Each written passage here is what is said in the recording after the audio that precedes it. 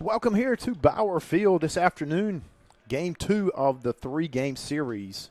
We had what a show last night, a 2-0 loss for your Battling Bishops, but both the Battling Bishops and the Falcons put on a great show. Nathaniel Volk on the mound for your Battling Bishops today. We'll talk a little more about him. Ben Massamore at the plate, and we'll start it off here, top of the first. Oh, pitch is in there for strike one called. Have the pleasure of being here with Drew Harmon, who's pulling double duty today. We appreciate his work on the scoreboard, and you'll hear some commentary from him. Oh, yeah. Yes, sir. Happy to be here. He's got a lot more baseball knowledge than I do, so I appreciate him joining us. That's close. It did not catch the outside corner. That'll be ball one. Evens the count at 1-1. Drew's a freshman. He's a right-handed pitcher out of Montgomery Central High School. The 1-1's hitting the right field. Running, not able to make the catch is Brady Williams. Elias will get to it, throw it. He's going to go for 3, and that'll be a leadoff triple for Ben Massamore and the Pfeiffer Falcons. So today's game starts a lot quicker than last night. We had a pitch and duel last night on the here at Bauer Field. Both pitchers went 8+ innings. Colby Lewis took the loss with 8 2/3 innings, had 10 strikeouts. And Jason Eason took the win going a complete game, only throwing, I think, in the 60s for pitches. Yeah, it was a very low pitch count for how many innings he went. It was wild. I really was just so impressed with both teams last night. In there for strike one called. That's Christian Bellatoni. He scored the first run, the top of the fourth last night for the Falcons. He hits that one to left field, Shumata Brown settles under it. It's going to tag. Shumata Brown tosses it home. It's not going to be in time as the Falcons, Ben Massamore scores easily. That will put the Falcons on the board here in the top of the first. Your Battling Bishops hit the ball well last night, had 9 hits, but they were scattered across the innings. At least 3 times we had runners on second and third. I mean, we had our chances, and, again, can't be totally disappointed with so many things that happen. You give Pfeiffer the credit for figuring things out. 1 out here in the top of the first. I believe it was runners on second and third with 2 outs 3 times in the first 4 innings. Yeah. Again, Volk delivers there. That's three first pitch strikes. I know, isn't that something y'all talk about a lot here? Wesleyan getting that first pitch strike? Yes, sir, absolutely. That's our pitching staff's motto. A good one at that. You see, it certainly makes a big difference. So Absolutely. 0-1 here for Volk. That one's outside, and we'll even the count at 1-1. Joe Javier in the box for the Falcons as Volk delivers the 1-1 pitch. Right down the pipe, bounces off of Zimmerman at third. He gathers it, throws it to Banks Hartman at first for the second out of the ball game. I guess that's do it at all costs right there. Nice job to knock it down and to get it over there in time from third. So the Falcons up 1-0 right now.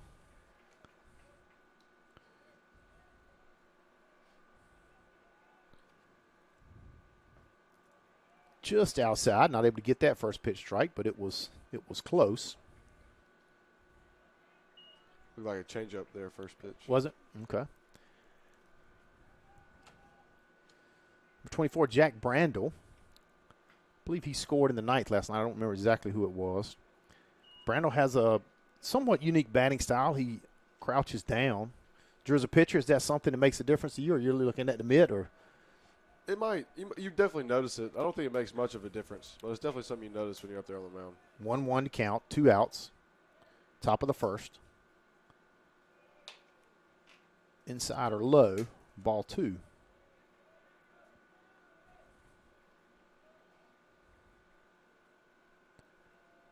We said it last night, Chamber of Commerce Day. We've got stuff going on all across campus. It is a great day to be at NC Wesleyan today here in Rocky Mount. Volk gets ready to deliver the 2-1 pitch.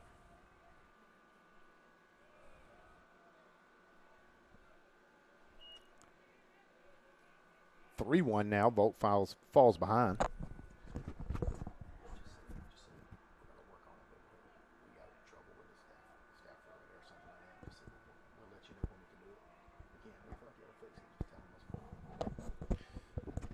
Checking on a couple of those things across campus is fouled left in the left field. Zimmerman initially gives chase, and that's over the seating area along the third base side.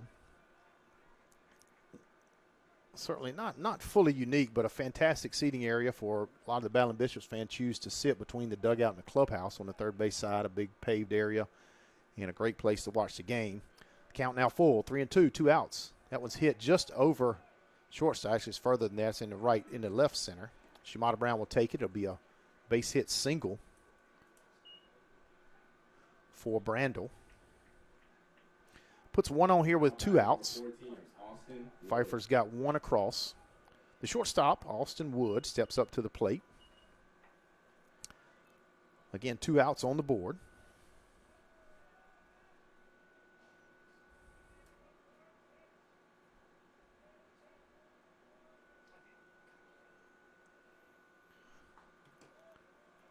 That's in there for strike 1. Good spot from Volk. Yeah, so every all but one batter's had a first pitch strike, and that was a close one. 2 outs, runner on first, 0-1 to count. Fouled away over the Pfeiffer bench on the first base side. Runs the count to 0-2. What are you looking to throw here, Drew? Well, he took a fastball and then had another fastball up that he was late on. I'd either go fastball up or slider away right here. All right, here's the 0-2. Slider. Hit to short. Mason Nance will take it, toss it over to Flowers, and that'll retire the side. The Falcons do get one across here in the top of the first. They do have 1 run on 2 hits, no errors, and 1 left on. We'll be right back after these words from Flow Sports.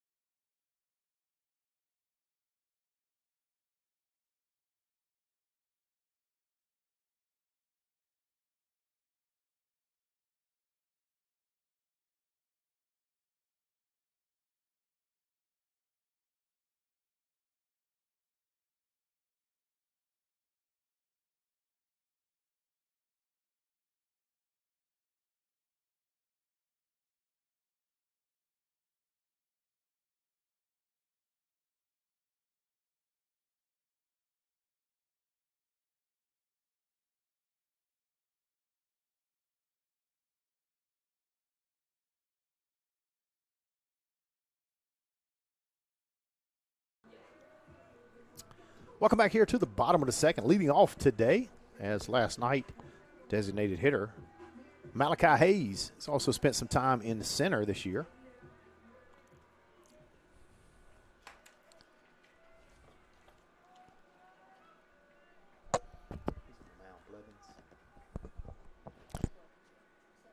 Your pitcher for the Pfeiffer Falcons is Jake Blevins.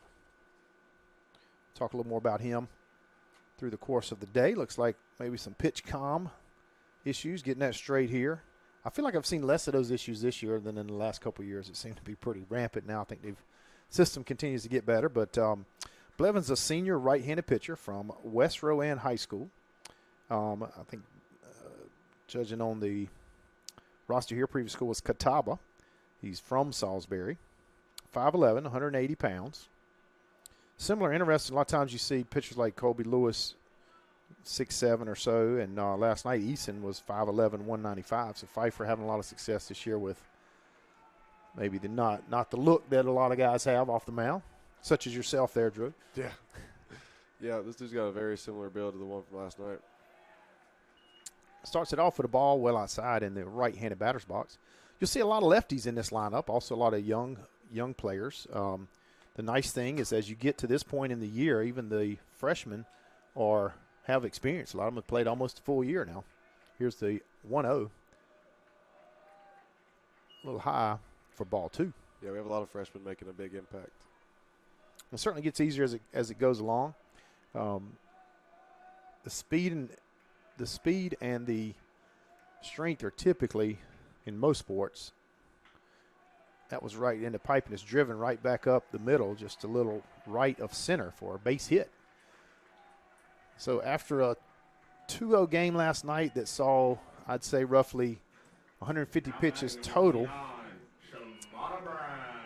2 runs, and probably took 2 hours and 20 minutes, we've got hits for both leadoff hitters today. So maybe in for a much different show today. Shimada Brown fist bumps the umpire. That's a pretty good tactic there, Drew. That's a lot better than fussing at, than looking at him funny when he calls a strike you don't like. That gives you a couple extra calls throughout the game. Yeah, I'm not sure it does, but it's nice to think about, right? Absolutely.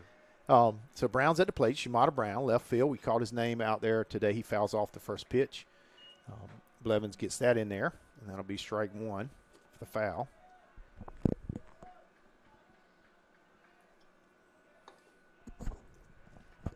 Pfeiffer in their black. They're black and gold today. Black tops, gray bottoms. Wesleyan in the Vegas gold tops, white bottoms. Blevins looked over. Eason liked to throw over on the first pitch last night. And Blevins throws over on the second pitch. Drew, is there any kind of routine to that as a pitcher, throwing over? Some people like to test that every time or every. Yeah, it mostly depends on the runner.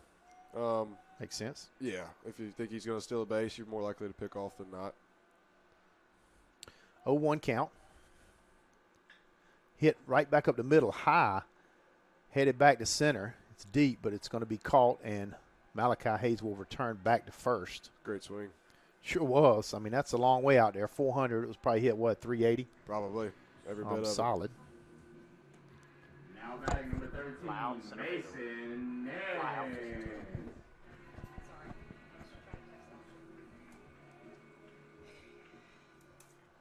So we've got 1 out here.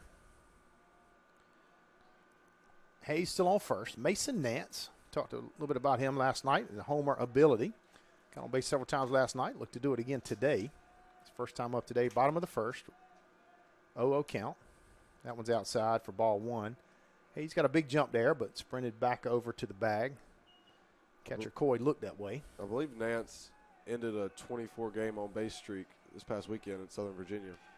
24 in a row. That's pretty amazing. Absolutely. It really is. 1-0. Nance ahead in the count now. It's even with a swinging strike 1. 24 games. That's pretty impressive.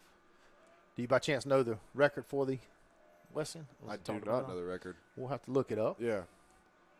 That was most games of the season up to that point. That's incredible. 1-1 count, 1 out. Hayes on first. Nance at the plate. Here's the pitch from Blevins. Right down the pipe for call strike 2.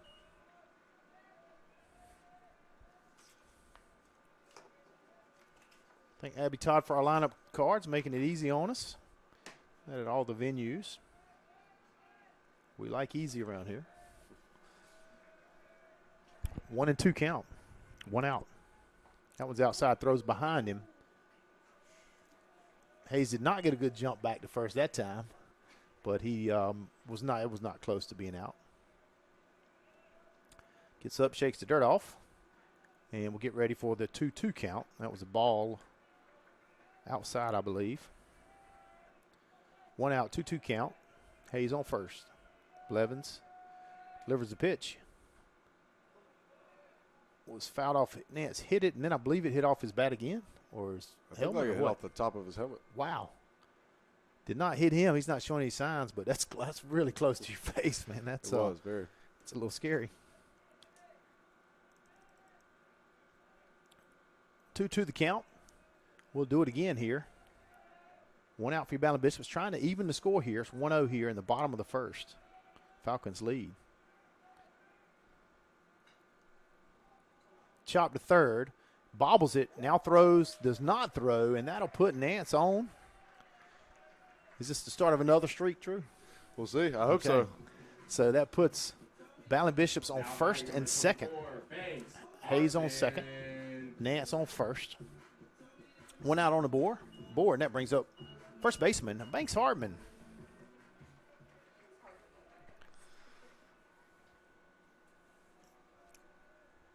Hartman, was it? I don't know if it was a triple or what, but he hit one essentially to the wall, got past third base. Wasn't that Banks last night? It was last night in the eighth, I believe. Yep, provided the big scoring chance. That one will not get there. It's popped up. Woods looking at it, called an infield fly. The umpire puts his hand up, and so Hartman is out there on one swing. And that'll leave it up to Brady Williams. Nope, I'm sorry. Jake Flowers first, Brady Williams next. Jake Flowers. Flowers ended the game last night on third, I believe. Got around the bases in the bottom of the ninth for Ballon Bishops, trying to extend the game or win it in the bottom of the ninth. And so he'll try to get the first run on the board this weekend for your Ballon Bishops with a hit here. Hayes on second. And Nance at first. That's in there for call strike one from Blevins.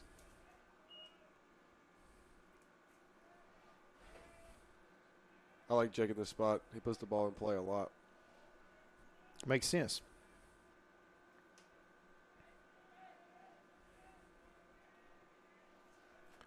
Here's the 0-1 pitch.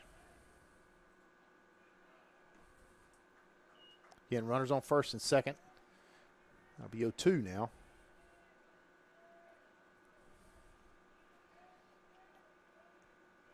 All it takes is one swing.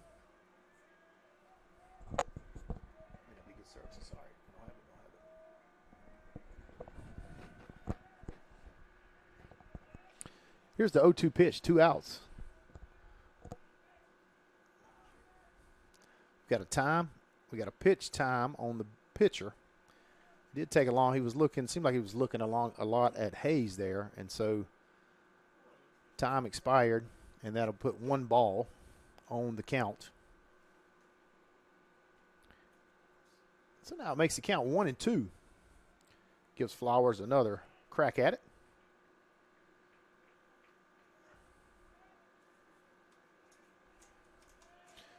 In some series, it seems like we see that a lot. In others, we don't see it at all. And didn't see it last night, I don't think. No, there was none last night. There's been a couple series where it's been a lot. Yeah, and not unfair to any team, of course. The pitch clock is there and visible. It just for those that we see it a lot, it's just kind of aggravating to the game, honestly. I believe it was the Brevard series. There Yeah. was a lot of pitch clock violations. A lot. I'm not saying any of them weren't there. I'm just saying it was just a lot. So here's the 2-2. Even count now. Flowers swings on it. It's hit. Blevins will grab it, and he's already running the first. He gets there for the third out. So Ballon Bishop's able to get 2 on, kind of like last night, but not able to bring anyone around. And that'll take us to the top of the second. There were no runs on 1 hit, 1 error, 2 left on. We'll be right back for the second inning after these words from Flow Sports.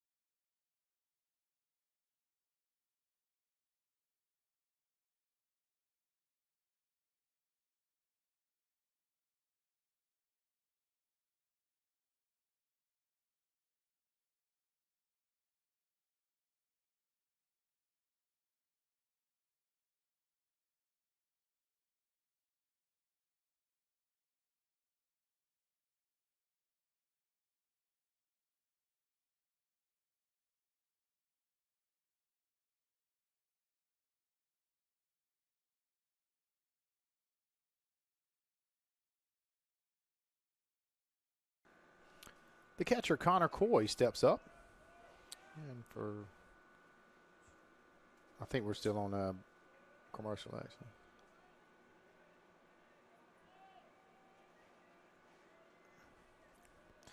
All right, the catcher, Connor Coy, steps up for first time today against Volk.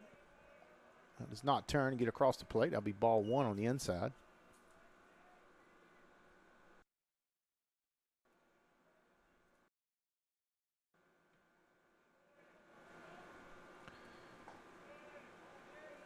Well, that one's high, I guess.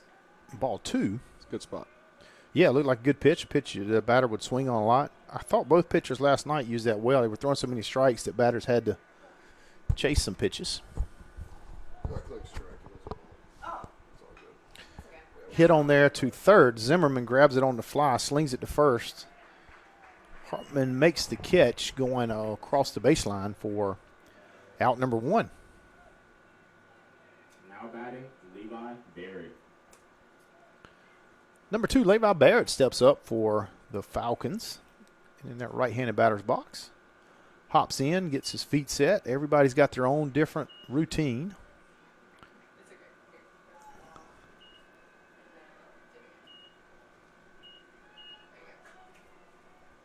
And here's the 0-0, swung on a miss, strike 1.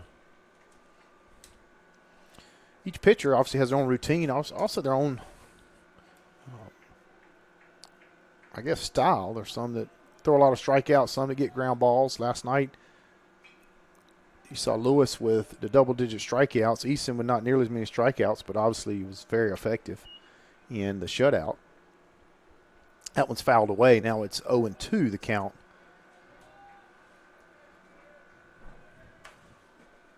To Barrett.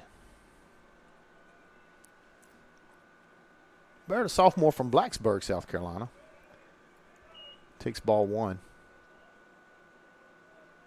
1 out on the board here in the top of the first.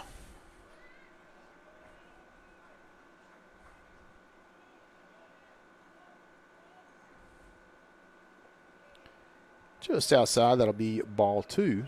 Evens the count.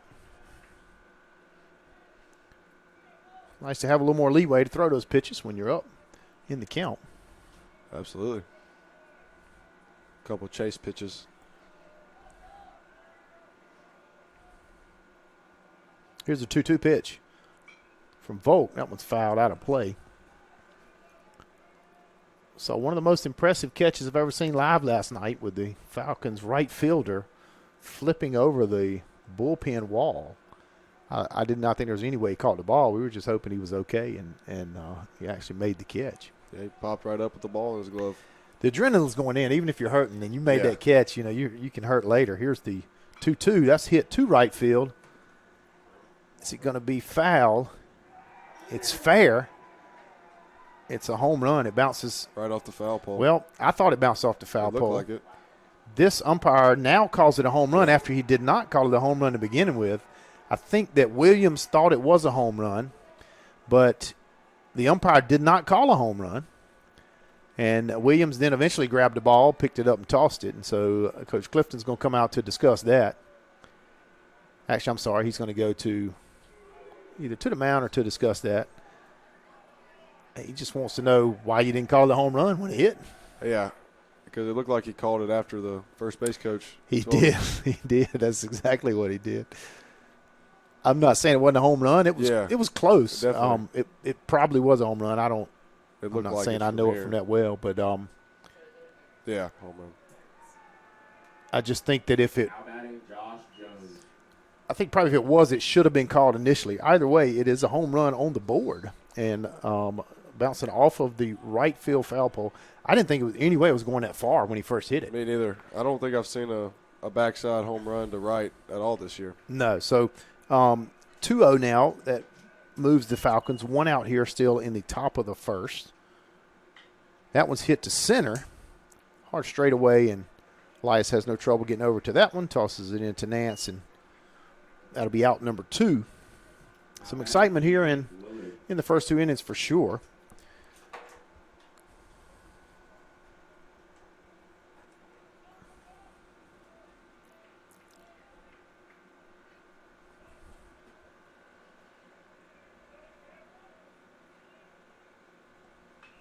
That one's popped up. Brown will come in for it, I think. Yes, Brown will take it for out number 3. Not before the Falcons get one across on the home run by Levi Barrett. That'd be 1 run on 1 hit, no errors, none left on. We'll be right back after these words from Flow Sports.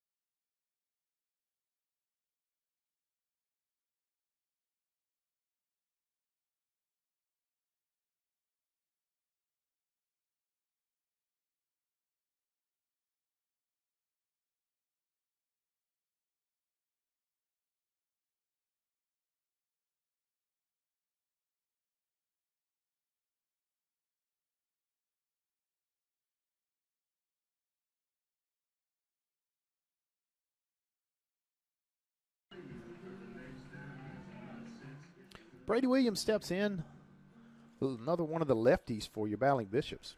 Can definitely be an advantage to have so many left-handed hitters, just people not used to it. Of course, he's a sophomore from Currituck High School.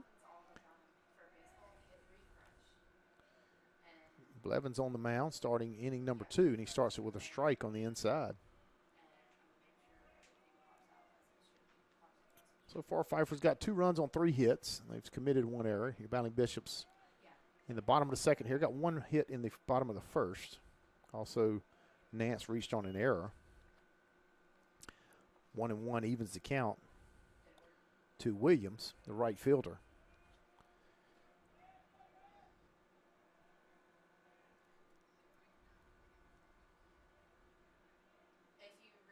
Here's the 1-1 pitch. High popped. Grounded just past the reach of the second baseman. And then the center fielder will throw behind Williams at first. Williams is in for a single. He's safe twice. Safe on the hit, safe on the slide back into first. So for 2 consecutive innings, the battling Bishops have got their leadoff runner on. Drew, the most basic stat in baseball is if you get the leadoff runner on, they have a great, obviously the chance of scoring. Absolutely. I know we talk about a lot of our pitching staff. You get the leadoff hitter out, you got a good chance to put up a 0. So getting the leadoff hitter on is a great advantage for the offense. Ball 1 there to Zimmerman. Zimmerman substituted toward the end of the game last night. Gets the chance to start here in game number 2 today. Game 2 of 3. We've got another one coming, game 3 later today. Turns around to bunt. Throws behind him at first, and he got him. Zimmerman pulled back the bunt on the ball, and Williams was late getting back. Throws a little high. Not sure he got him on the way in. I think he was calling him out, but then I think he came off the bag either way. So the first out of the inning will take Williams off first. We've got 2 balls and no strikes at the plate here to Zimmerman. That one's high for ball 3. Not necessarily a tight zone, but there have been some close ones from both pitchers that hadn't been called strikes. Most definitely. Consistent, though. Absolutely. What you love as a pitcher or hitter. That's all you want. That'll be ball 4. That'll put Zimmerman on first after 4 straight balls. Now batting number 46, Drew Krause. That brings up Drew Krause. He's a freshman catcher from Davie County High School. Piedmont area of North Carolina. Went out on the board. Zimmerman at first, turns around to bunt. He will lay it down. Picked up by the pitcher Blevins, throw to first, and he moves Zimmerman over successfully. Sacrifice bunt for Krause. Did his job, as they say. And that turns the order over to Malachi. Oh, I'm sorry. We've got one more. I've done that twice today. Caleb Elias has had some work already today in center field. Done a nice job out there, and he'll have a chance now to cut the Pfeiffer deficit with a base hit to bring in Zimmerman on second. There are 2 outs on the board in this bottom of the second. And Elias at the plate. That one's low and inside for ball 1.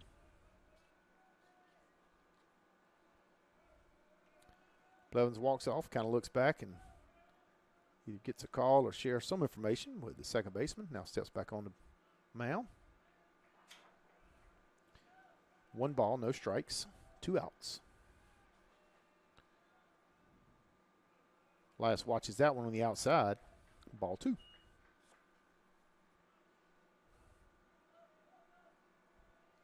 Still a relatively quick game today, but definitely more pitches than were thrown in the first 2 innings yesterday. So a little different pace today, more of a normal pace. That was a really fast pace last night. Very fast, definitely the fastest we've had all year. We've had some games go double that time. We have. That's ball 3. So if you count the 4 balls to Zimmerman, the 3 balls here to Elias, and I guess it was 1 pitch to Krause. It was. So 7 out of the last 8 balls here for Blevins. Looking to get back here. Get back here with a strike with a 3-0. Does not. It's outside high. Ball 4 puts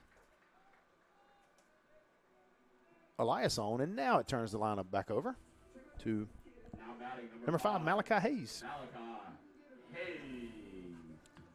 Drew, like I can say it like it's easy, but if Malachi can just do what he did in the first time at bat, then if he can just do what he did the first time up, we'll have us a run here. Absolutely. Hayes started the game off with a base hit. Both Pfeiffer and Wesleyan did. Catcher Corey goes out and talks to Blevins. That little conversation, smart deal there with the catcher, just to give a little time in between. Change that a little bit after 8 of 9 pitches were balls. And we'll see what approach Hayes takes here, if he's watching or swinging. Start the at-bat, 0-0. Runners on first and second, 2 outs. Takes that one in there for strike 1. Got to think a good idea to watch that one. I mean, you want to make him throw a strike, and he hadn't done that the last couple batters. Most definitely. Always good to see one when he's been out of the zone. 0-1 to count, 2 outs. Low. Hayes held back. It's going to get a check. Nope. I figured the catcher would ask for it, and the field umpire between second and third says no swing. Evens the count at 1-1.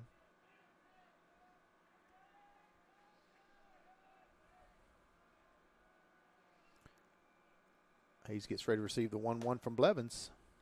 Outside. Ball 2. Definitely looks like Hayes had an aggressive attitude. That second pitch, it was out of the zone. He wanted it and was ready for it, but held his composure and held back. Now he's worked his way ahead in the count 2-1. Runners on first and second, 2 outs. Bottom of the second. One's outside for ball 3.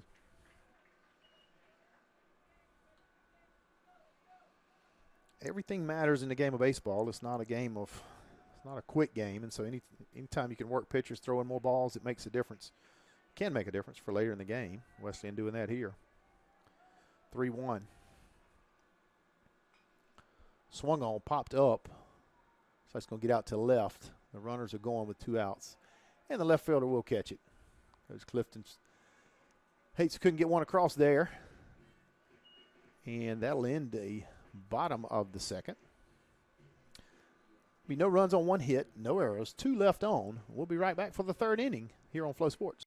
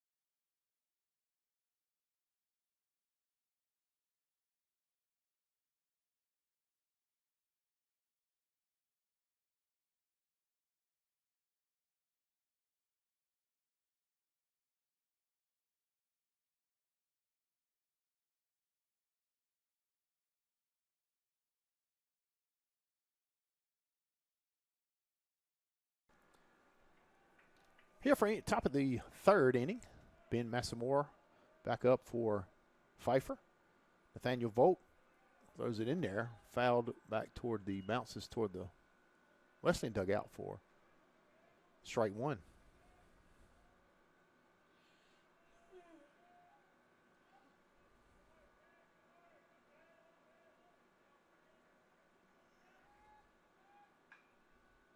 That one's hit closer to third base, but it'll be foul. That'll run the count to 0-2.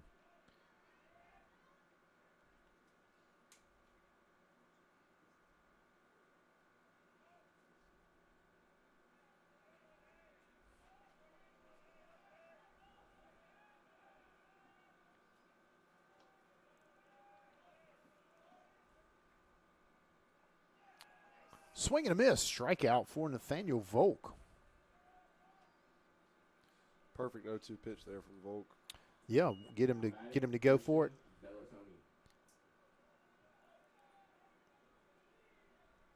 Believe sorry was trying to look it up there. If I'm just not seeing the stat I'm looking for. I'm sorry. Trying to see if that's his first strikeout today. Do you know, Drew? I was going to say, I believe it is. That one's fouled back, trying to bunt toward the Pfeiffer dugout. So one out here in the top of the third. I'm sorry, we'll have that for you here in a second on the strikeout. And Volk's ahead again on the count. This time, Bellatoni at the plate.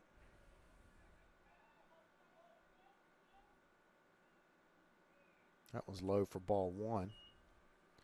Bellatoni had that sacrifice fly in the first inning.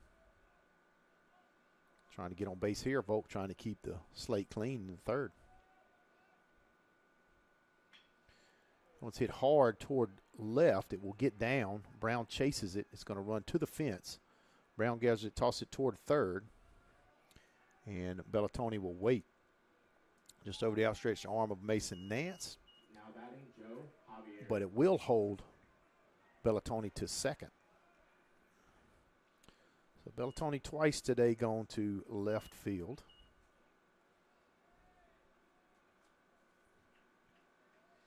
That'll bring Joe Javier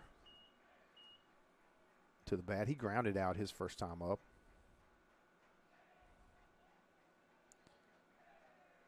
One out, if you'll remember. One on here at second. Volk turns, communicates with Flowers at second. Bellatoni now steps off the bag to get his lead. Flowers behind him. And Javier at the plate. In there, driven right to Flowers. It's caught, line drive. He'll take two, take it himself. That'll end the inning for the battling Bishops. Quick one of that for Nathaniel Volk and the Bishops. They had no runs on one hit and no errors. We'll be right back for the bottom of the third after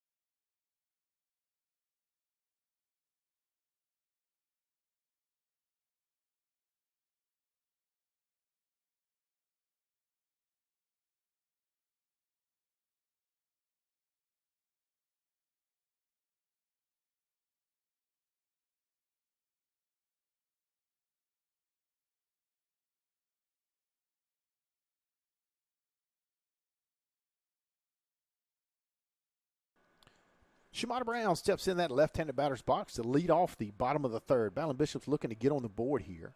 Blevins so far able to scatter 2 hits and a few walks across the Ballin Bishop lineup. He starts off the top of the third with a strike. It's fouled high and well over the Ballin Bishop's dugout. Looking across the beautiful campus here of North Carolina Western, we've got 8 teams playing in women's soccer today, spring action, I should say. Women's lacrosse going on just along the way. We can watch all of them from our perch here in Bauer Field. I'm not saying we have a great view of those games. Here's the 0-1 pitch. That one's in there for strike 2. We've got some food trucks around. Hard to get a better day. We've got a fire truck in, too. I mean, you can't beat it. Rescue squad's here. So they're all here.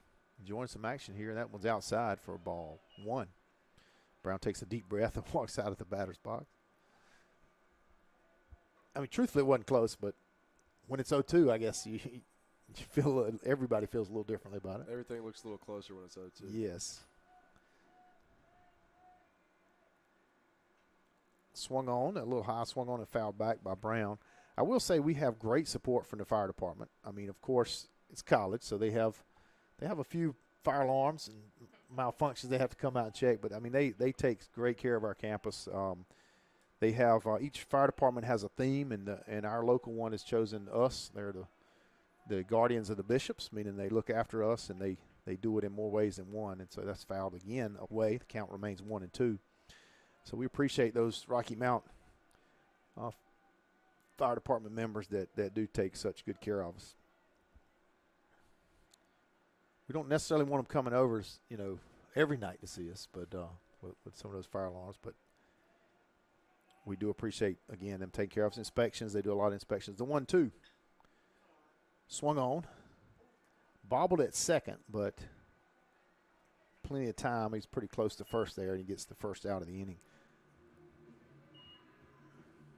Now batting number 13, Mason Nance. That'll bring up the shortstop, Mason Nance.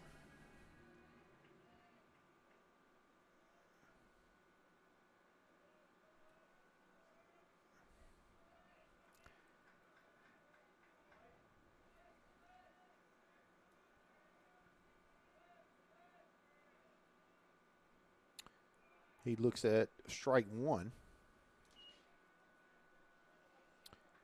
He reached on an error earlier today. Talked about his proclivity of getting on base. Using those SAT words out here today. That'll be ball 1 outside. 1-1 now the count.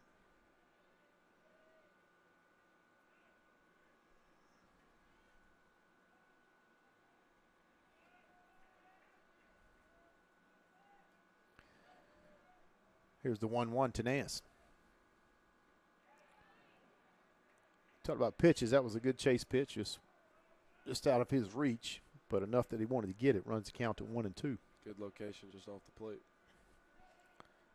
Again, Nance among the leaders. I believe when we looked last night, he was second in the USA South in home runs.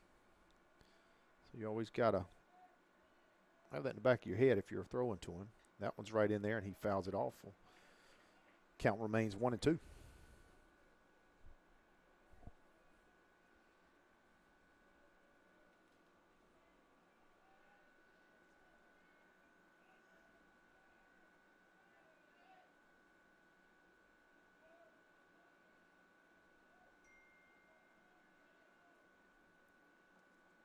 That was way outside. Nance was ready again, trying to defend the plate at 1-2, but it was way outside, and that evens the count at 2-2.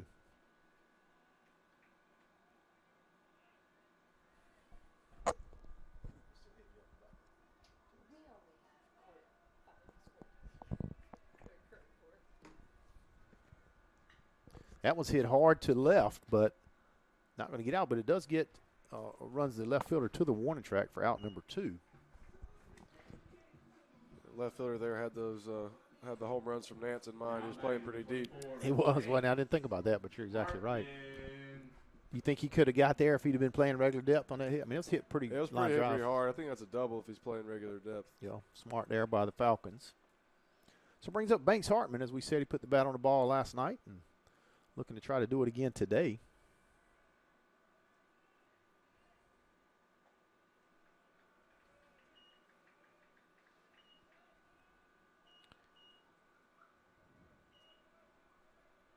Banks had a fly out his first time up.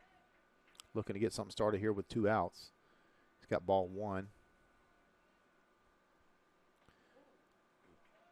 I have no idea how that did not hit him. He didn't move. Maybe it may have touched his shirt, but he didn't move. So that'll be ball 2. Barely missed him. Yeah, it did. It was right there. 2-0 the count. Here's the Blevins pitch. That one's in there for strike 1. 2 balls, 1 strike to count.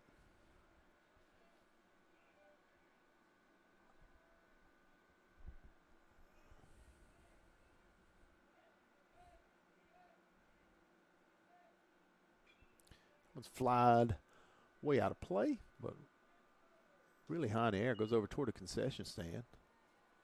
Got fresh popcorn over there. Can't beat the popcorn. We have the secret recipe. That means I can't tell you what's in it.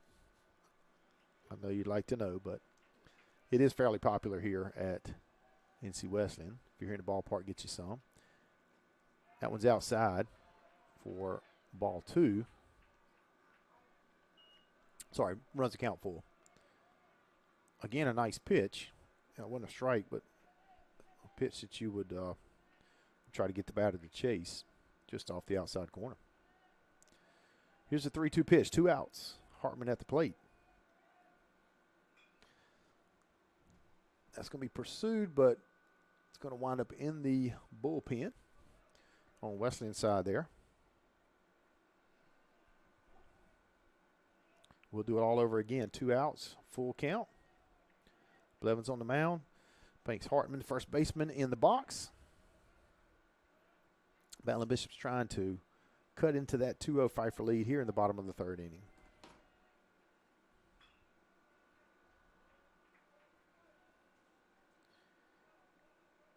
Banks knocks his head with the bat there, but he fouled it to keep it away. Went and fouled it down the first base side. Good battle. Absolutely. Kind of like when Nance was in there, the same thing. It was a ball he not necessarily would have hit always, but had to take a swing on it. Here's the 3-2 pitch. Hit again. This one will go to first. It's caught by the first baseman, tossed to Blevins for the out. There'll be no runs on no hits, no errors, none left on. That'll take us to the 4th inning here on Flow Sports.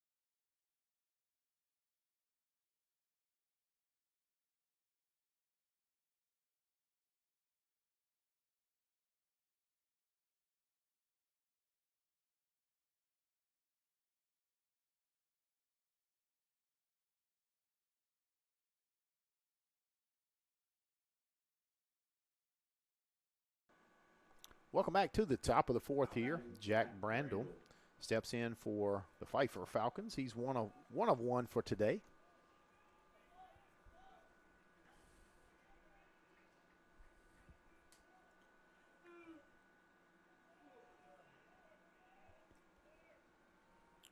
Vogt working through, starting his 4th inning of action, of work here, I should say. Swung on high to center. Elias trots back, settles under it, and makes the grab for out number 1. 1 pitch, 1 out. That's what we like here in Bauer Field. Absolutely. Keep the pitch count down. Speaking of, Nathaniel Volk is around, not sure if that's right or not, 24. That's fantastic. That's another strong pitch count today for Volk. We'll check on Pfeiffer's here when they get back out there. That one's outside.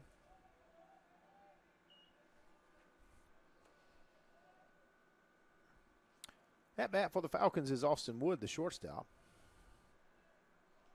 He takes ball 1. Swings and misses for strike 1, evens the count.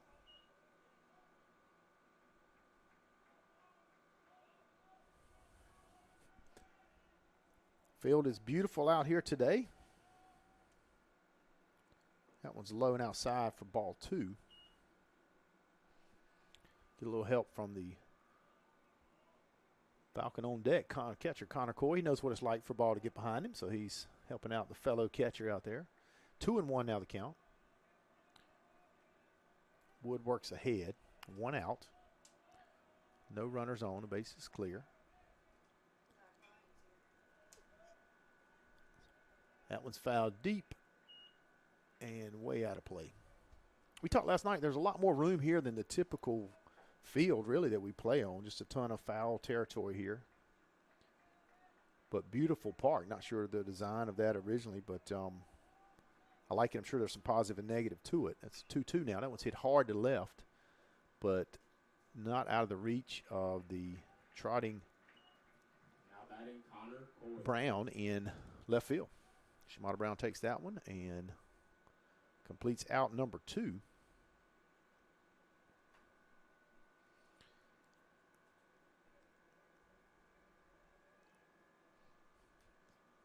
That will bring up the catcher, Connor Coy.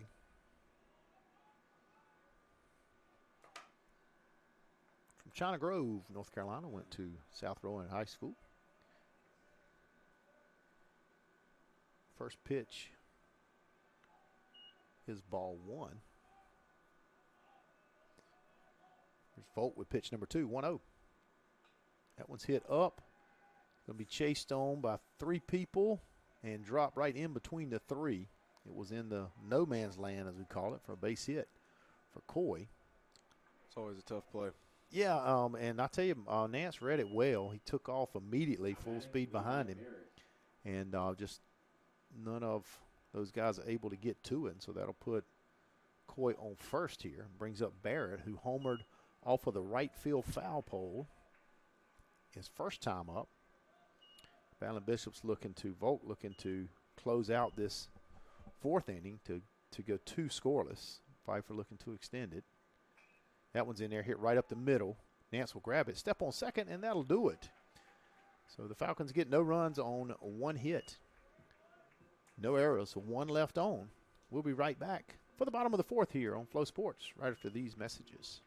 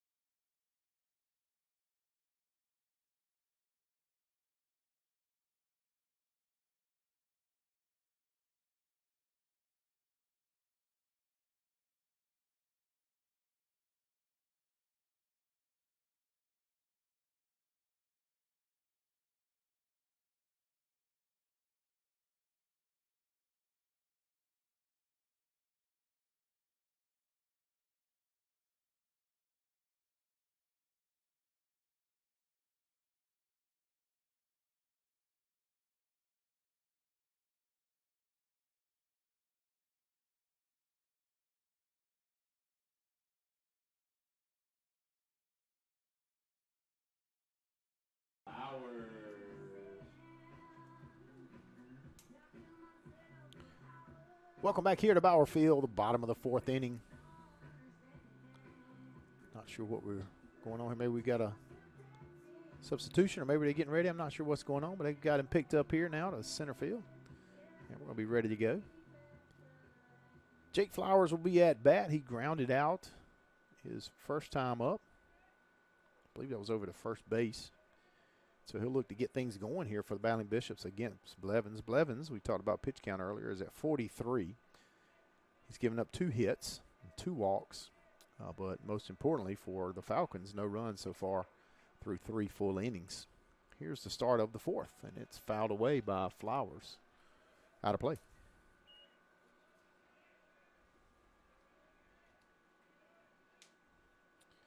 So 0-1 now the count.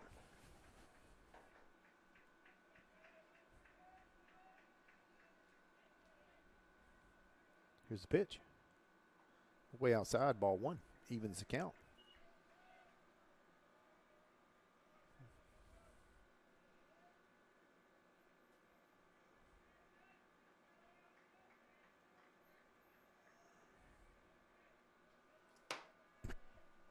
Here's the 1-1. That one's hit hard. Base hit between the pitcher and second base.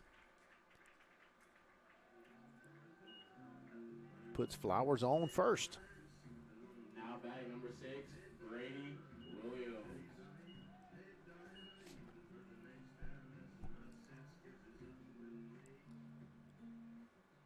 Brings Brady Williams to the plate. Had to hit his first time up. I believe Williams was picked off right going back into first. So looking to get on again here.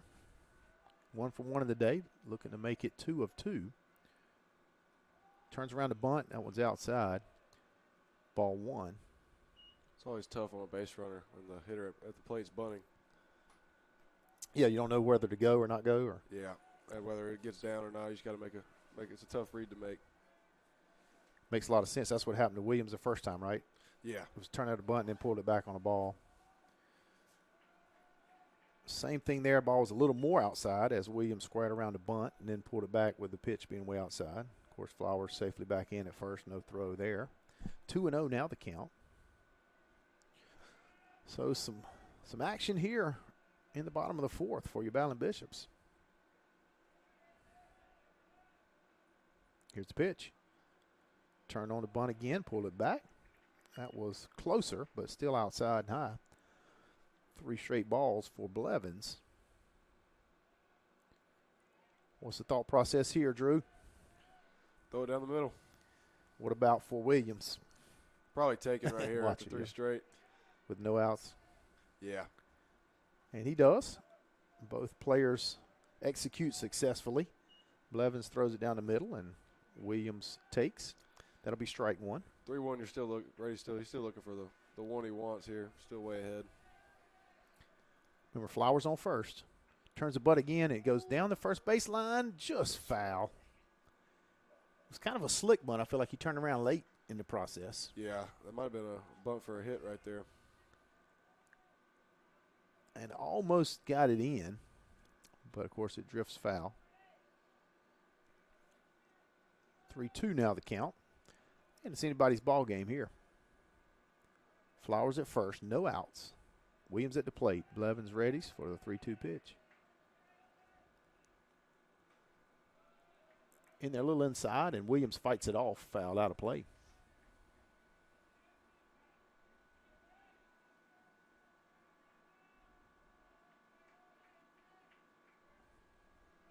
We'll do it again.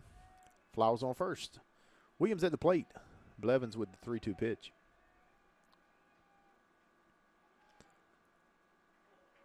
Flowers takes off. Starts to take off, then stopped, and then it was ball 4. And so now he gets to walk to second base with a lot different pace rather than running down there. Have a timeout here by the Pfeiffer pitching coach. We'll come out and chat with Blevins and maybe a couple more Falcons. Runners on first and second. We'll take a short break.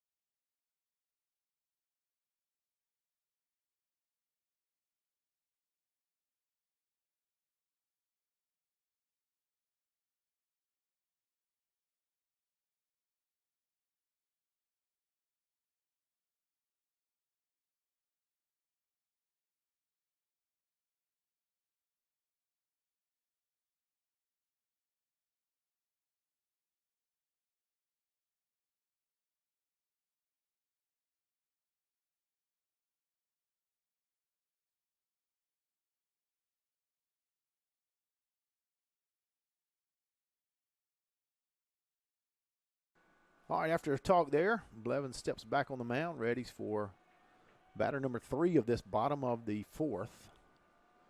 Not the first time today the Battling Bishops have had 2 on. Maybe the first time with no outs. That's Williams on first, Flowers on second. Zimmerman turns the bunt. He does so, hit to third base. It's a nice bunt. Throws it to first. Will get Zimmerman. However, the sacrifice bunt is successful. Perfect execution. Yeah, moving, put it right in the spot he wanted. Got close to getting on base. But more importantly, moved Williams and Flowers. Gave no chance at making a play at either one of them. And now, that just creates a much better opportunity for anything offensively. Took a short break from our audio here. We'll be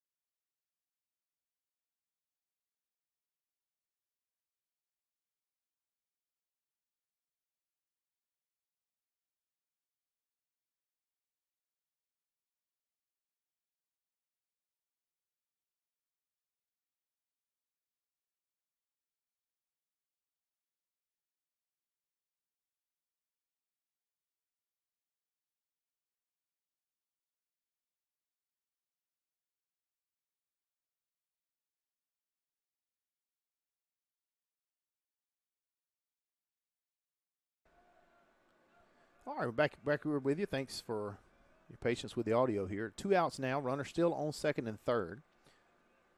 Kraus strikes out looking. And Caleb Elias now, the hope for the Battling Bishops to get this lead cut in half or maybe even tied here with the right swing for Elias. 2 balls and no strikes to Elias. 2 outs, bottom of the 4th. Blevins trying to keep his sheet clean on the score column. Elias trying to do the work for the Battling Bishops. That's low for ball 3. We're back in that same scenario again. See where we go on this 3-0 pitch here. There is space on first for Elias. That would turn the lineup over once again to Hayes, who's had a good day. Or got a hit the first time up, I should say. That one's outside. The ball gets behind the catcher, Coy. And Flowers trots across for the first run of the weekend for your Battling Bishops. Cuts the lead to 2-1. Also puts Caleb Elias on first. And the Pfeiffer coach walks in, throws his right hand up, and that means we'll get a substitution here on the pitching mound after the Battling Bishops get the run. So we've got Brady Williams at third, Caleb Elias at first, and we'll have a pitching change. We'll tell you all about it here on Flow Sports after a short break.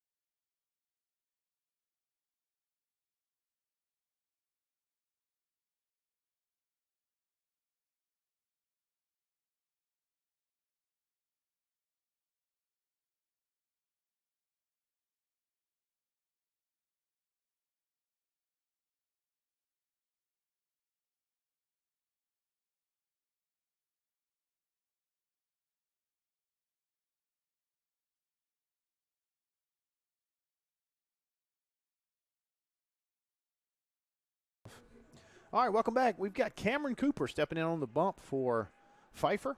We've got 2 outs on the board. Malachi Hayes at bat.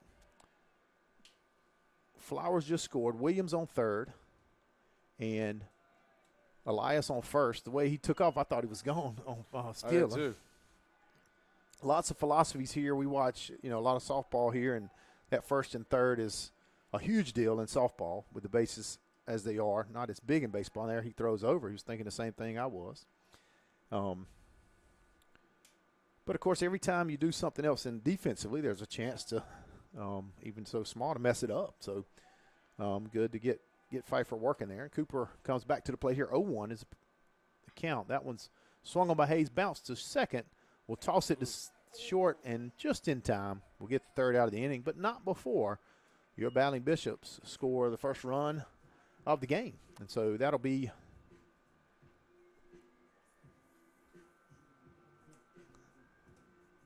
one run on 1 hit, no errors, 2 left on. We'll head to the top of the 5th with your score, Pfeiffer 2, Wesleyan 1.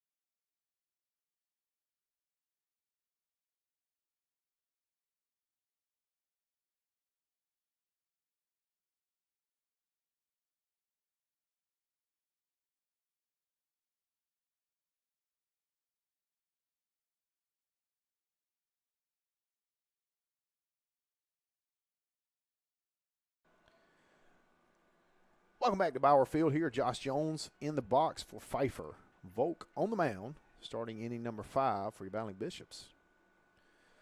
Leads it off with a strike.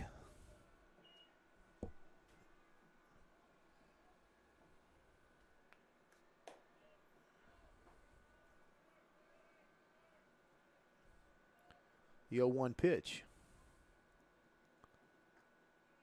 Really nice pitch there, well outside, but a good pitch by Volk nonetheless. Ball 1. Masters today, Drew, who you got on moving Saturday? Well, I don't know. I mean, McElroy's he's got a big lead right now. Outside ball, too. Hard to bet against him, It's hard to bet against him right now. We, of course, being an NCAA institution, do not promote betting. Exactly. It's just a theory. It's just in the matter of how we say it. Do not do any of that. Actually betting on the game. It is what a time for sports in the spring. Of course, we love baseball. We've got the 2-1 pitch. That one's in there for called strike 2. We've got the NCAA tournament just concluded. That just wrapped up. We've got, of course, the Masters this weekend. You got the Kentucky Derby coming up. Get out your best hat and your whatever else they do for that. So springtime's a great time for sports. Swung on and missed. Strike 3 tagged, and he's out. Another strikeout for Nathaniel Volk. Out of this 5th inning. How about it, Ethan Willard? Ethan Willard steps in for the Falcons. Volk continues to work here in the top of the 5th. About to get halfway through this game. That one gets a little outside on him for ball 1.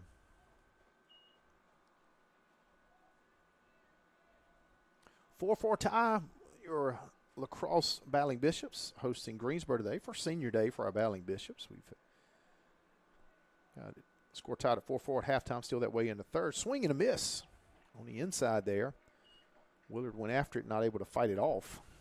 Evens the count at 1-1.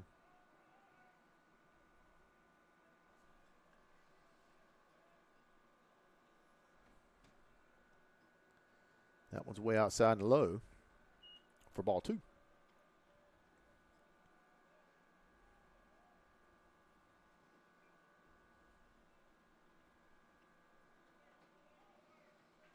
Two-1 is your score. 2-1 is your count. Top of the 5th, 1 out. Here's the pitch to Willard from Volk. That same pitch inside would have been over the plate, I think. And Willard fights it off with a foul. Evens the count at 2-2. Now it's anybody's at bat here with 1 out in the top of the 5th. Big pitch right here. Really is. Can turn the bat either way. Like a similar spot. Was that a curveball? What was that? Looked like a slider. Slider. Had a little movement on it, but it was inside, similar to the 2 strikes he had before. Of course, Willard fouls it off to create another big pitch here. 2-2, 1 out.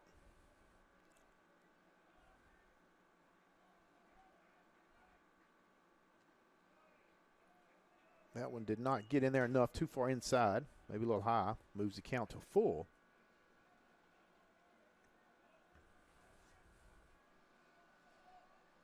Volk's been very effective these last, all 4 innings really, but the last 2 innings kept Pfeiffer off the board after getting 1 each in the first and second one. That one's hit toward short, scooped up by Nance. Throw to first is offline. It is caught by Banks Hartman, but he's pulled off. Zimmerman was charging towards it. Not sure if he tried to get it or didn't try to get it, but that probably slowed Nance down a little bit and not able to get it to first in time. Hartman's kind of bent over after that effort, but he looks okay. Yeah. And so that'll put him at first. Volk would like a new ball, and he'll get one.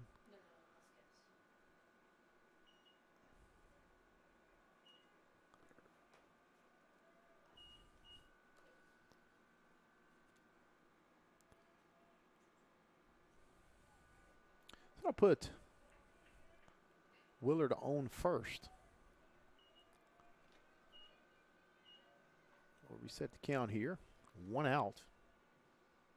And Ben Messamore stepping up in the box. First pitch is low for ball 1.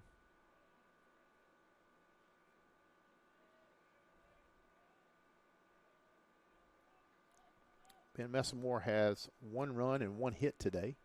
Was a triple. Volk looks over to first to hold Willard on.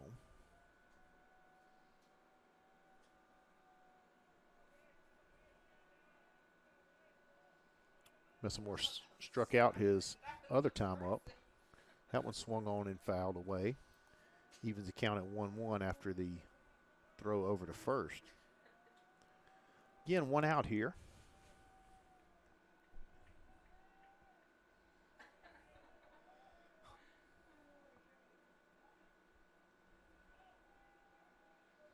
Here's the 1-1 pitch. Willard on first. Good pitch, but outside for ball 2.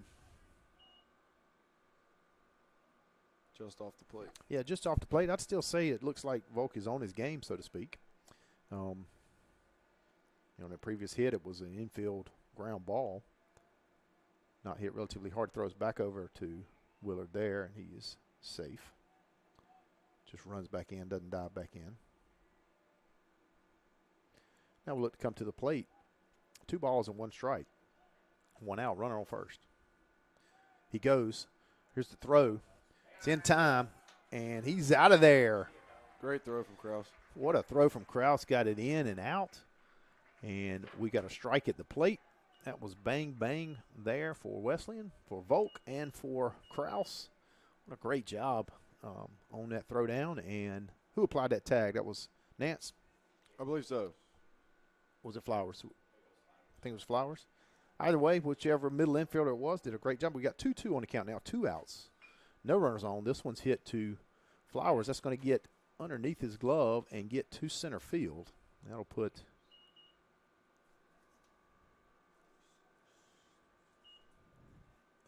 Messamore on first. Now batting, Christian Bellatoni. bring up Bellatoni, one of the who did some work last night, certainly. 2 outs. 2-1 your score here, top of the 5th. Volk trying to work another scoreless inning. Throws that one in there, but it's out of the zone for ball 1.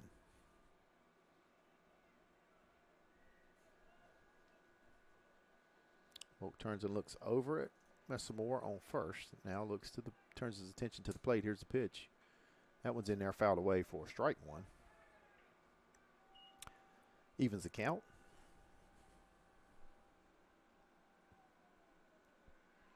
Tennis hosting North Carolina A&T State University today, as well as, who else are we hosting? Greensboro? Brevard, hosting Brevard here today for men's tennis. Softball, we're going to check on them in a minute. They're at Brevard as Volk turns and throws. He knew we were talking about other scores. Want to give us a little more time up here to get through that.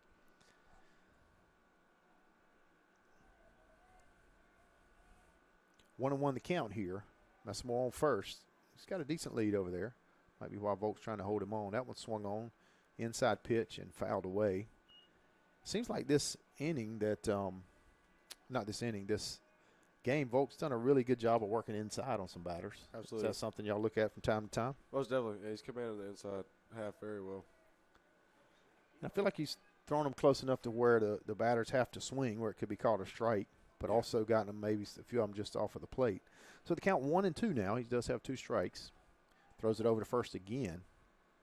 I think that's part of what you see pitcher and catcher working together. The closer a pitcher holds the runner, the better it makes it for the catcher to take care of business on an attempted steal. That one is swung on for strike 3. That'll do it there, even though Pfeiffer had a couple of base runners, not able to convert. That'll be no runs on 1 hit, 1 error, 1 left on. That'll take us to the bottom of the 5th. Your score 2-1. Headed into the bottom of the 5th.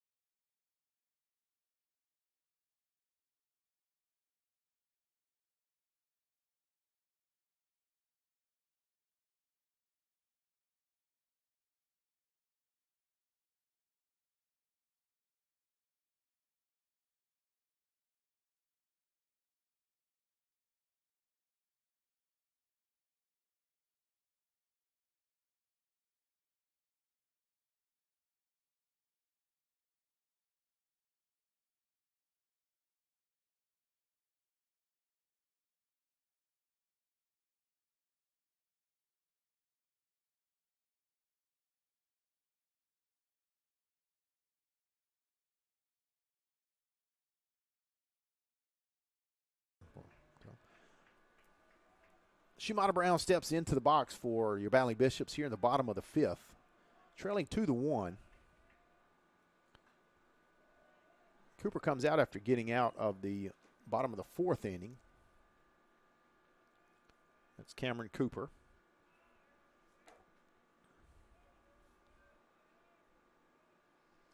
North Stanley High School.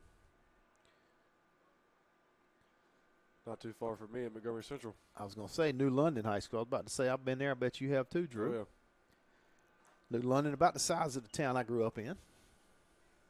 Yeah, a lot of land out there. Yes. Ball 1, strike 1 here. Cooper has to Brown. Swung on and popped up, but out of play. Head way out of play. Count now 1-2.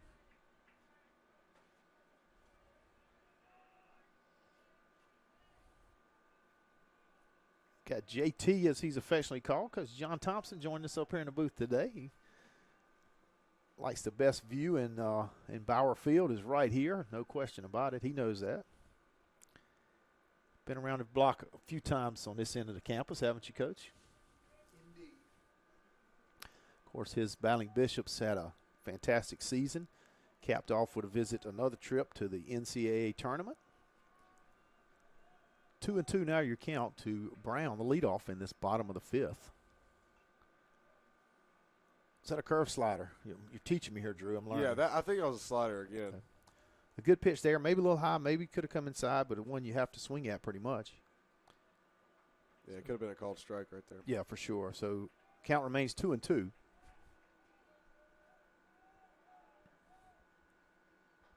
Swung on and the bat flies out of his hand. That'll be strike three. He was, you can't say he didn't give it all he had. He's disappointed with the strikeout. That'll be out number one of the inning. Now back number 13, Mason Nance. Brings up Mason Nance. I don't have any argument with him tying this thing up with one swing. Sounds good to me. Done a good job against him today. Did hit one really hard to left field. That one's in there for strike one from Cooper.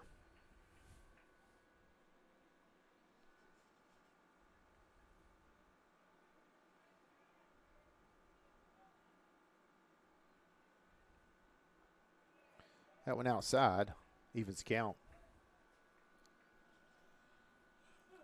Coach Thompson, where else you been today? There's stuff all over campus. Well, we've had a recruit on campus today. Okay, great day to bring somebody on campus. Great day. And, That one's high, ball two. finished up with that. And this is my first stop. We'll be out watching the women's soccer play day. All right, so he's got women's soccer on tap. Headed to tennis as well. Now, I've heard they have some, that one dives in there for strike two, evens the count at 2-2.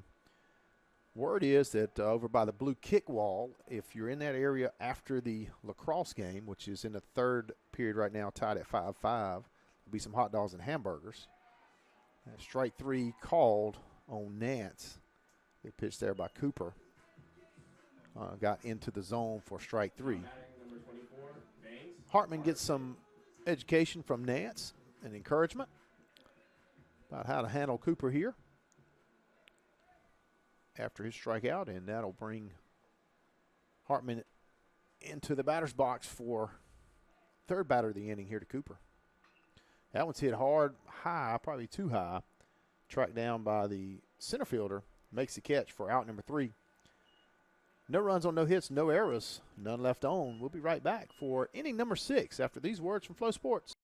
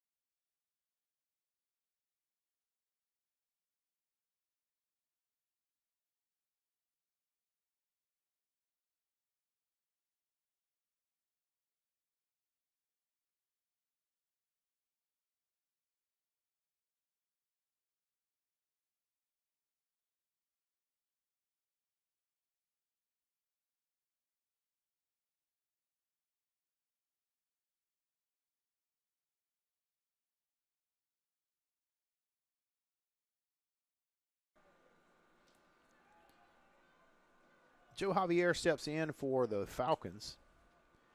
He's 0 for 2 today with a ground out and a fly out. He takes ball 1 high from Volk. Volk's had a strong outing so far. Very impressive. We got him at 65 pitches. All right, we're at 65 pitches on pitch count. We're trying to figure out exactly what's going wrong with that on the live stats, but still a very productive day. That one's hit hard just past the reach of Mason Nance.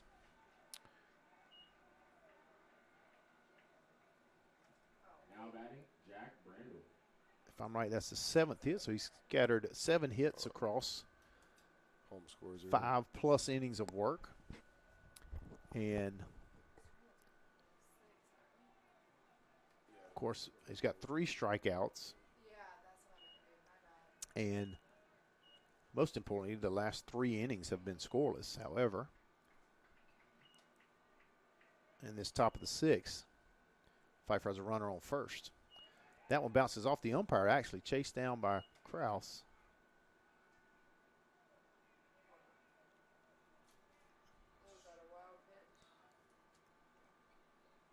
Puts Pfeiffer in command with a runner on second, no outs.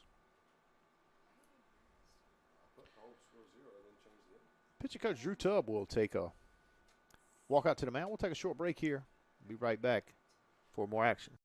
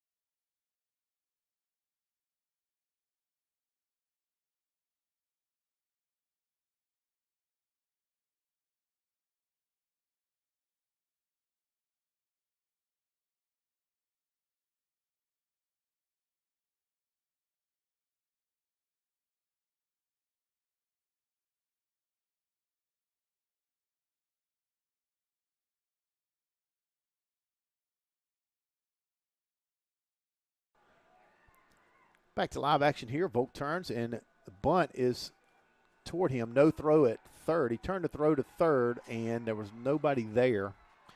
So he throws to first, overthrows it. That ball's into right field. We'll put Pfeiffer with now again at second base. Gives up a run. Volk kind of looking over like, should somebody have been there. Either way, it gives up a run to Pfeiffer. Still no outs on the board here in the bottom of the 5th.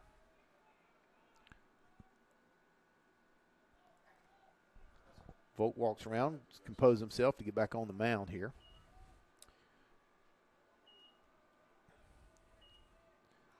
Brings Austin Wood to the plate, shortstop.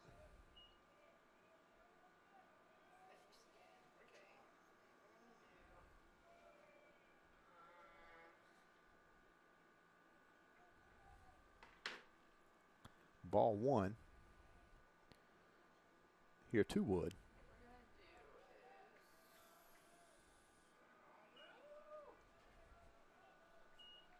(3-1) now to the score. No outs here in the top of the 6th. That is bunted to first. Tagged is Hartman.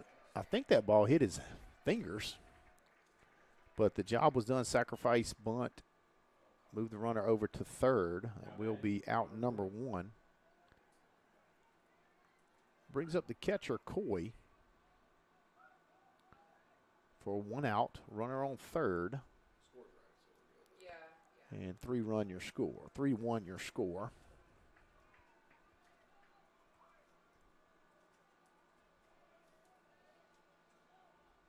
Here's the pitch from Volk. That one's outside. Ball 1.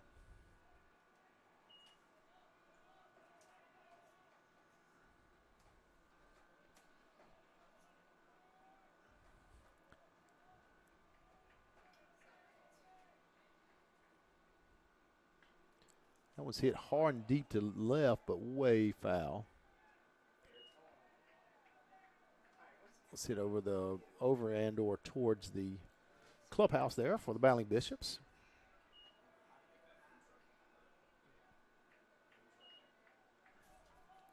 Evens the count at 1-1. Remember, runner on third, and that one's hit past Zimmerman at third for a base hit. Brown grabs it, will throw to second, stretching it, and he is there in time for the sliding two-baser.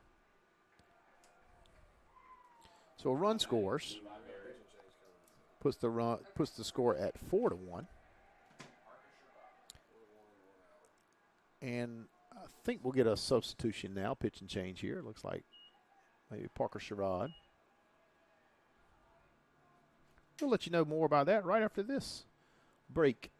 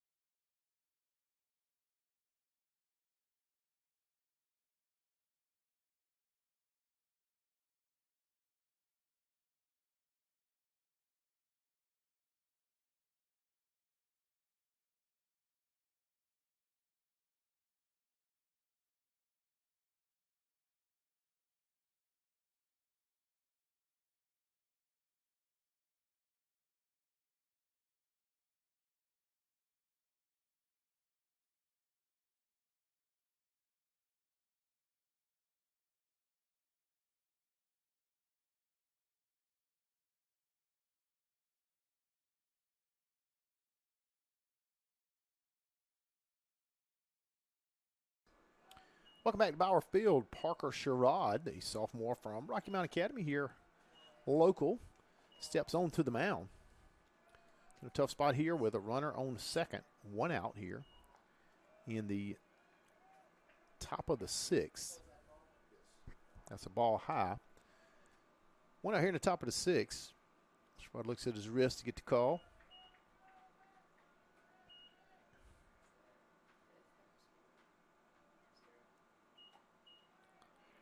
That one close, but just outside for ball two. One out, runner on second.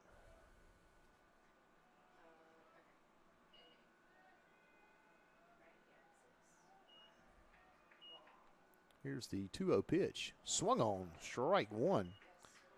Put it by him there. That's a nice pitch by Sherrod for his first strike. Again, one out here in the top of the sixth.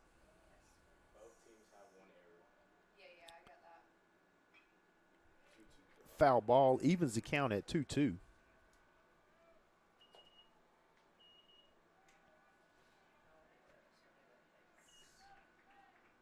At bat, Levi Barrett, if you'll remember, he homered in his earlier at bat to right field. Pickoff play to second base. Not in time. Again, we talked about the importance of working together, pitchers and catchers. Count still even at 2-2. Sherrod readies with the pitch.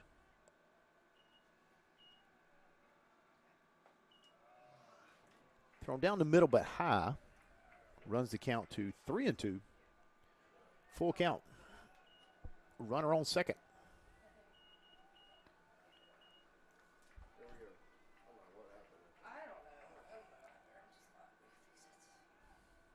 Here's the pitch. Low, ball 4. There's a spot over there for Barrett. Umpires will shift their positioning. That'll bring up number 18, Josh Jones. That's number 4 on second, right? Yeah, that's probably cool. Yeah. Coy on second, Barrett on first, Jones at the plate, Sherrod on the mound, 1 out. That does put the force on now for your battling Bishops. Any base is available for a force out. Maybe get a double play here. First pitch is in there for strike 1. Gets ahead of this batter. The score is definitely 4-1, right?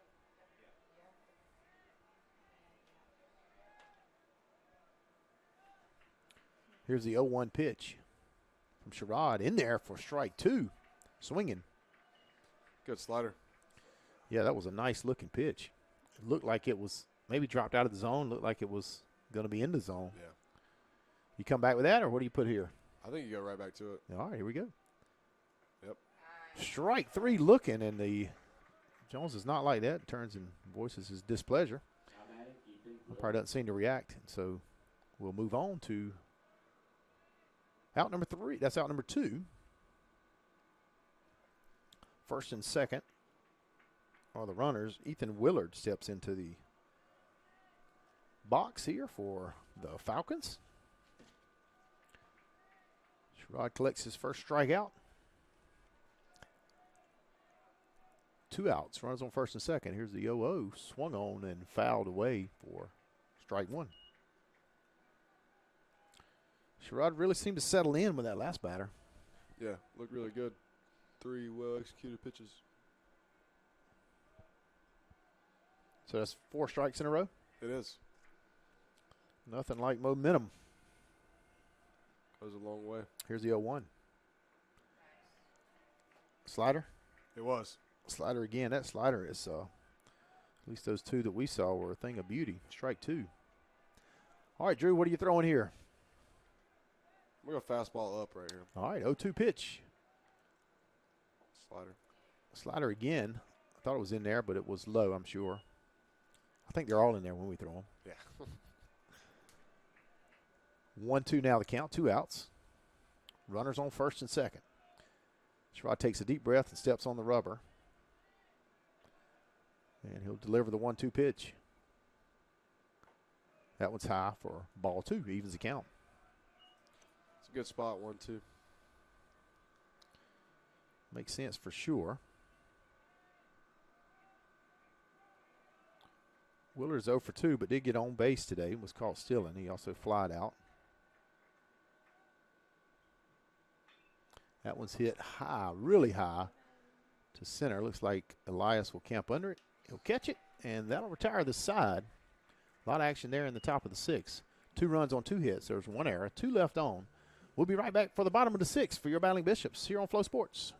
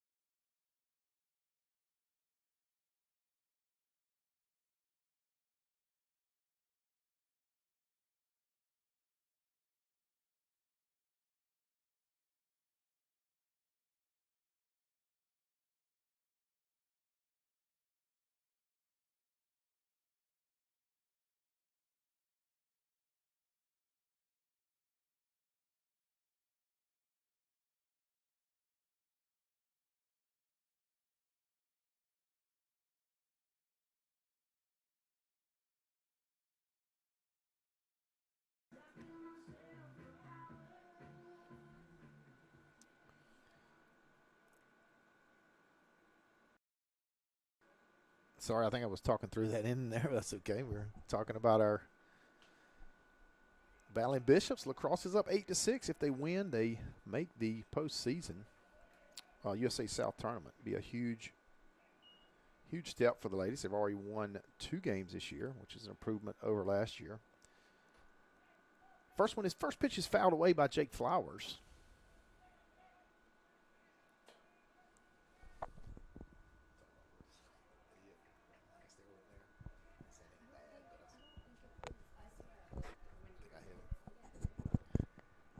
Oh, 2 now to Flowers.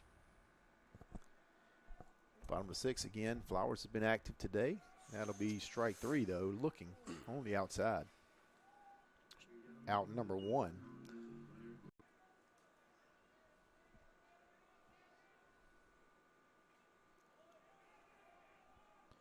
Fouled away there on 3-2 pitch. 2 outs here in the bottom of the 6.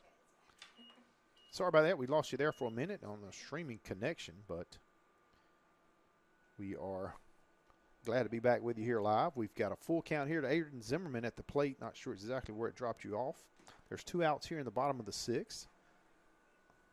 The first and second batter, one was a strikeout. One was a play by the second baseman.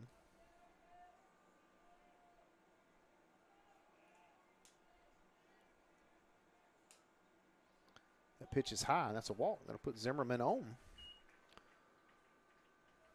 With 2 outs, runner on first for your Battling Bishops.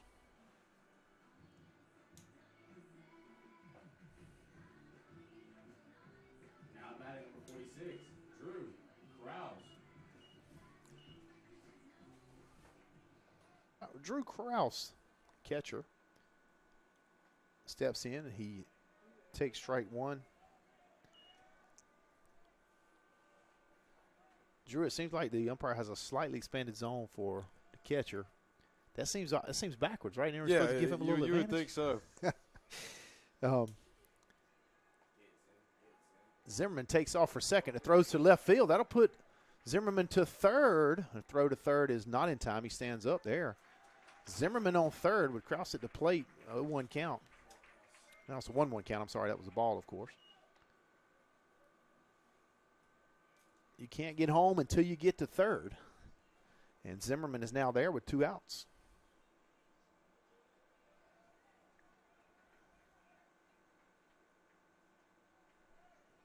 One to count at the plate to Krause. Zimmerman on third, 2 outs. Cooper with the pitch. That one's outside for ball 2.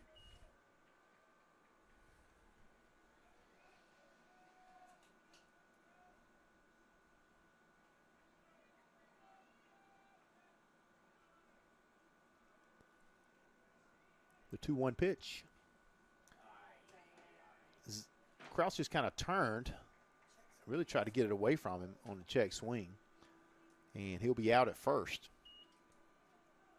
Zimmerman was able to get to third, but not home, and that'll be no runs on no hits, no errors, 1 left on base.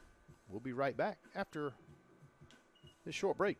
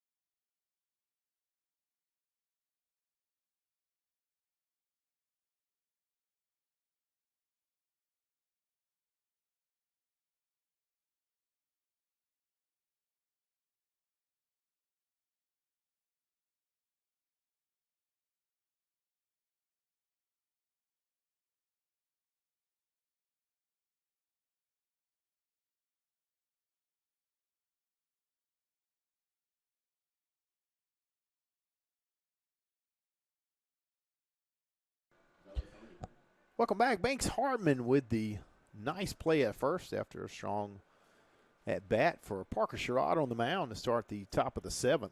He turns over, Sherrod does, and gives Banks the thumbs up for that help.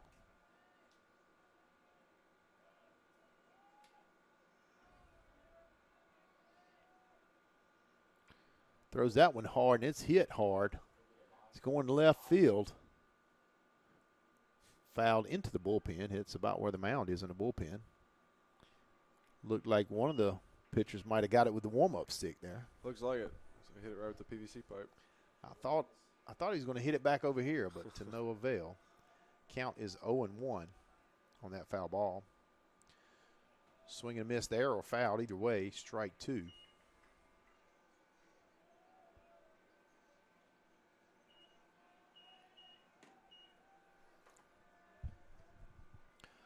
One out here in the top of the 7th. Sherrod on the mound. Swing and a miss there. For the 3rd strike, is thrown to first, and that will retire Ballantoni. We'll now bring up Jack Brandel. 2 outs here in the top of the – I'm sorry, Joe Javier. Jack Brandel was out picking up his teammate's bat. I assumed he was hitting. Next in the order is Joe Javier. He steps in to face Sherrod. Good pitch there by Sherrod, but not in the zone for ball 1.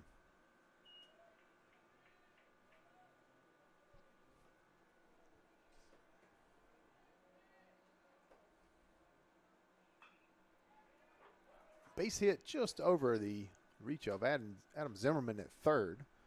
Brown will throw it in, relayed to Nance. Base hit for Javier there, and now Jack Brandel will step into the box. So 2 outs with a runner on first for Pfeiffer. 4-1 the score here in the top of the 7th. Brandel at the plate. Sherrod on the mound. Parker gets ready for the 0-0 toss. Nice pitch, fouled away. Way out of play on the 3rd base side.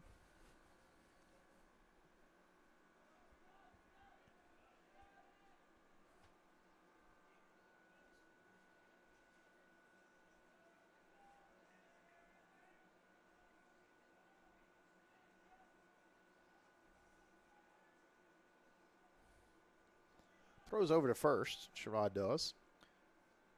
Runner safely in. 0-1 to count. Sorry, we had it backwards here. 0-1 to count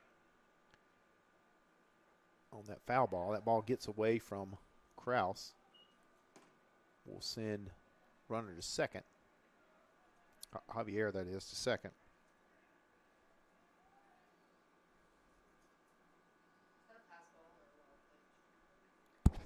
Pass ball. 1-1 now the count, even. That was a ball. It was outside.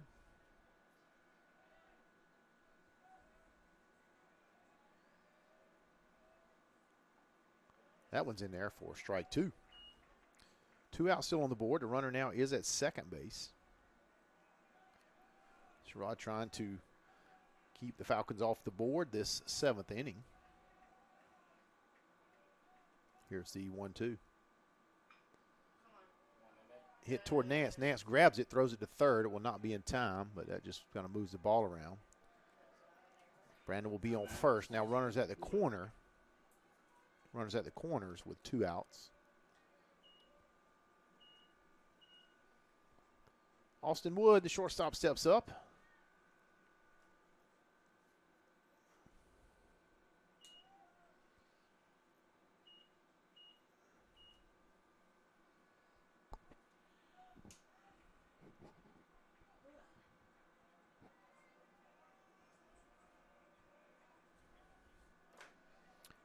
Here's the 0-0 pitch to Wood.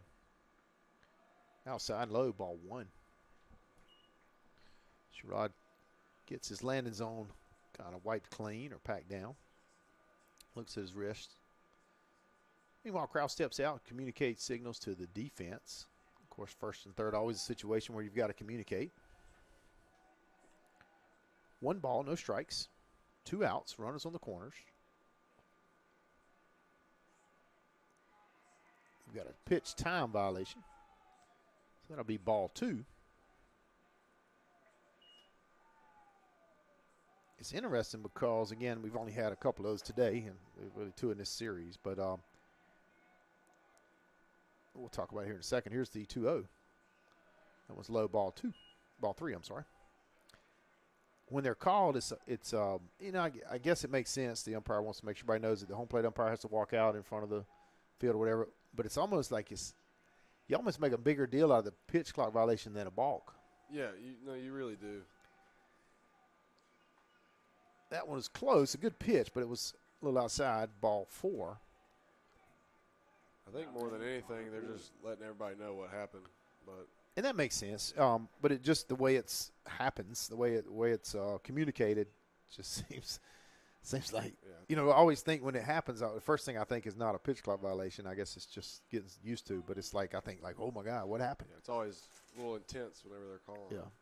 Now we have had, you've seen in the major leagues, of course, they've had review and pitch clock violations. I remember the first time they had a pitch clock violation in the game, and first time a review changed the end of a game. So, you know, there are some pretty intense times when during a game, but general, most of those violations are not going to be a huge impact on the game.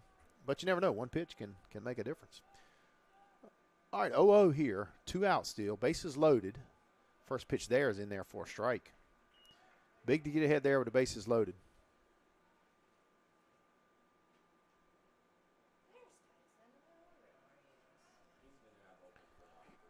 The 0-1 in there for strike 2. Got the walkie-talkie down there.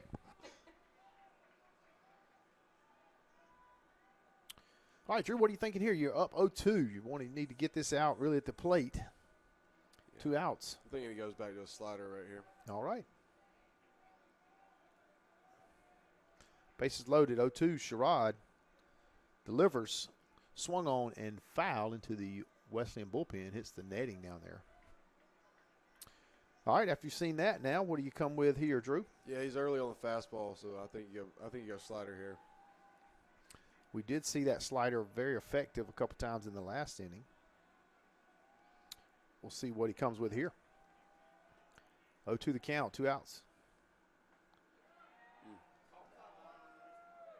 Close there, but that'll be ball 1. Sherrod certainly wanted it. Had a little smile there after the call.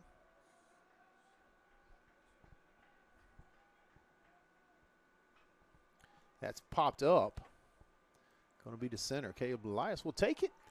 No harm, no foul. That'll close out the inning for us. Move us to the bottom of the 7th. No runs on 2 hits, no errors. 3 left on. Due up in the bottom of the 7th after you stretch it out will be Caleb Elias. We'll be right back for your Battling Bishops after this break.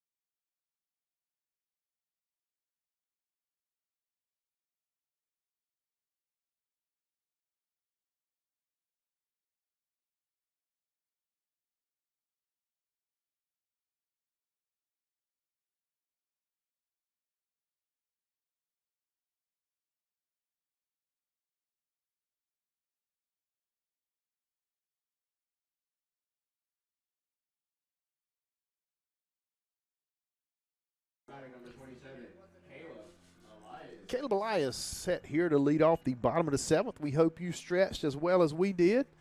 We used every bit of this press box up here to get ourselves loose for this final 2.5 innings. That could be a little bit of a facetious statement there. Caleb Elias, who ended the top of the 7th inning with a fly out in center field. He will start the bottom of the 7th for your Battling Bishops. He'll take ball 1 inside and maybe high from Cooper. Cooper has had a strong performance since coming in relief. He delivers with strike 1 there. 1-1 now the count. We've received word that overtime is in store for Bishop Women's Lacrosse versus the Greensboro Pride Women's Lacrosse team up on Vernon T. Bradley Jr. Stadium, Stallings Field. It's ball 2. Where was that ball, Drew? A little up and in. Gotcha.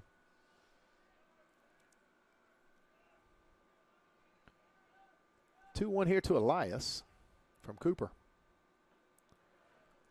That one's in there, evens the count at 2-2.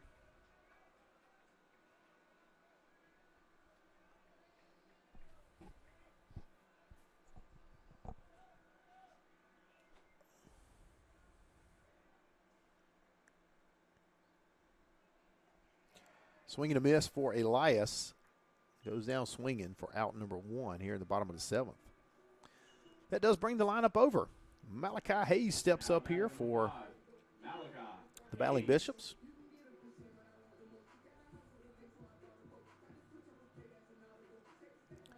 We'll check in on Hayes' day. Of course, he led off with a single in the first inning. He's also hit into a ground out, a fly out, and a fielder's choice. That one is fly to center. Not much movement there for the center fielder, who catches it and will retire Hayes. That was Jones on the center field catch. Now batting number 29, Shamada Brown. Brings up Shamada Brown, the left fielder, stepping in for your Battling Bishops with 2 outs here in the bottom of the 7th. Out slowly ticking away for the Battling Bishops, but still very much within reach, a 4-1 ball game. Pfeiffer's pitching has been stingy last night and today. That's ball 1 there for Cooper at Brown.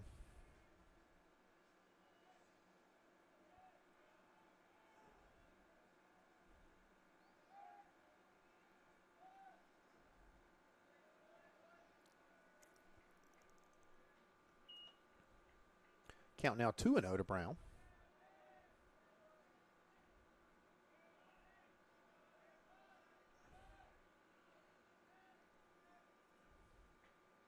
That one's outside low, ball 3.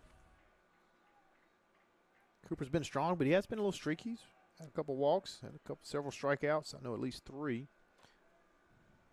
3-0 here, the pitch to Brown. That one catches the outside corner for strike 1.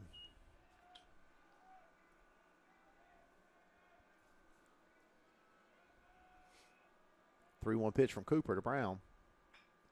Swung on hit to second base, gathered in and thrown to first for the 3rd out.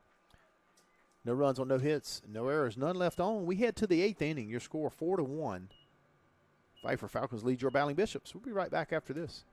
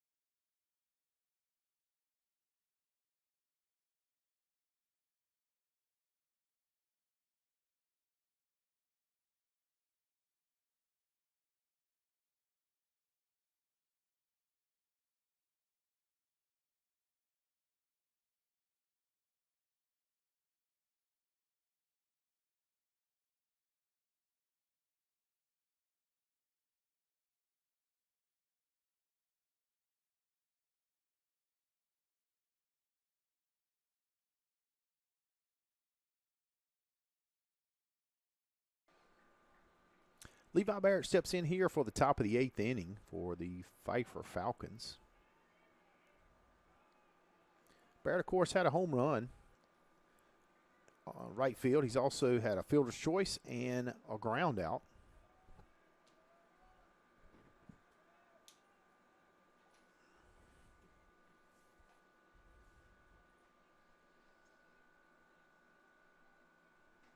Not exactly sure what we've got there.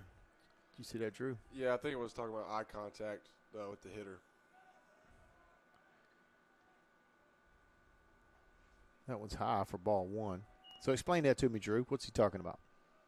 Well, the pitcher can't come set until the hitter's made eye contact with him. And with the pitch clock, the hitter has to make eye contact before 8 seconds. Okay. That one's hit high and deep to left field. Fouled over the bullpen in that area. Strike 1. Okay, so back it up a little bit.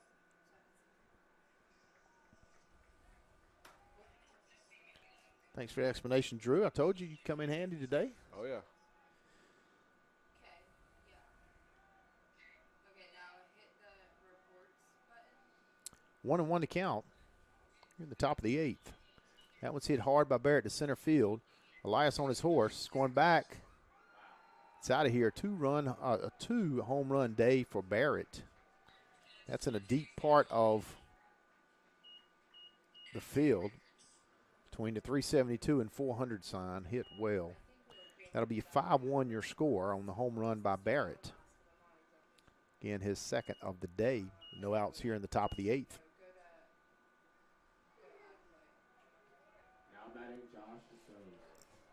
Okay, go to setup.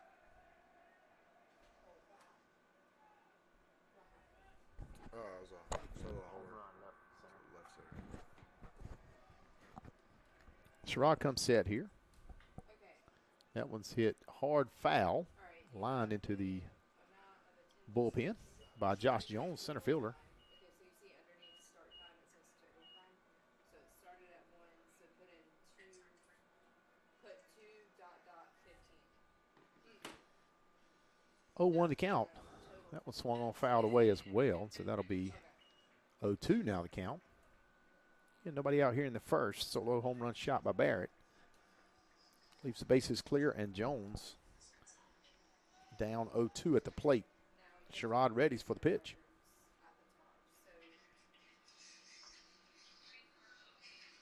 That one's fouled as well. So 3 fouls in a row. Keeps that count at 0-2. Sherrod looks at his wrist, shakes his head yes. Steps onto the mound. We're ready to go. Here's the pitch. Low, ball 1. What are you thinking pitch-wise here? You're ahead 1-2. He's ahead in the swing. What are you thinking? Yeah, I'm thinking to go back to the slider. All right. He just threw one out of the zone. I think he throw one in the zone right here. Is that what that was? That was it. That's hit hard, isn't it? Yep. Got all of that one. Left field home run, back-to-back homers there by Pfeiffer. Josh Jones. On the 1-2 count. Tough one to give up there for Sherrod. That'll make the score 6-1. Falcons have added 2 here in the top of the 8th. We'll take a short break as Coach Tubb walks out to have a little chat.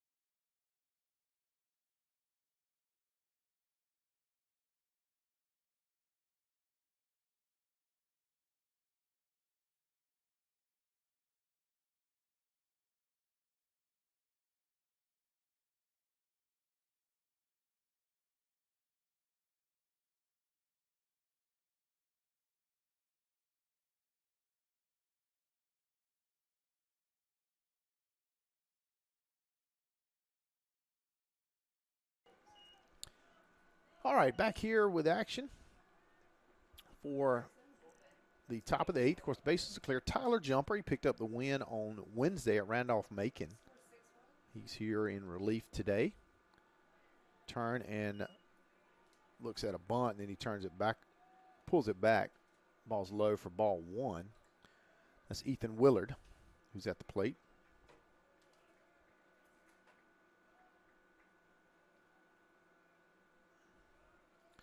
1-0 now the count. No outs here in the top of the 8th. Gets away from him a little bit. Ball high. 2-0.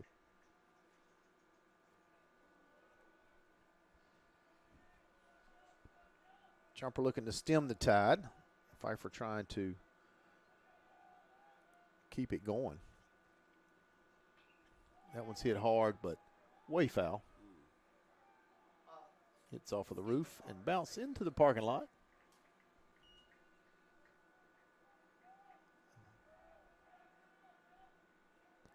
Softball did win 3-0 in the first game at Brevard. Men's tennis swept Brevard here.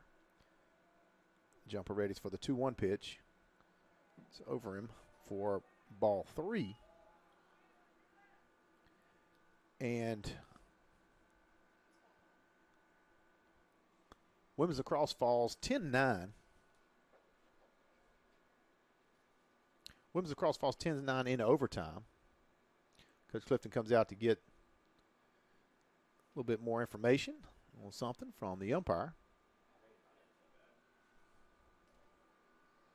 Maybe check and see if the ball hit the bat. Goes down as 3-1.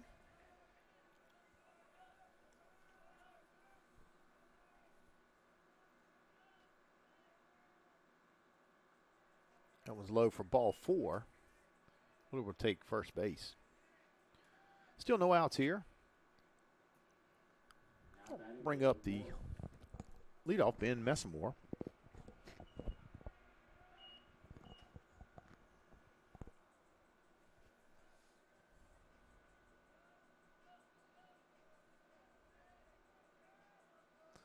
Pfeiffer's got a run on first. Jumper on the mound. Here's the 0-0 pitch. Was in there by him for strike 1.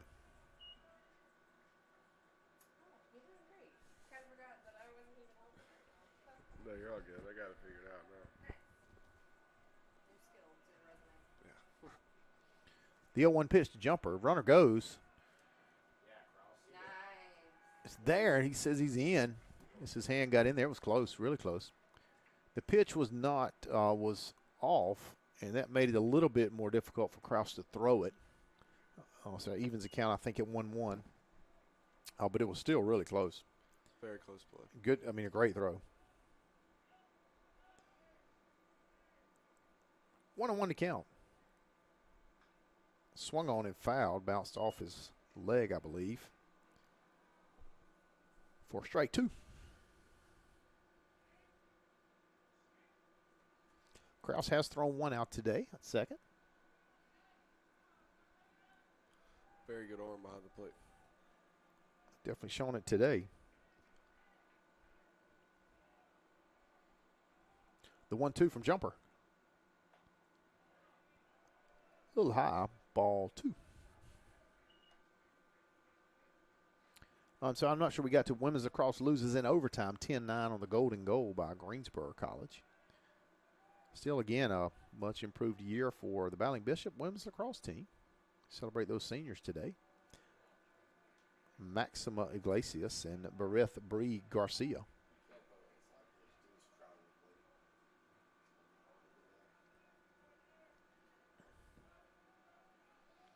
Three and two now, full count. Swung will hit to third, hit through third and short. They'll send the runner. Brown will throw it home. It'll be cut off by Zimmerman. He throws the second. Got him. He's out at second.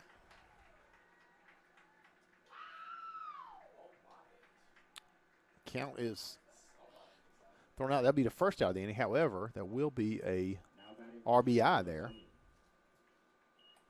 But the bases will be clear. 1 out.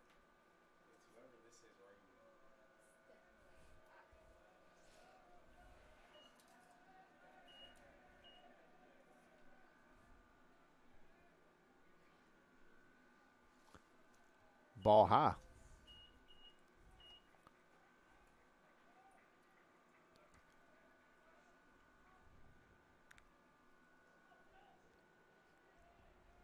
Bellantoni now at the plate.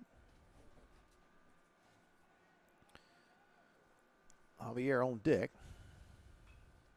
That one's fouled off to the left side. I believe the count is 1-1. Yeah, I believe so.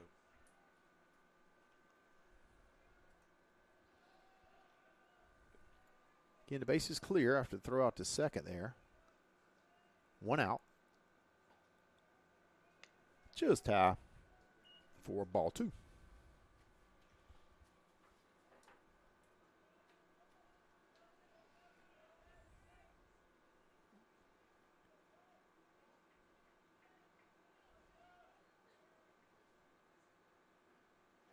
That one's in there for strike 2, evens the count.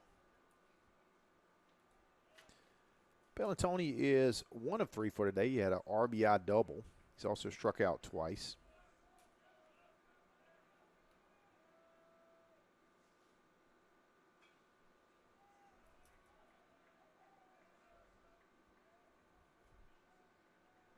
That one's fouled. Count remains 2-2.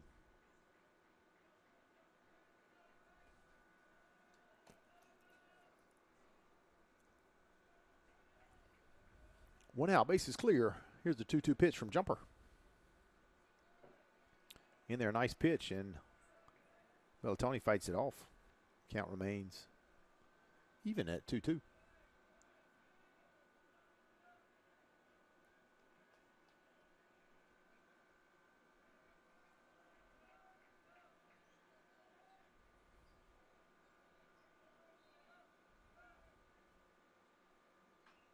That one's hit high, really high.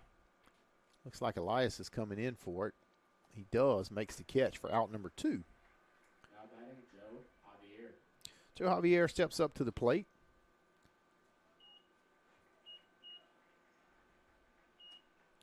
With 2 outs here. 3 runs on the board this inning for Pfeiffer.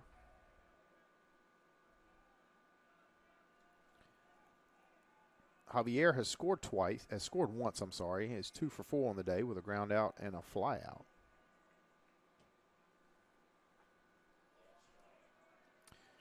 Take strike 1 looking.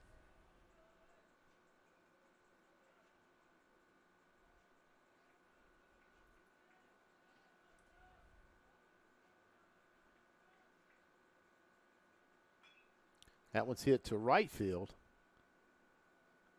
Be caught, and that'll be it for that inning. We'll head to the bottom of the 8th. 3 runs off 3 hits, no errors, none left on.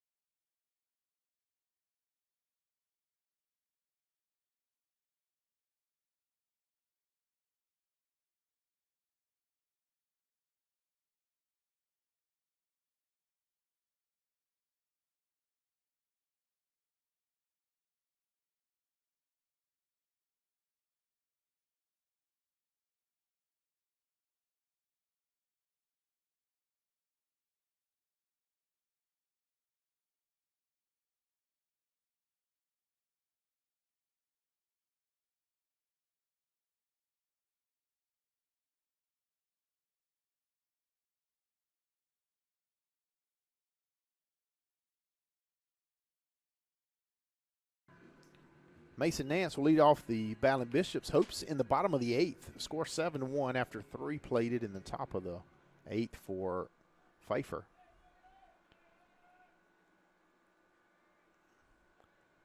Nance steps in for Cooper. Cooper came in, I believe, in the 4th inning in relief and has posted zeros in the 3-inning sixth innings 5, 6, and 7. Fire department looks like they're headed out there. They've made a round of campus, and we always appreciate them stopping by our events. You can see them on your screen if you're looking way out there as Mason Nance swings and misses for strike 2. They're headed kind of in the right field. If you're looking at the 372 sign, you'll see them just behind the scoreboard. The Guardians of the Bishops. Again, appreciate them coming out today. Here's the Cooper 0-2 pitch to Nance. Swung on and missed. It was pitched outside. A nice thought process there for Cooper. Gets Nance swinging for out number 1 of the 8th inning.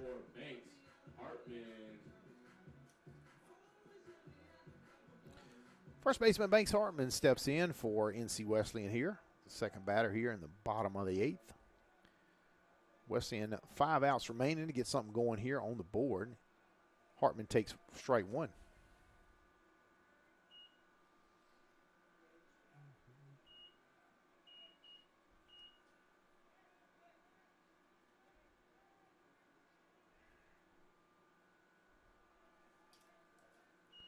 Ball 1 low in the dirt. Cooper evens the count at 1-1.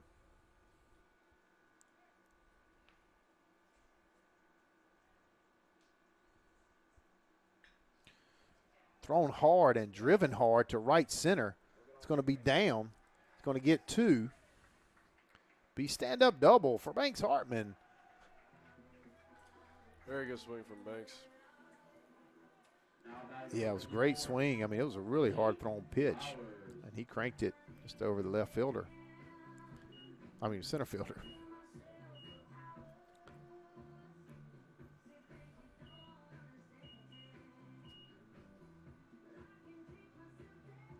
Banks' first hit of the day, he had 2 flyouts and a ground out before that, and that puts him on that double. Brings in Jake Flowers. He's 1 of 3 on the day. He scored the Bishops' lone run in the bottom of the 4th. Let's see if we can get him around again. He won't get on as the second baseman throws out Flowers at first, but he does move Banks Hartman to third. Now batting number 6, Brady Williams. Does move to out number 2 with Hartman on third. It'll be up to Brady Williams to bring him home. Put the Bowling Bishops on the board for the second time today. See strike 1 on the outside corner.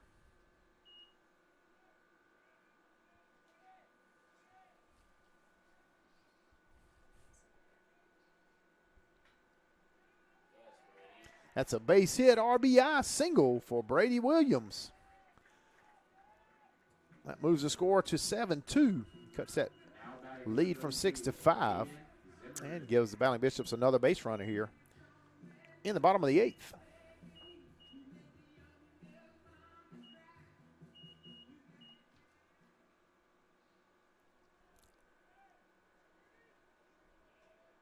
Brings in Adam Zimmerman, the third baseman. Watches ball 1 outside and low.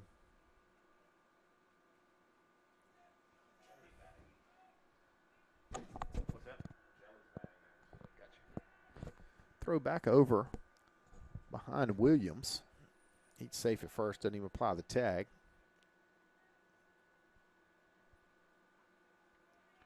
That one's out on the outside corner for strike 1, evens the count.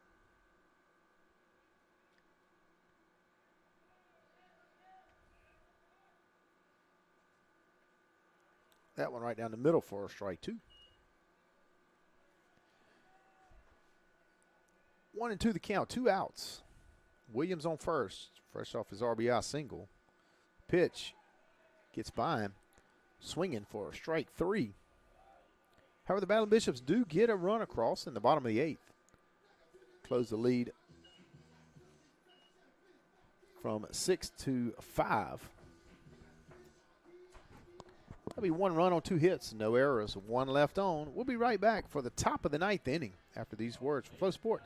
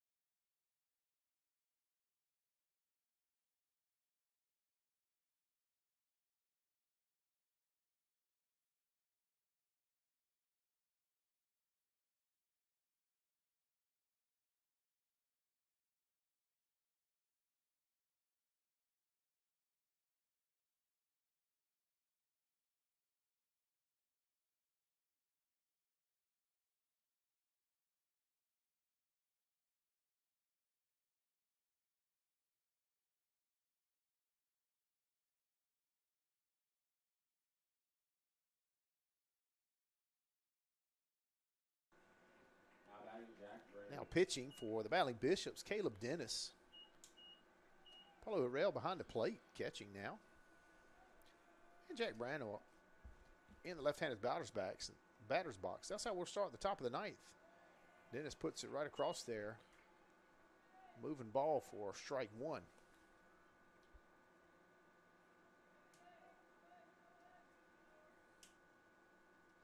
The 0-1 pitch from Dennis here, looking to close the ninth inning out. Fastball low. Ball one.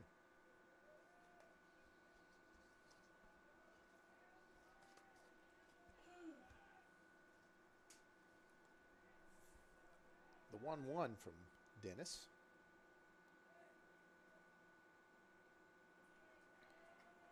Strike two, swinging. Good slider. That was the same as the first pitch he threw? I think so. That was a little more inside there. Harder pitch to hit, I'm sure. 1-2 the count now. Dennis ahead.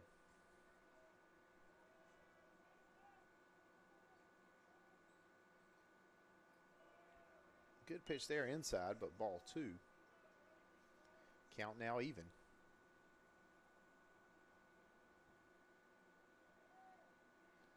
Big pitch here for Dennis and trying to keep the leadoff batter off of the bags.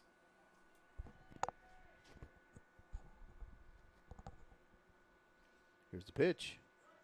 That one's inside, ball three. Runs the count, full.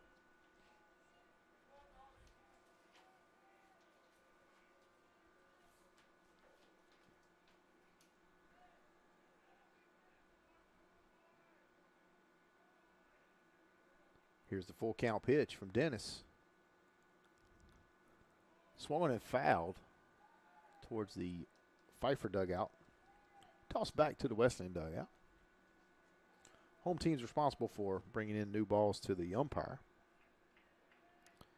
Typically, sometimes there's a couple in the Vincent dugout that'll get run in. 3-2, full count again here.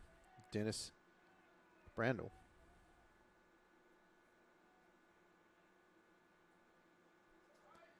Inside, very close, but inside for ball four. Got ahead there and then just lost him on some close pitches. So put Brandel on first here in the top of the ninth, no outs. Batting, Austin Wood. Brings up the shortstop, Austin Wood.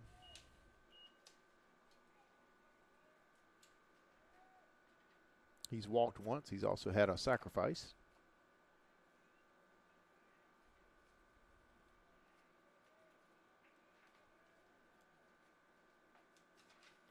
First pitch is just high, ball one. Close pitch right there. Yeah, it was close. I thought he might get it.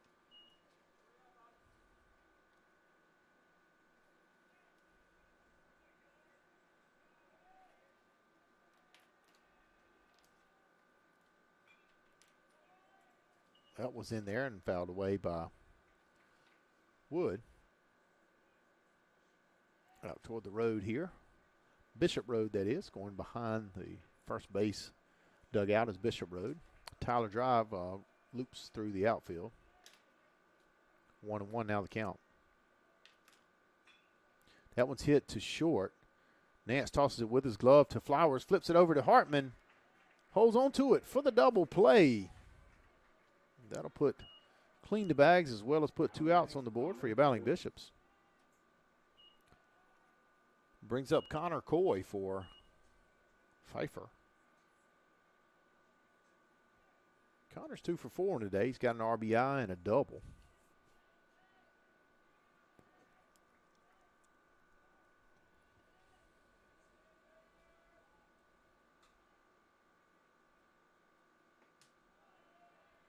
That one's close, but just off the outside corner for ball one.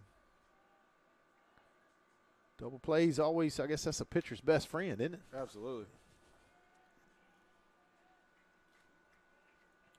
Clean bases here, 2 outs. 1-0 the count. Here comes Dennis. That ball moved, but it was too high. Ball 2.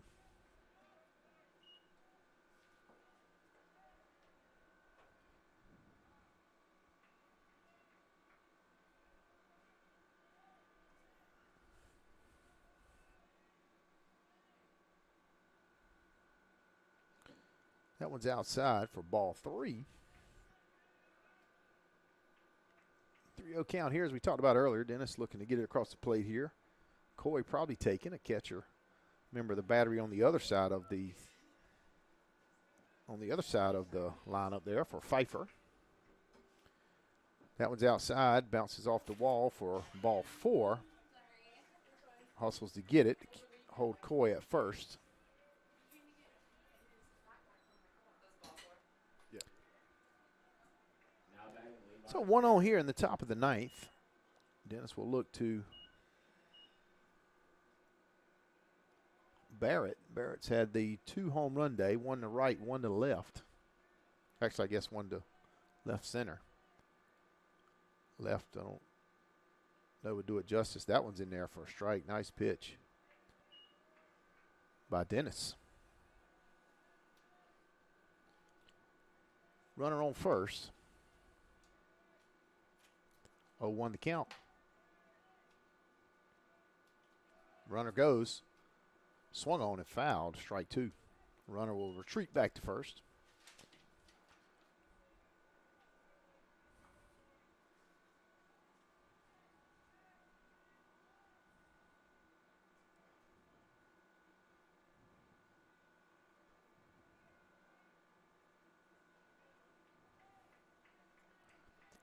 Here's the 0-2 pitch to Barrett. Runner stays. He holds on to that one. It's lofted into right field. It'll drop in front of Williams. Williams turns and guns it to second. So eventually cut off by Nance.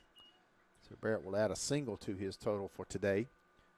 Advances the runner to second. Runners on first and second now. 2 outs, though, still in the top of the 9th. Balin Bishop's trying to hold that score at 7-2 and look to put a few on the board in the bottom of the 9th. Try to extend this game. Or finish it. The batter takes off to third. Second baseman takes off to third. He'll get in there safely.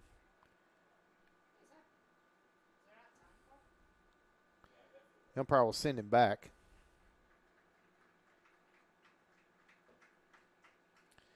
Umpire said that the balls were being run to the umpire.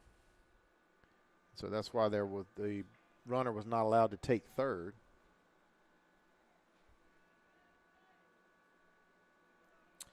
And Dennis readies for the 0-0 pitch.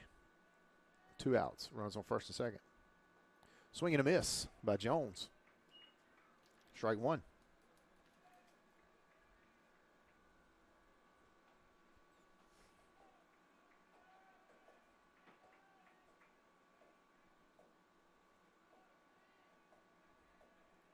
Here's the 0-1 pitch from Dennis.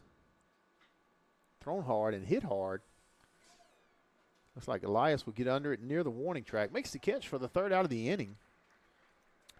Keeps the Falcons off the board there in the 9th inning. That's no runs on 1 hit, no errors. 2 left on. We'll be right back for the bottom of the 9th here from Bauer Field.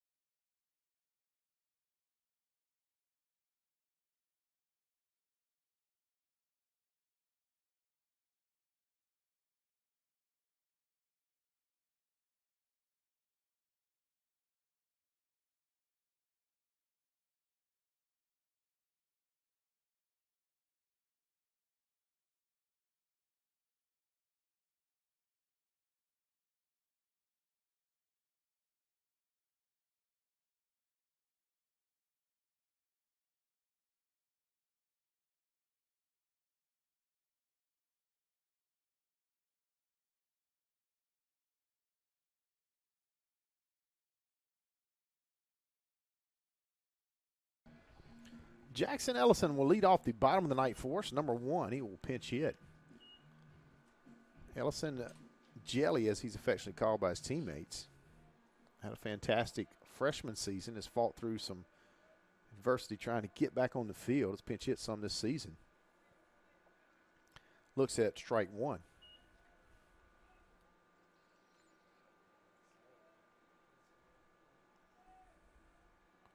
Here's the 0-1. That one's outside for ball 1.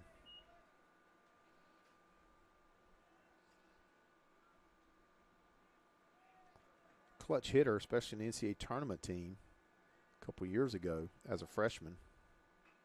That one's driven right back up the middle. It pops, and it pops high. It's caught by second base. Dives to first. He's safe at first. What an effort. Jackson Ellison for the infield single. Great catch by second base to get the ball. But Ellison able to beat it out. So no outs. 1 on. That's Ellison at first. We'll bring up Caleb Elias. Lots of dust over there first from Ellison's slide. First baseman Brandon was kind of swatting it out of his face. There's not much throw over to first. It's holding Ellison on.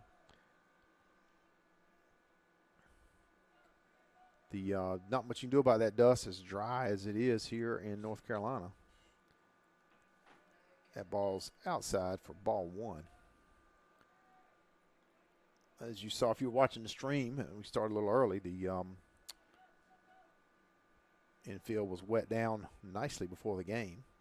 We'll pause our audio real quick here. That was hit to left field. Gets down for a base hit. Jelly gets to second.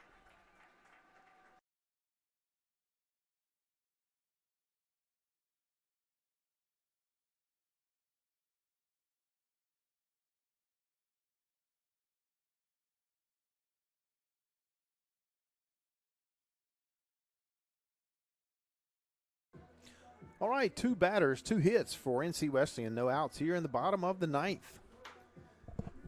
Coy walks out to talk it over with Cooper. Top of the lineup here. Top of the lineup, it turns it over. Sure is right, Drew. Appreciate that.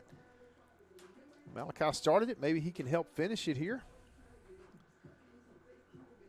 by keeping this rally going.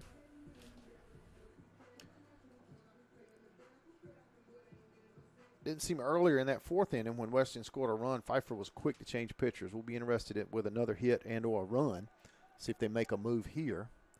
There is some action in the bullpen. Nobody looks like they're throwing really hard over there. That one's high for ball 1. No outs. 2 runners on for your Battling Bishops here in the bottom of the 9th. Hayes at the plate. Cooper on the mound. Trying to complete the save opportunity. Swung on down first base, foul, just foul. It hit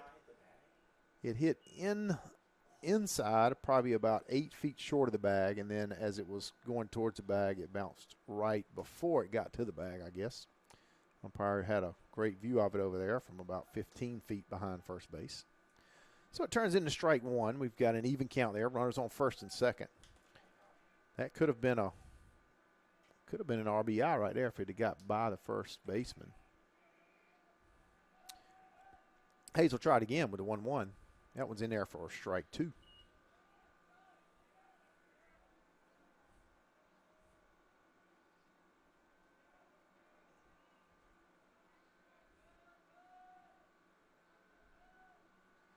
Here's the 1-2. This was chopped right at first base, thrown over to the pitcher, Cooper. He'll take it, knocked there. 2 Battling Bishops advance.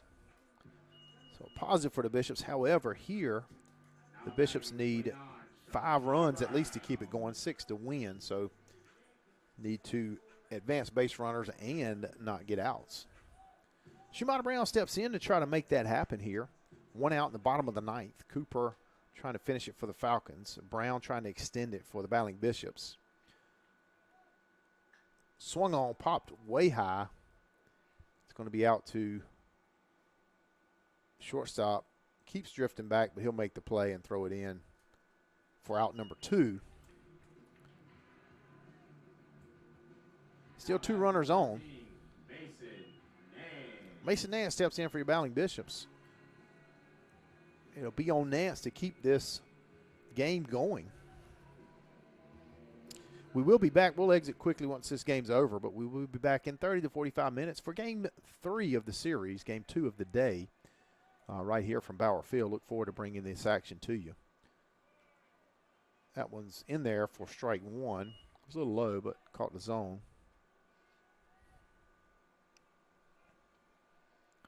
0-1 the count. Runners on second and third. Outside there for ball 1.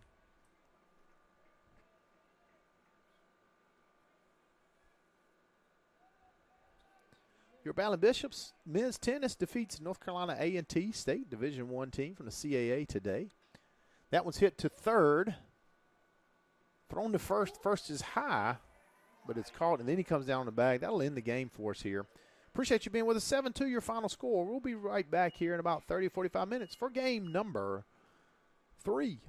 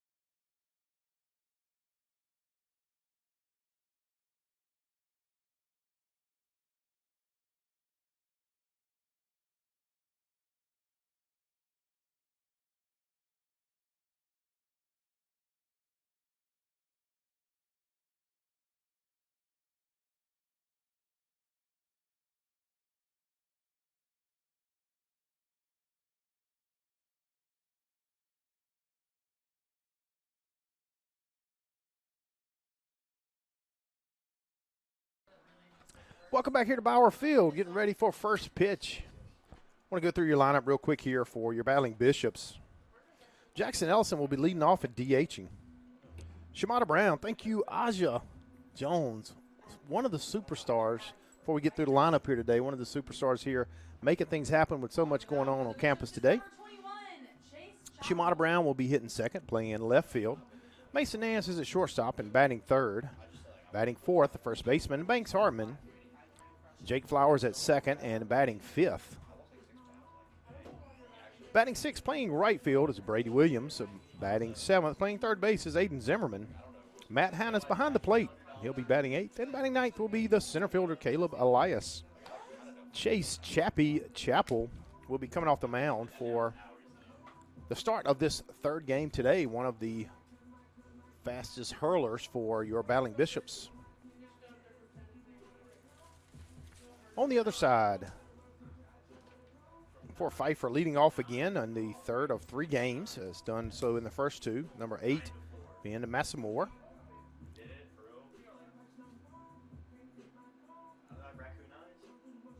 Number 26, Bellantoni, playing left field, will be second. Joe Javier, playing third, will be in the third spot. Brandel at first base will be in the cleanup spot.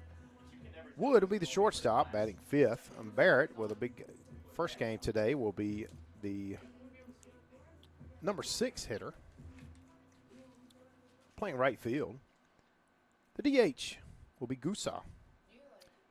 Jones will be in center field and batting 8th. And then Willard will be batting 9th. Pitching for Pfeiffer will be number 13, Cayman Buck. So your battling Bishops are ready in the field, and that'll bring up Ben Massamore for the start of today's third game. Also want to give a big shout out to Walker Thompson, stepping in, big help today all across campus.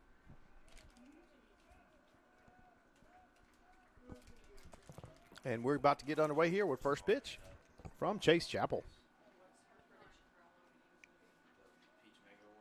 Steps off, got to get a communication right. We've seen that one time earlier today with Pfeiffer. Just trying to get the equipment correct here. Just so everybody knows, we have not recorded a first pitch time yet because we have not seen that first pitch. We want to make sure we're on that.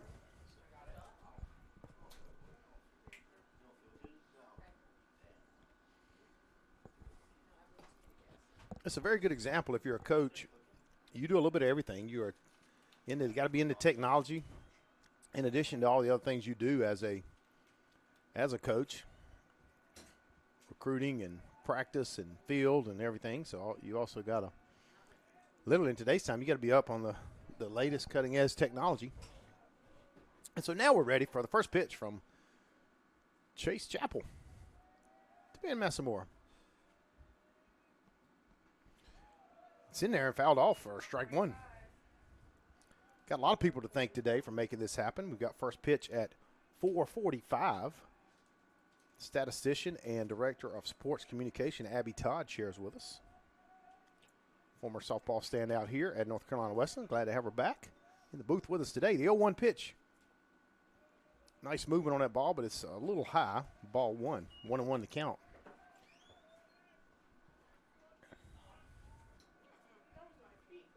The 1-1 pitch here to Massamore, coming from Chappell. In there for strike 2 called. Another big thank you, Matt Ballin. Matt did it all today. Even had to change clothes. Clark Kent style, Superman. Cooked for us, ran some stats at lacrosse, and now everybody comes to baseball for the second game. We had a nice big family party. The 1-2 pitch from Chappell. Low. Massamore thought about it but held off, and that's ball 2. Evens the count at 2-2. Not to mention Hannah Achilles was missed in the first game here. She was drafted into PA duties at lacrosse for senior day. They wanted to have the best over there, so they requested Hannah. Now she's back with the Battling Bishops baseball here for game 2. 2-2 pitch. Outside ball 3. Count runs full.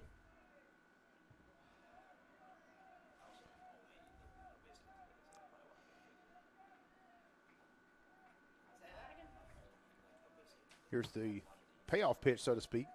Full count. In there and past him, swinging. Strikeout number 1. The first batter. Massimore gives some words of education to Now batting for Pfeiffer, number 26. teammate Christian Bellatoni. Bellatoni will take that to the box. He makes his mark and steps in.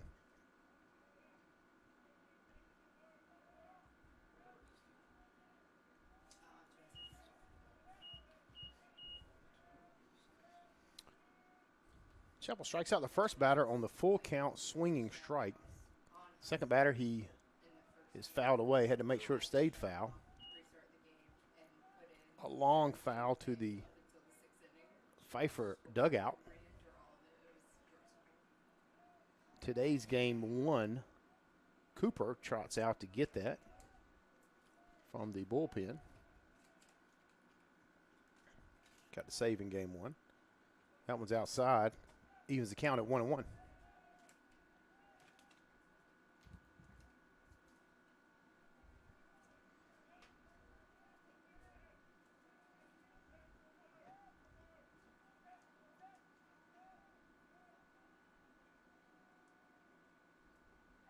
Swing and a miss for strike 2. 1-2 now the count.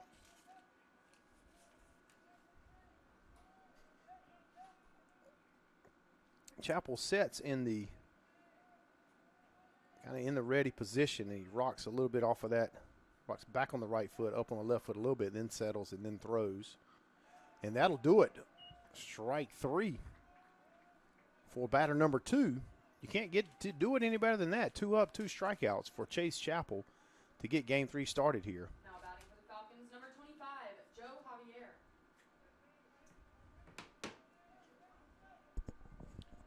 Joe Javier makes his mark in the dirt, taps his shoe, and now he's ready. Chapel's on the bump. He's ready. Can't quite get ready. Can't be in that set position until the batter eyes. At least 8 seconds on the clock. We learned that in the first game today, thanks to Drew Harmon's education. Here's the 0-0 pitch. In there for strike 1.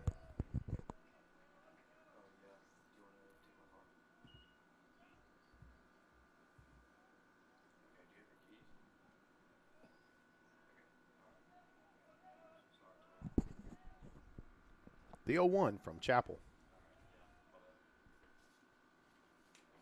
Low and outside, ball 1, counts even.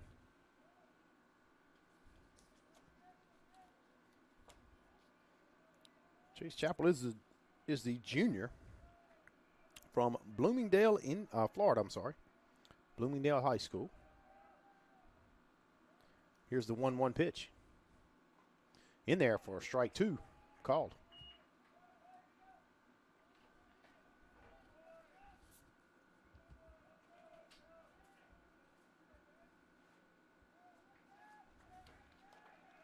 Drew Harmon is helping the pitchers out, tracking speed this game. Appreciate his help today in game number 1. The 1-2 pitch for Chapel. Low and outside, ball 2. Evens the count.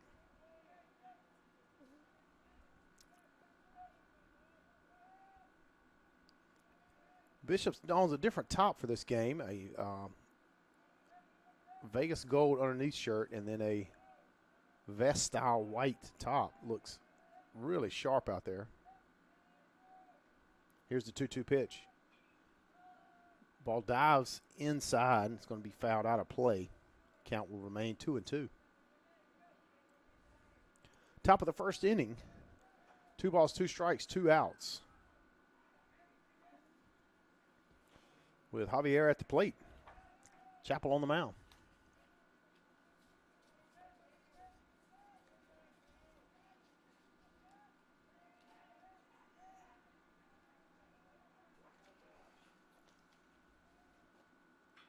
That one's hit hard to left center.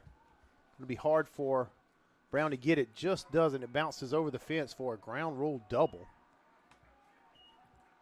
Chapel communicates with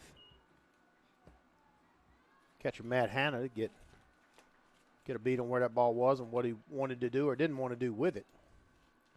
Meanwhile, Javier's on second. Is number 24, Jack Brandel. Brandel playing first base. steps into the box on the left-handed side.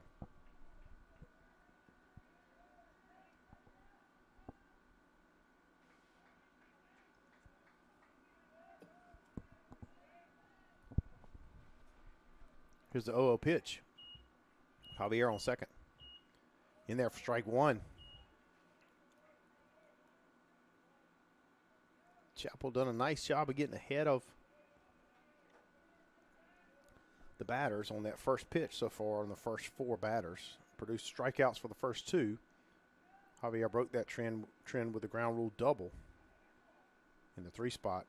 Same pitch, but it started more in the middle of the plate, worked more in, fouled away for strike 2.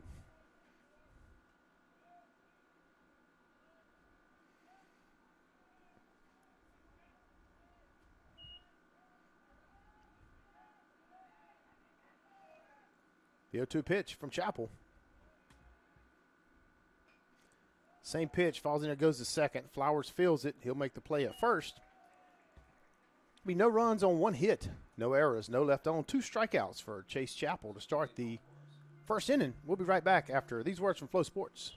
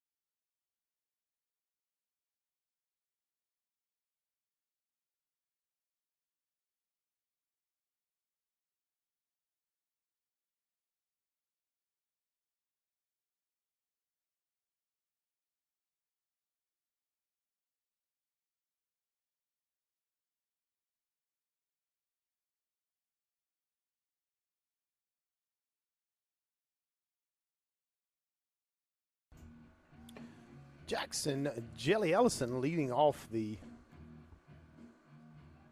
first inning for your Battling Bishops. Had an infield hit in the bottom of the 9th for your Battling Bishops earlier today. Takes ball 1 from Cayman Buck, the starter here, game 3 for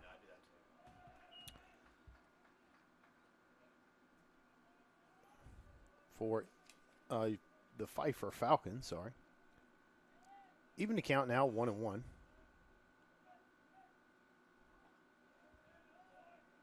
Jackson looked to bunt that one. It was low and outside. That'll be ball 2. Count runs to 2-1. I feel like I'm in an episode of, or a movie of, Just off the inside corner there, on the inside corner, I should say. Strike 2 to Ellison. Evens the count 2-2.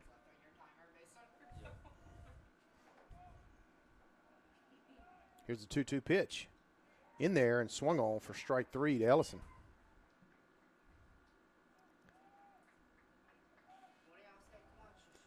Tries the first out there for Ellison. Shumata Brown steps up.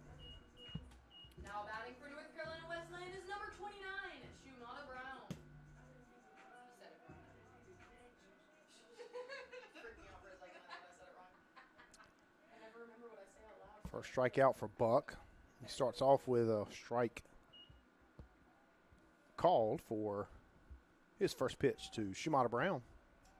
I haven't seen that spider all day, but honestly, I'm scared to know where it went. Swung on a miss for strike 2. That was in a similar spot to the first one. And Buck's ahead of Brown here. 0-2 early in the count. That one's outside. Good pitch, try to get Brown to chase. He was not doing. I'll put ball 1 on the board for the Cayman Buck to Shimada Brown battle. That one swung on and hit. Battling Bishop's first hit. Single for Shimada Brown. Kind of right over the pitcher's head, just a little bit to the right. It's gathered up by the center fielder and brought in. For North Carolina Wesleyan is number 13, Mason Nance. That'll put Mason Nance on the. That'll put Mason Nance in the box with Shimada Brown on first. 1 out here in the bottom of the first inning.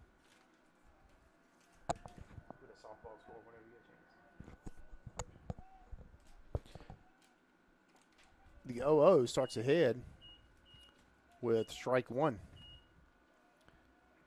Abby Todd informs me that the Battling Bishops are up 8-1 in the top of the 6th at Brevard in game 2.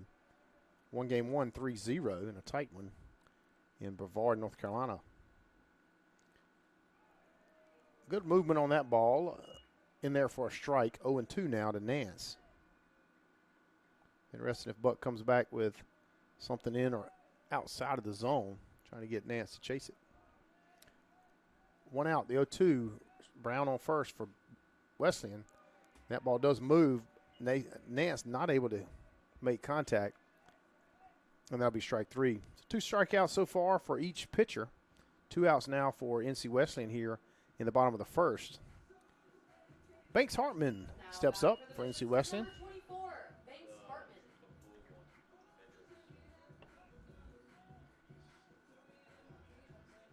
Shimada Brown on first. Cayman Buck, the 0-0 pitch to Banks Hartman. In there for strike 1. Lots of strikes being thrown on both sides so far in this first inning. A base hit for each team and a base runner.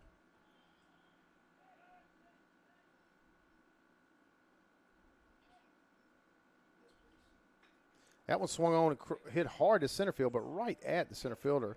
Jones, he'll take it for out 3.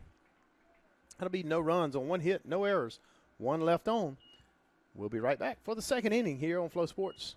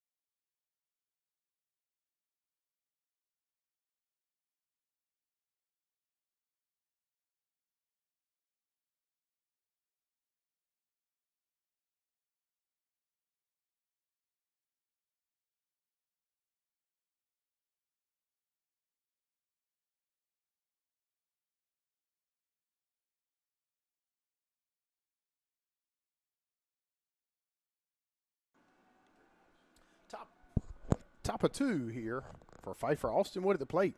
Chase Chappell fresh off of 2 strikeouts in the first inning. Starts off inning number 2 with strike 1.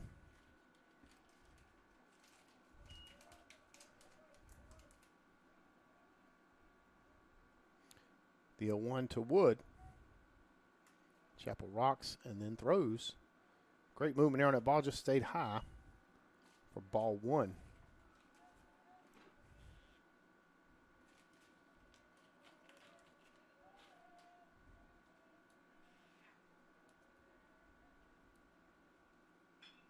hit hard to short, bounces off of Mason Nance's maybe chest or throat area. I hope he's okay in the center field. Gathered up by Caleb Elias. Was hit really hard and took a high hop. Umpire's going to take time in the field. Nance says he's okay. He's wiping his mouth. I'm not sure where it hit him, but that'll put Wood on first base to start the second inning. Levi Barrett fresh off a 2-home-run game in the first game of today's doubleheader, second game of the series. Will face Chapel for the first time. Strike one. Ball had some good movement toward the outside. Barrett tried to change his mind but wasn't able to do so. Chapel gets ahead again on the count.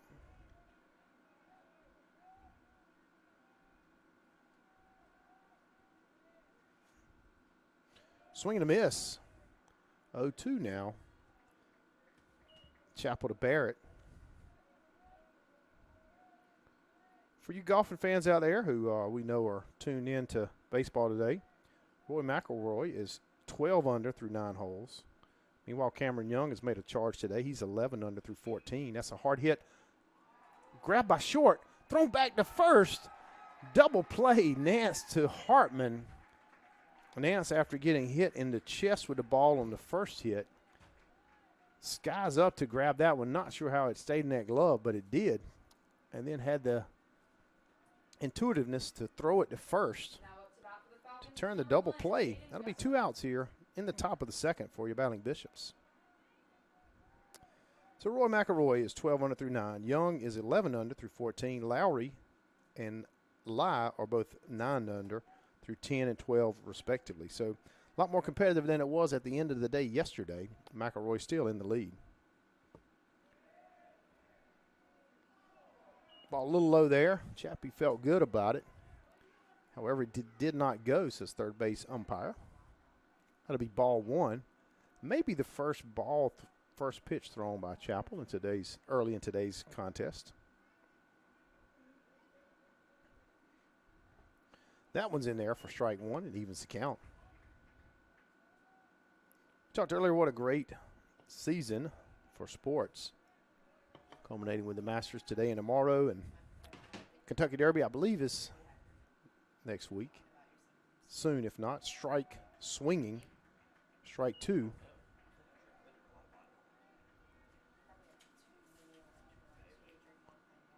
For Baden Gusa. The 1-2 pitch from Chapel.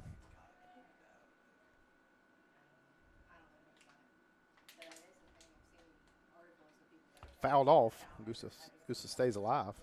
Count remains 1-2.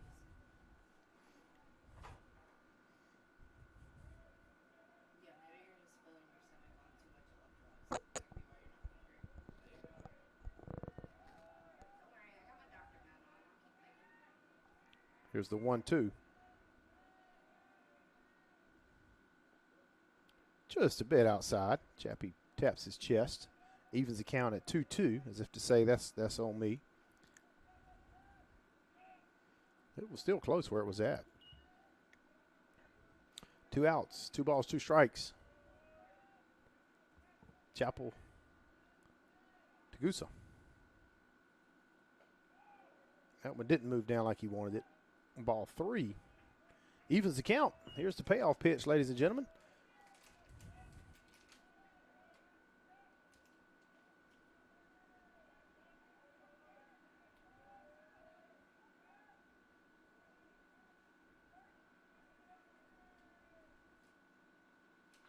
Swung on and fouled. We'll do it again. That one went down the first base side. Pfeiffer Falcon trots out to grab it. Everybody contributes in these games, one way, shape, or another.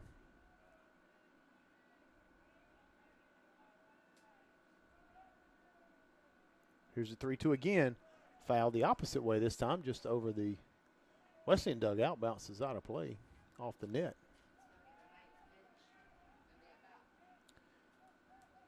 Statistician Todd informs me this will be the 9th pitch of the at-bat. Chapel's had several longer at-bats for sure. This is the longest. 3-2 the count, 2 outs. Top of the second.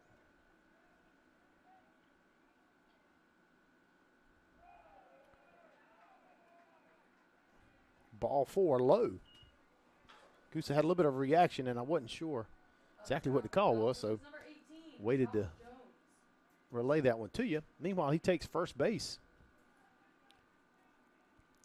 And the center fielder, Jones, steps into the box. 2 outs still on the board here for the Battling Bishops. Trying to get the third here with Jones at the plate. Goose on first.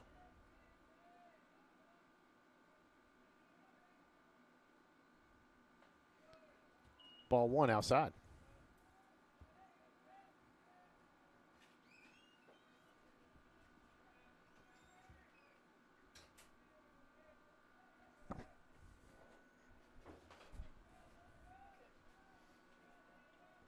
Want to know the count. That one broke in there. I thought it might have been a strike, but it was outside the zone. 2 balls, no strikes. To Jones.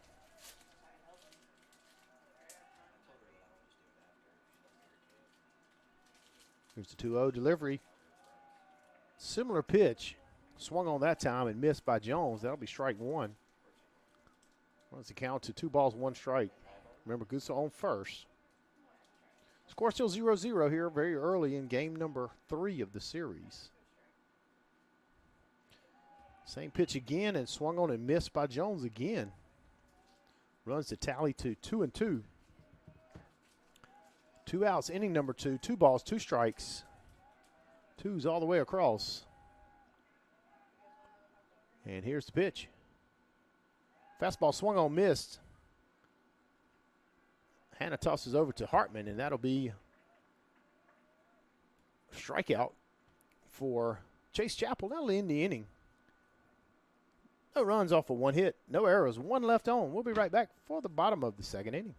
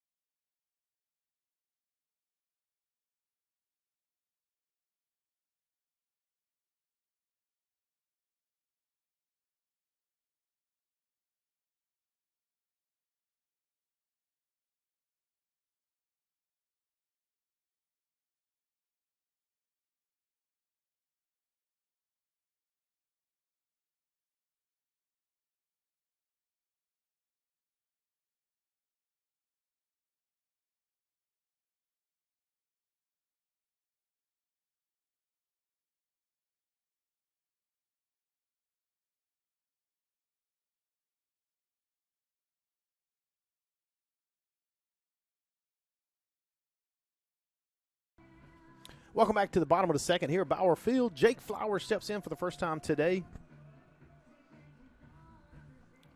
against Cayman Buck. Cayman Buck had success in the bottom of the first, 2 strikeouts. He starts off with a strike called on against Flowers.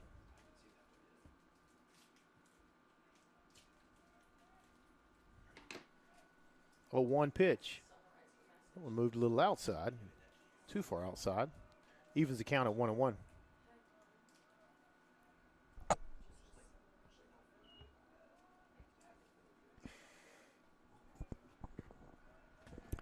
Ball 2 to Flowers. Can't tell you how much we appreciate you joining us here on the broadcast today. That one's on the outside corner for strike 2, evens the count. Always would rather have you here when possible, but we appreciate you joining us on Flow Sports streaming platform. Here's the 2-2. One's outside, runs the count full.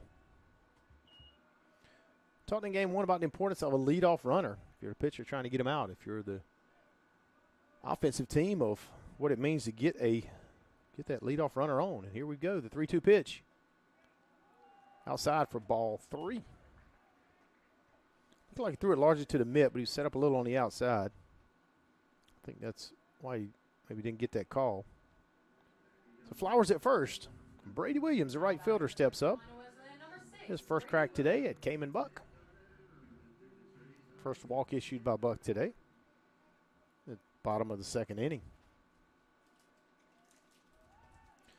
Buck throws over toward Flowers at first. It's not in time. Flowers gets in easily. But has to slide in. Head first.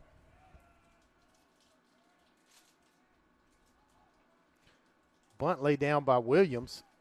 The catcher's going to grab it, throw it. Not in time. Base hit bunt by Brady Williams. He gets on first, and, of course, that moves Jake Flowers to second. Great 1-2 start here for the Valley Bishops in the bottom of inning number 2. Aiden Zimmerman, third baseman, steps in for his first at-bat with Cayman Buck today.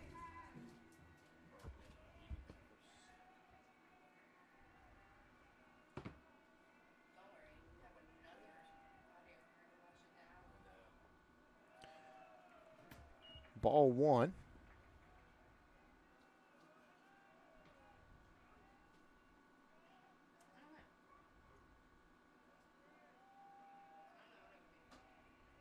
To Zimmerman. Here's the 1-0 pitch from Buck inside, ball 2.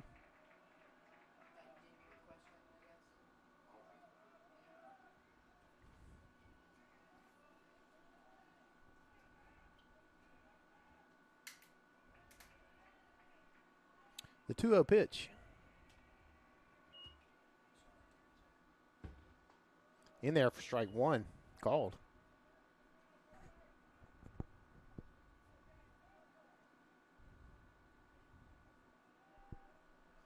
Zimmerman trying to get the Ballin Bishops on the board early in this one. Got Jake Flowers at second, Brady Williams at first. He'll hit it to second. It gets through. He sends Flowers home. He'll score easily. That'll move. That also advances Brady Williams to third. And Zimmerman's able to make it all the way to second on the throw to third. Puts the Ballin Bishops up for the first time this weekend. No out still here in the bottom of the second. Pfeiffer communicates down to get some arms thrown in the bullpen. So same situation, second and third, no outs.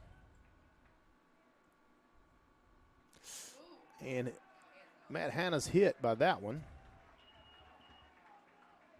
He'll jog over to first base, and that'll load the bases.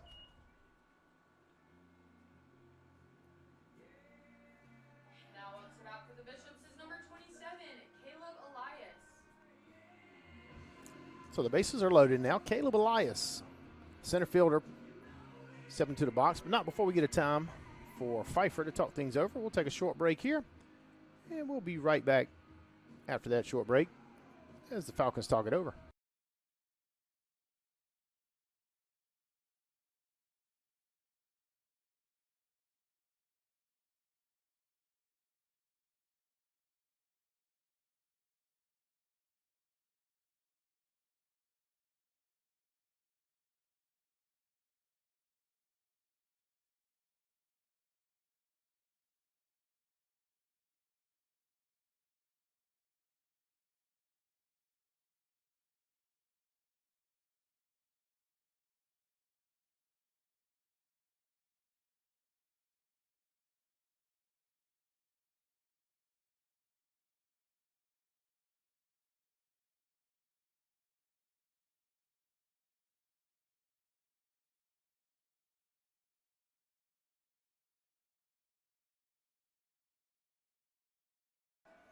All right, back ready for action here after that quick timeout for the Falcons.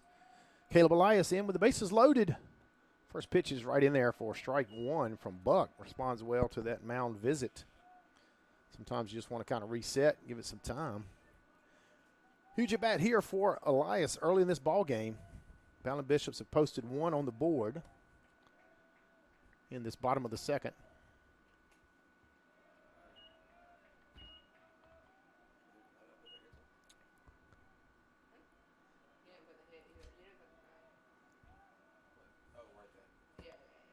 Count now 1-1, I believe. I was waiting on the umpire, but I hadn't seen it from him.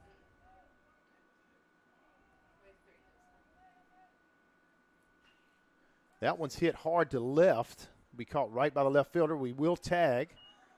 That's Brady Williams. He'll make it home, no problem. So an RBI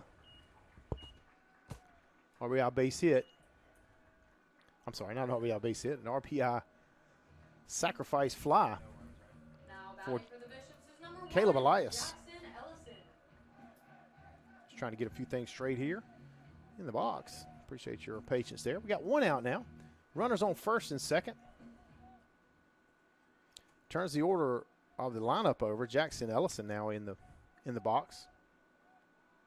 Matthew Hanna on first. Aiden Zimmerman on second. We have 3 hits. Well, technically, yeah, 2-0 now your score. Ballin Bishops extended that lead with that RBI sacrifice fly. Here's the 0-1. Ellison turned it around to bunt and pulled it back. That evens the count at 1-1. An exciting start here for your Ballin Bishops in the bottom of the second. Put runners on base all game last night and today. Just not able to get many of them home. Able to do that in the second. It's hit hard through short. Had a chance at it but couldn't get it. We'll send him home. The throw's coming. It's going to be too late. And Aiden Zimmerman scores to make it 3-0 Ballin Bishops. Runners now on first and second. now batting for North Carolina Wesleyan is number 29, Shumata Brown.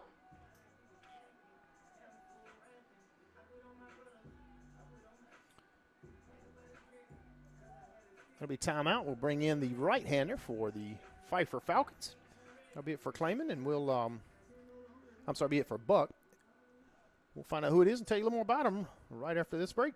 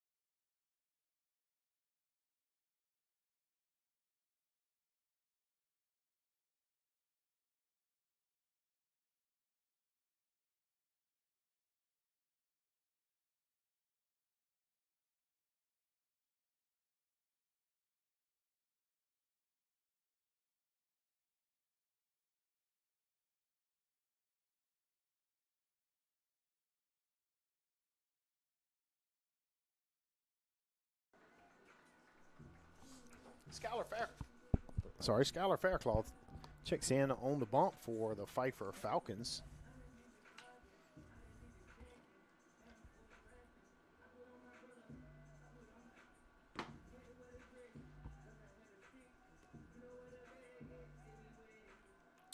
He's a freshman from Level Cross, North Carolina, Faircloth Academy. Shumata Brown at the plate for NC Wesleyan. He rips it hard and deep to right field.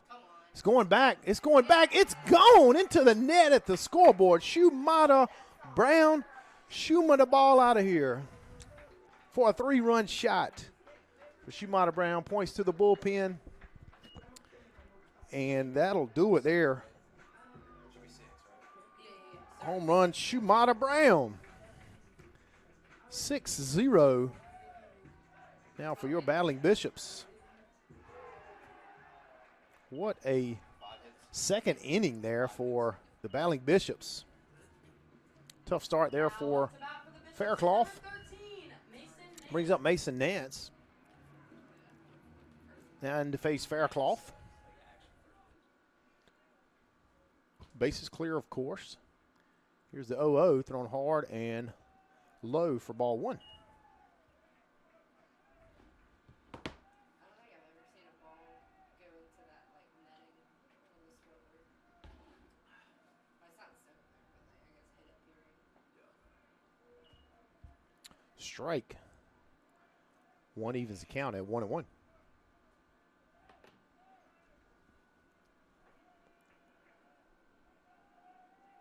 1 out. 1-1 the count to Nance. Here's the pitch from Faircloth. That's right down the middle and it's fouled away by Nance. Across Bishop Road there. Pretty long ways down there. Faircloth ahead now.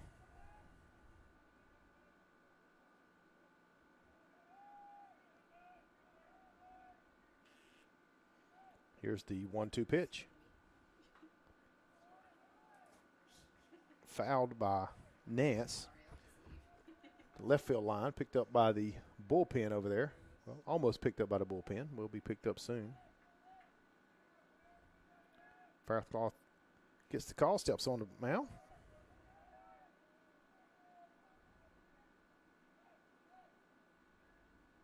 Here's the 1-2 again. One's outside for ball 2. Nice pitch, trying to get Nance to go after it outside. He does not. We'll go for the 2-2 pitch now. 1 out. Swung on and fouled back into the Wesleyan dugout. Chopped foul, I should say.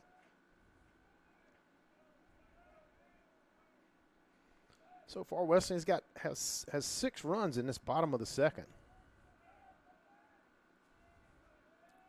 Big number there early for the Battling Bishops. 2-2 the count. Faircloth with the pitch to Nance. Low, ball 3, runs the count to full.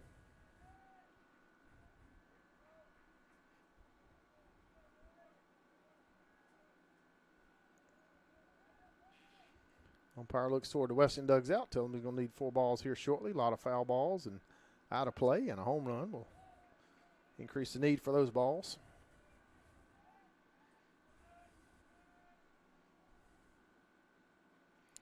Ball 4 outside. Nance takes his base. Still 1 down here in the bottom of the second. Now up to bat for the Bishops is number 24, Banks Hartman.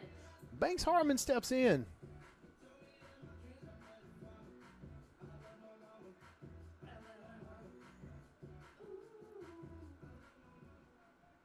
Mason Nance at first.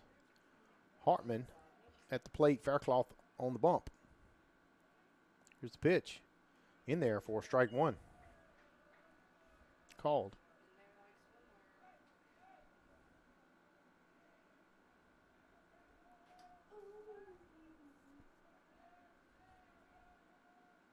The 0-1 from Faircloth. Thrown hard and is hit hard to short. Well, you have time for double play there.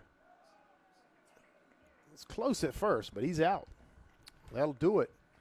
But not before your Battling Bishops are able to score 6 runs in the bottom of the second. Those 6 runs were off of 4 hits, no errors, none left on base. And that'll bring us to the 3rd inning after these messages from Flow Sports.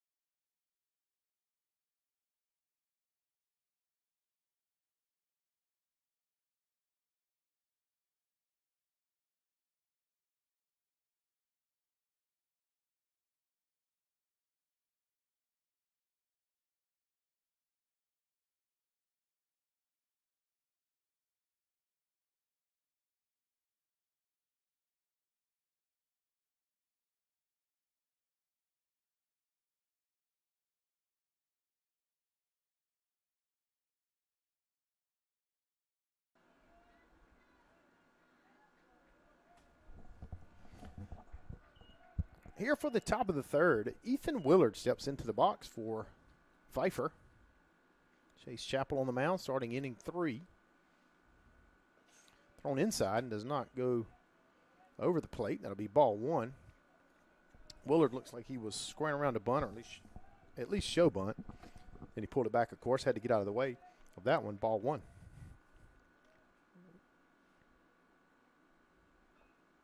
He does bunt that one, but is fouled back.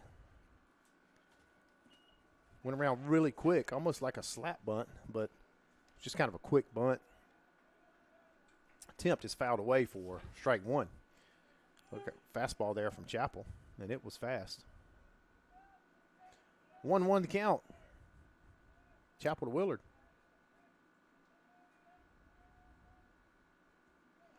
Strike 2 on the outside corner. Get to Chase Chappell ahead here. Leadoff batter for the top of the 3rd. 1-2 pitch is heading in from Chappell. Outside, Willard not chasing there. 2-2 now to count.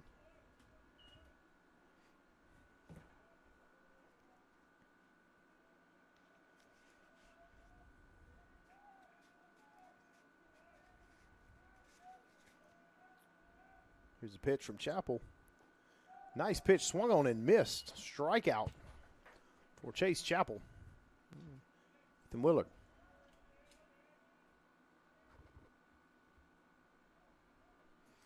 I'll bring up the leadoff. Ben Massamore catching this game behind the plate for Pfeiffer. Steps in with 1 out here in the top of the 3rd.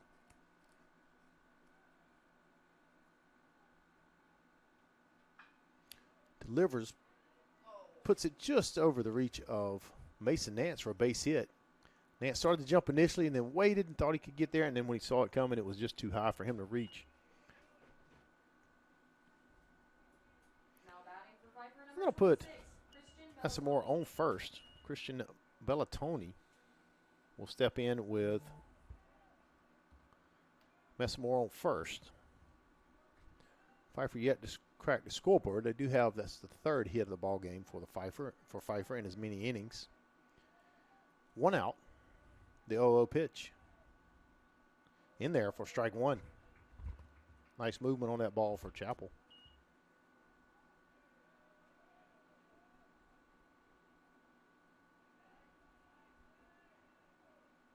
The 0-1.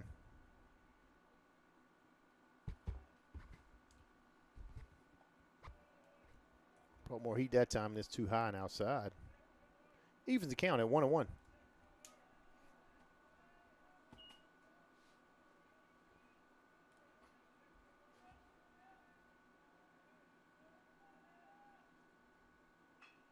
Ball moved, hit hard to short, flipped over Nance to Flowers to Banks Hartman. Double play. And that'll end the inning. That'll be no runs off of one hit. No errors, none left on base. Due up in the bottom of the third for NC Wesleyan, Flowers, Williams, and Zimmerman. We'll be right back after these words from Flow Sports.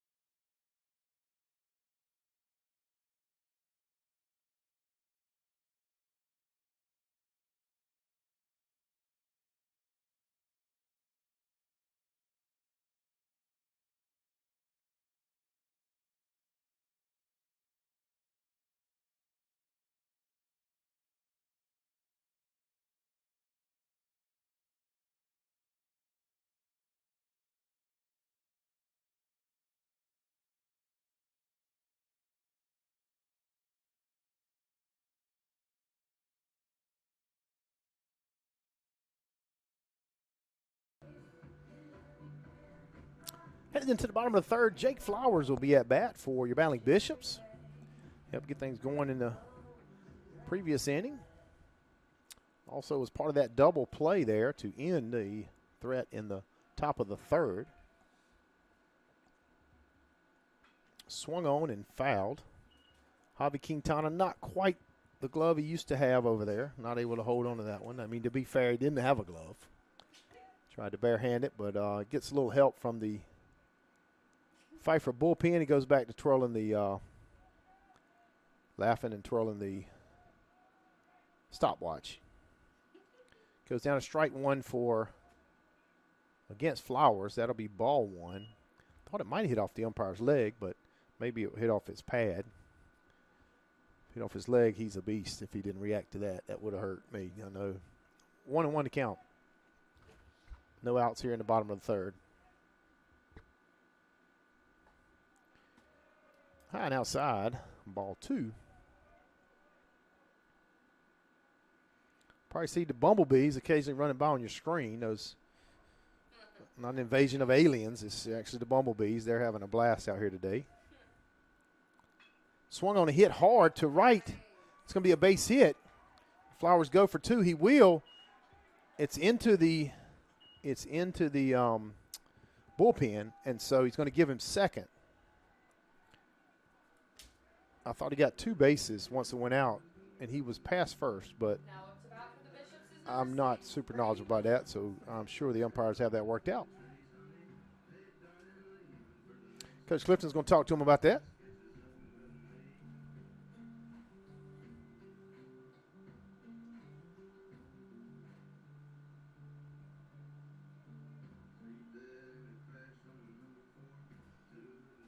So Flowers with the base hit. Get things started here in the bottom of the third. Battling Bishops looking to build on the 6-0 lead. Brady Williams will be up next for the Battling Bishops in that left-handed box. He gets an explanation from, I believe, the crew chief there, and satisfied, and everybody's back to their positions. We'll continue on here in the bottom of the third. No outs on the board. Faircloth on the bump. Be throwing to Williams here at the plate with Flowers on second.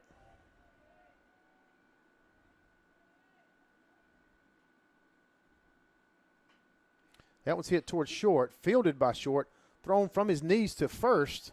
Safe, beat it out. Great job there by Brady Williams. Kind of an off-balance throw by Wood. Not much he could do. He had to get it out of his hand quickly.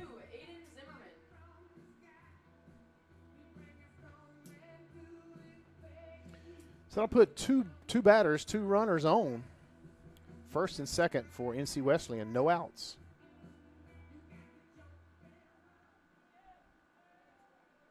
Aiden Zimmerman playing third base today. In now to face Faircloth. That one's high and inside, ball one.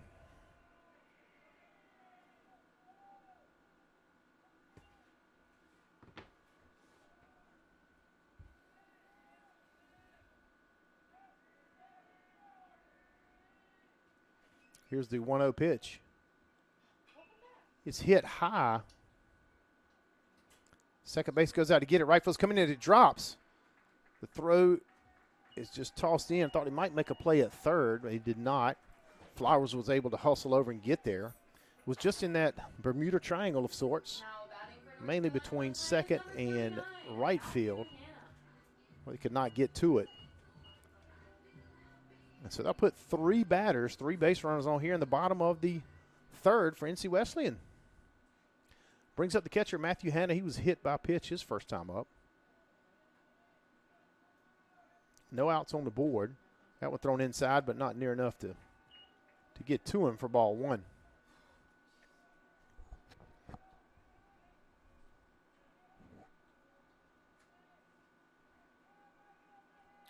Infield is in. Bases loaded, no outs. 1-0 pitch. Swung will go toward the pitcher, grabs it, throws it home. Is there in time for the force out. He's got two outs there on the play. He tagged him. Tagged Brady Williams, who tried to make it home in behind the catcher, who wasn't looking initially. Got help from his teammates, turned around and tagged him. So that's two outs on that one play, double play there. Not the usual double play action that you would see. Nonetheless, two outs there. Now bases not loaded, first and second. So Matthew Hanna on first. Aiden Zimmerman on second. Umpire cleans the plate, walks out and changes balls with the pitcher.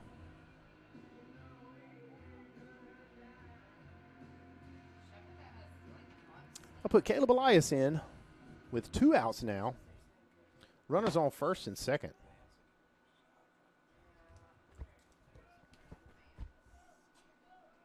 Bishops lead 6-0, but we're trying to add something here in the bottom of the third. Not able to do it so far. Elias will try his hand at it. First pitch is in there down the pipe for strike one.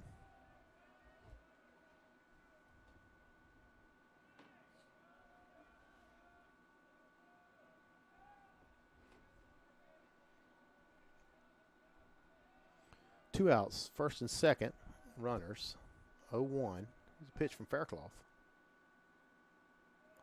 Gets away from Massamore. Zimmerman able to advance from second to third. Now a pass ball or certainly a base hit away from scoring. But two outs. So it must be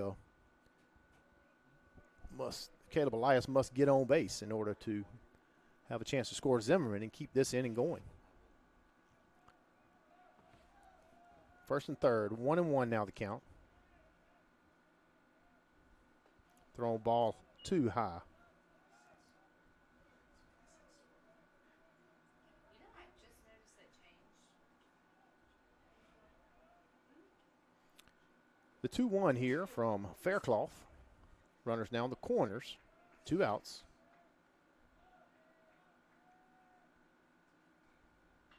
Thrown down the middle, bounced toward the right side of the field. Is grabbed by the second baseman. Throws it just in the nick of time to get Elias at first. Zimmerman comes home, but it will not count with the third out of the inning.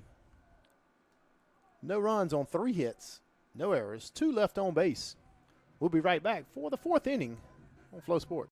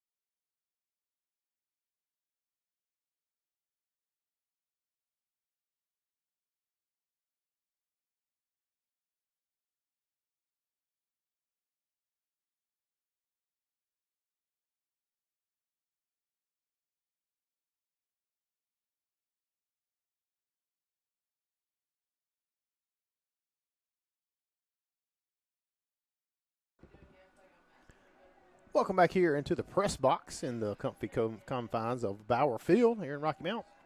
Heading to the 4th inning. Chase Chappell to start it off for the Battling Bishops. First pitch is high and inside for ball 1. Joe Javier stepping into the box for Pfeiffer to lead this one off.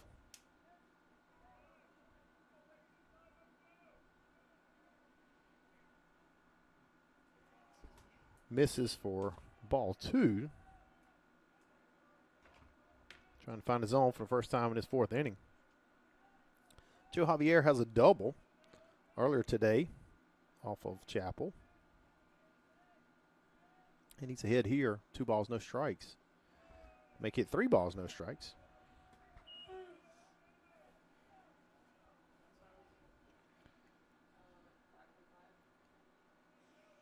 Chappie looking to find a zone here with this 3-0 pitch.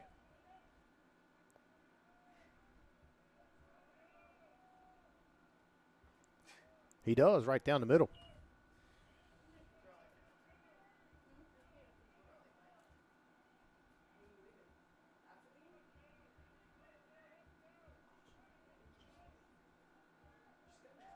Here's a 3-1 from Chappell.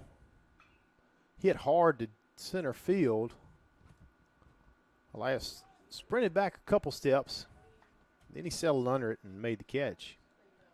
Still a solid hit, but Elias able to easily make the grab for out number 1. Now batting for the Falcons is number 24, Jack Brandel. Jack Brandel playing first base steps in here for the 2 spot in the top of the 4th. Chappell rocks back and delivers the pitch. That one did not turn over like he wanted to and fall in the zone. Instead it stayed outside, and that'll be ball 1.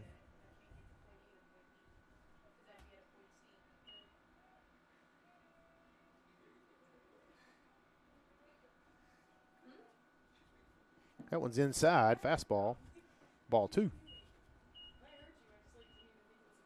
A little help there from Austin Wood, shortstop, with the ball.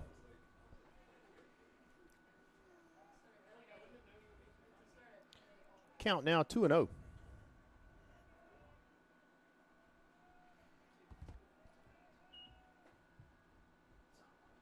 That one's in there for strike 1. So Chappell fell behind in the first batter and got him to fly out to center. Got behind here, but not 3-0. Delivered that swinging strike after the 2-0. And here's the 2-1. That one's in there, fouled away. A little bit behind it is Brandel. It hits the fence and dribbles on down to the bullpen. Now the count's even at 2-2. 1 out on the board here in the top of the 4th.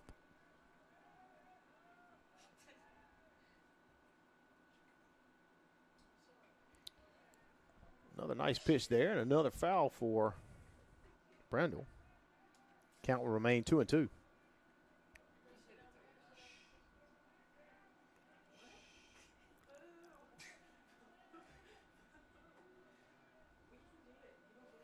Two and two the count, 1 out. Chapel to Brandel. Foul tipped. I was going to say swing and a miss, but he got a piece of it. That'll keep him alive at the plate. Umpire will trade balls with Matthew Hanna, who tosses it out to Chase Chapel there on the mound.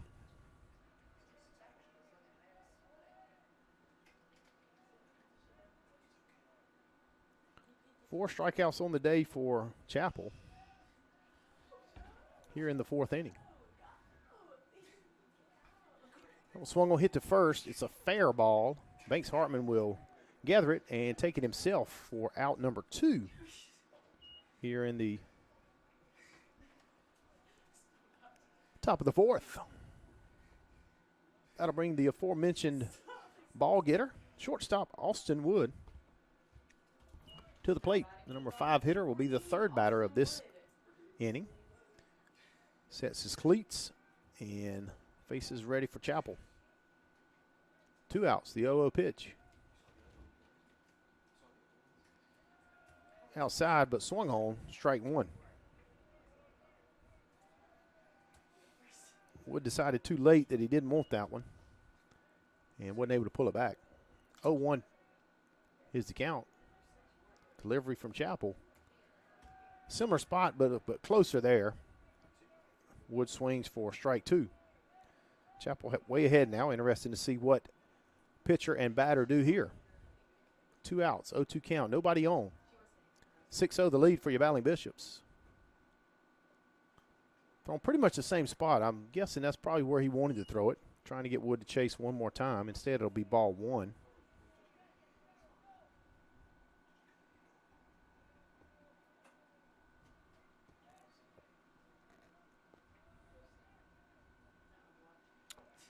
That would have been in there for a strike. Wood knows it and fights it off. It's fouled back into the backstop. Bounces all the way out, almost into fair play. So that'll stay 1 ball and 2 strikes. We've got a final at Brevard. 8-3, your Battling Bishops take 2 today. Softball team, that is, up in Brevard.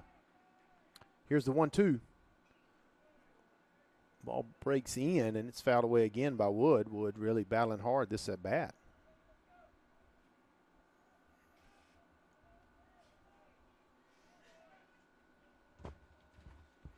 1-2 the count, 2 outs. Looks like Chase knows what he wants. Chapel knows what he wants this time. 1-2 the count. Here's the pitch. Fastball outside. Corner swung on and fouled again by Wood.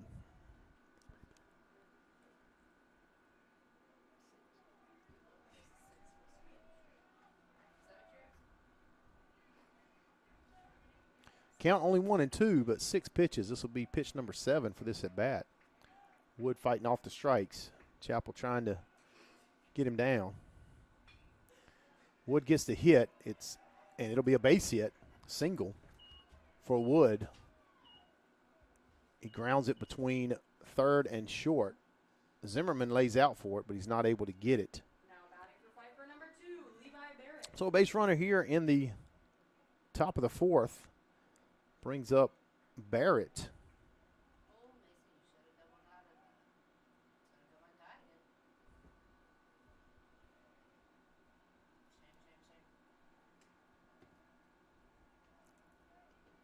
Wood, after that long at bat, earned himself a hit. He's on first.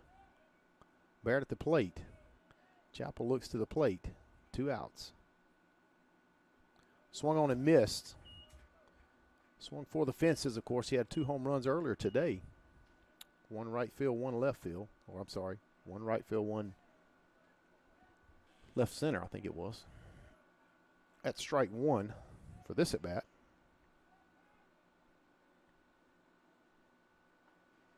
That one's outside, evens the count at 1-1. He flied out his first time up in this game number 3 here.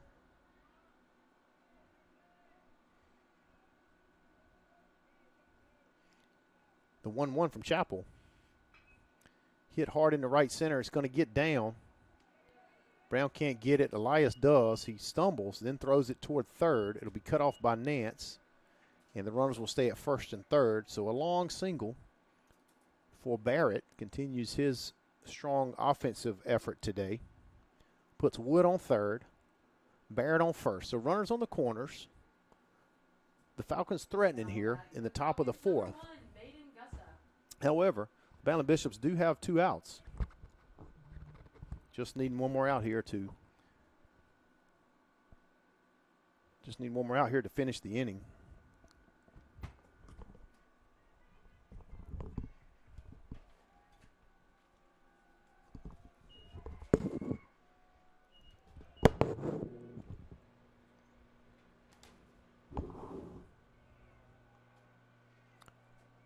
Ball 1 to Gussa.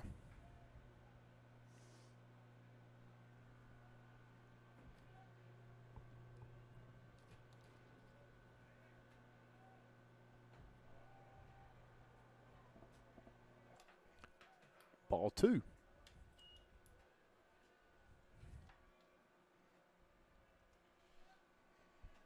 Again, working with the 2 outs here. Runners on first and third.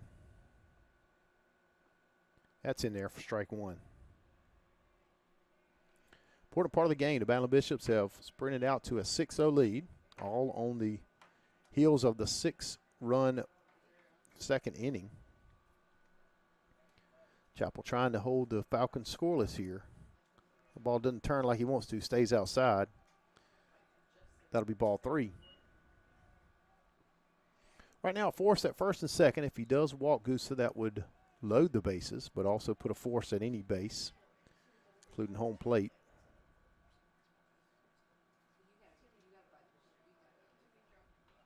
That one's way ahead there. Evens the count at 3-2. Gusa was ready for that one. Definitely not taking at 3-1 there. He was looking to make a play. Full count now. Runner should be going at first. There's 2 outs. That's Barrett. Woods at third. Here's the pitch. Hit to right field. It's lofted just over, actually it's just over second base. His glove hits it, but he's not able to make the catch as Flowers. And the run scores, and then we're still at first and third. Drew Tubb will take a timeout to talk it over. We'll update the score, and we'll be right back here after a short break.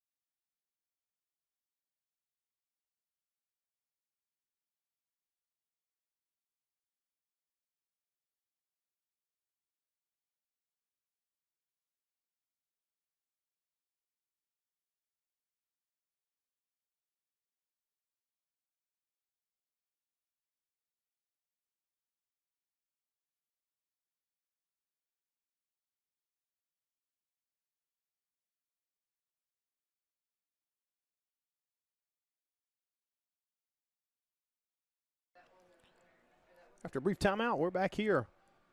Chapel to the plate. Swung on a miss by Jones.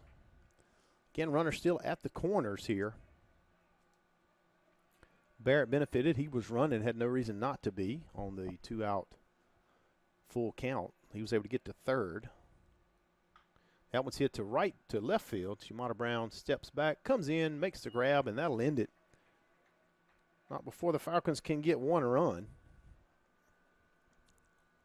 Make your score 6-1. That one run was on 2 hits. There was 1 error. 2 left on base. We'll be right back on the bottom of the 4th inning after these words from Flow Sports.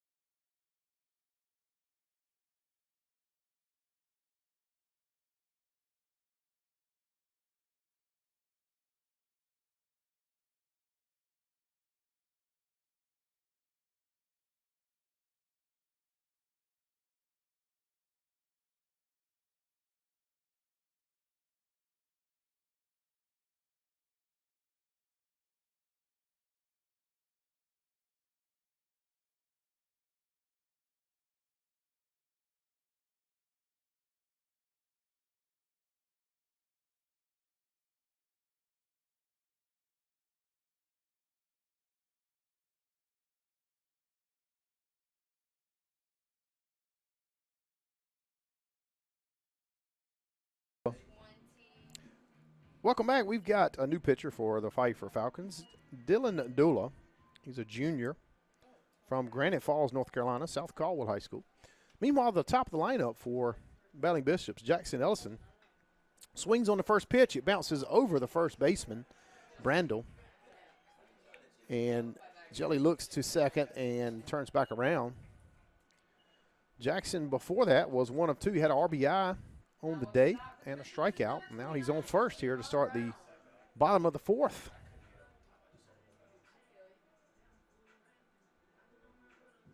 Shimada Brown homered his last time up right there in the middle of the scoreboard. There's a net in front of it that protected that beautiful piece of machinery out there that hosts the signs for the 89 and 99 Division III National Championship teams.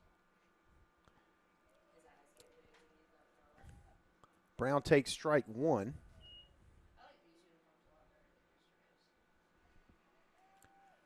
Again, Jackson Ellison on the first. 0-1 now the count.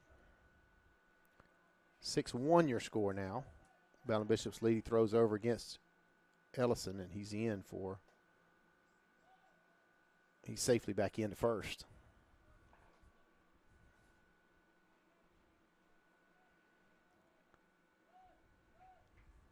Now Dula readies for the 0-1. He delivers just a bit outside to Brown. 1-1 to count.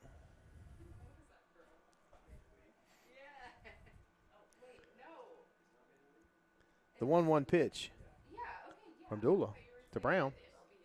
That one's a little high and outside. Ball 2.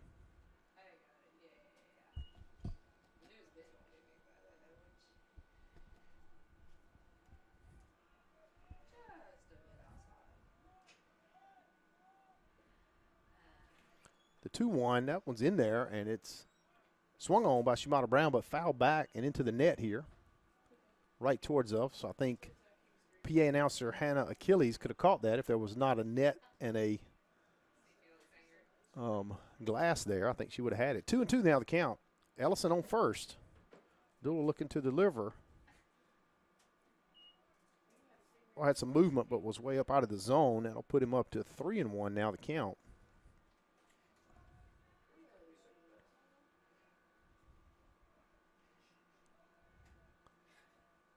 Three and two, I'm sorry, is the count because of that foul. Full count, that was too high. It walks him. Puts Ellison on second, Brown on first. 2 runners on here, the first 2 runners of the bottom of the 4th inning. So lots of base runners. In the second, the Bishops were able to capitalize on that. Both hits getting those Bishops in, along with a 3-run home run by Shumata Brown, now who's standing on first. Now there's 2 batters here with no outs in the bottom of the 4th, and it's up to Mason Nance to do the work for your battling Bishops.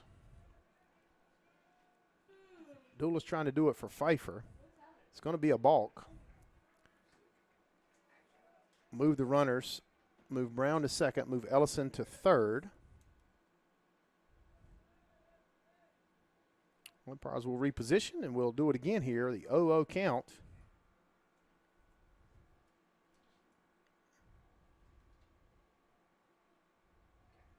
Here's the first pitch of the at-bat to Nance. Thrown down the middle, but high. Ball 1. That's a big movement there, so gets the force off with no outs. Gives Nance even a little more freedom. The 1-0 pitch in there for strike 1, evens the count.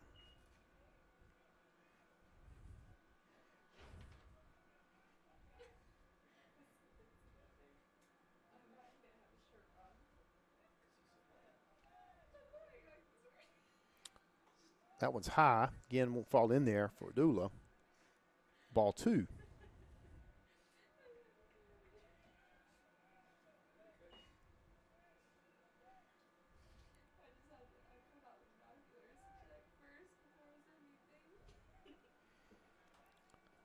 The 2-1.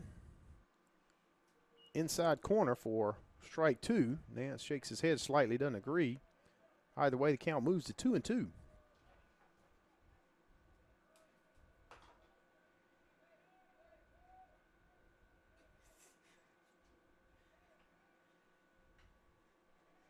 That one's hit. Going to drop in to left field.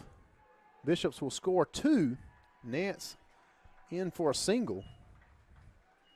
2-run scored for NC Wesleyan. Moves the count to 8-1 for your battling Bishops. Mason Nance with the big 2 RBI single. Put him on first with no outs here in the bottom of the 4th.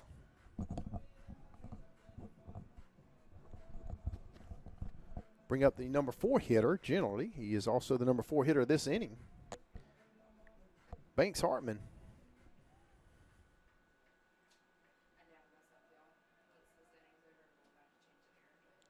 Banks is 0 for 2 on the day, trying to get things started in this game here.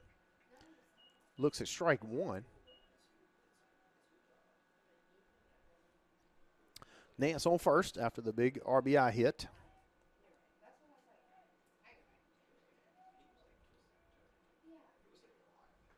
That one thrown hard, but outside. Evens the count at 1-1.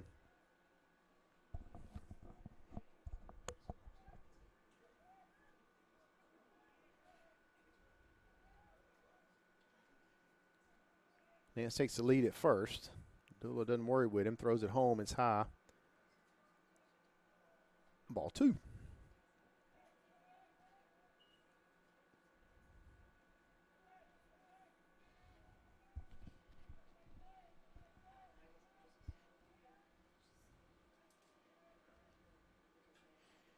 That was a little outside, swung on by Hartman, fouled back. Not able to do anything with it, and that evens the count at 2-2.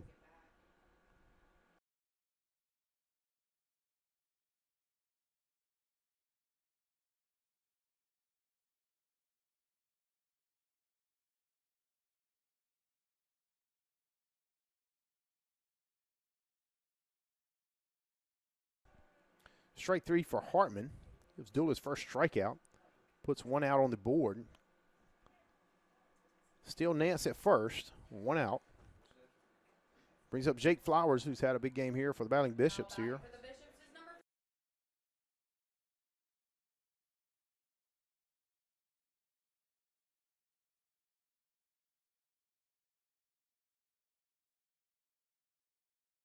Strike 1 called against Flowers. Dula jumps ahead in the count here against Flowers.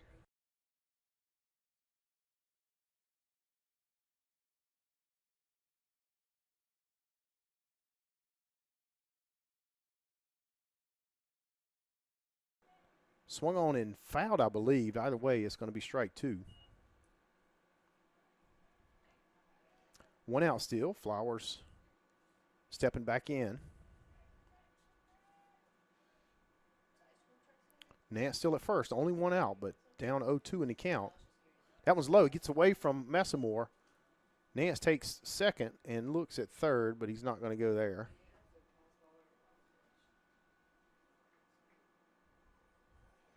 Moves Nance into scoring position. Now a hit by Flowers. Could bring him home.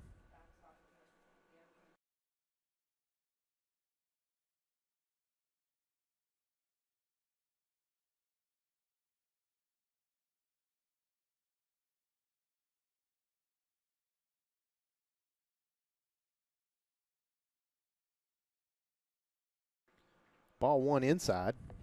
That moves the count now to 2-2.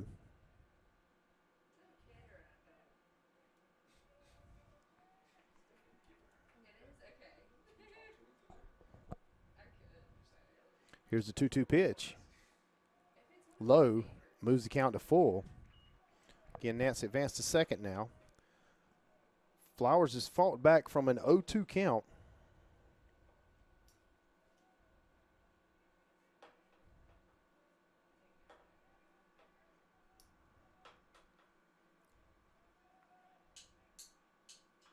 Swung on now, hit down the right side.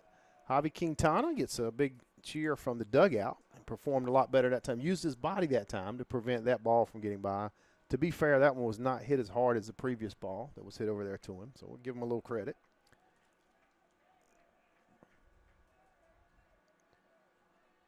Flowers steps in again for the 3-2 pitch. Only one out.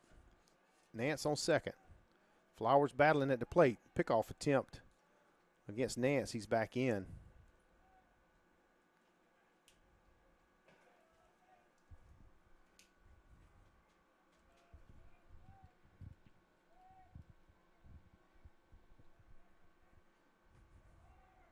Here's the 3-2 again.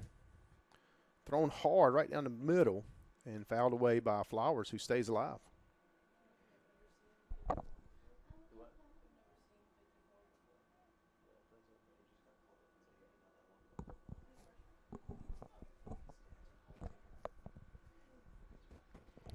Full count. We'll do it again. Swung on and missed for strike 3. Battle, but not able to get it done. Shake Flowers. That'll move to 2 outs. That'll move. Still Mason Nance on second. Now it'll be up to Brady Williams to do the work.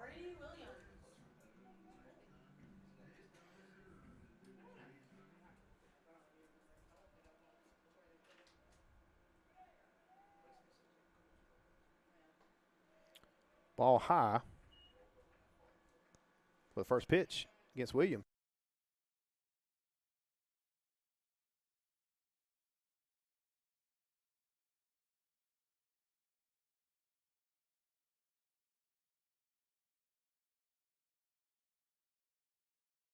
Chop to first for out number 3. That'll do it for your Bishops, who do get 2 on the board there here in the bottom of the 4th.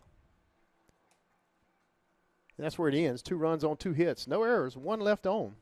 We'll be right back for the 5th inning here on Flow Sports.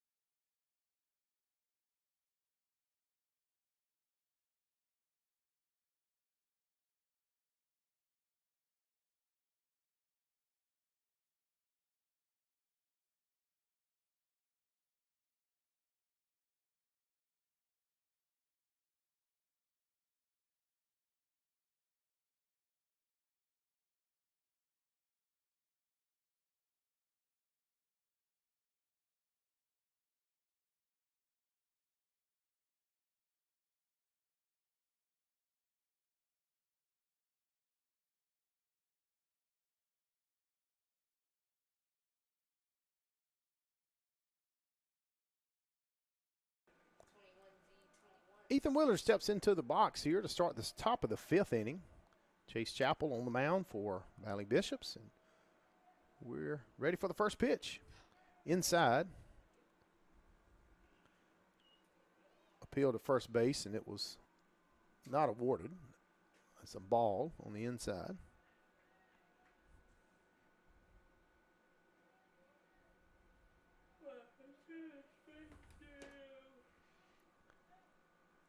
Here's the 1-0 pitch. That was closer, went in there, but was not close enough. That puts Chappell behind in the count, 2-0.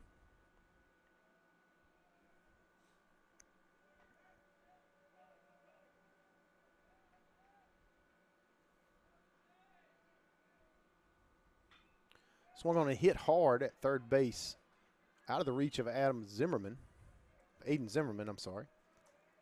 And that'll be a base hit for Willard. Puts him on first with no outs here in the top of the 5th. Now batting for Pfeiffer is number 8, Ben Messamore.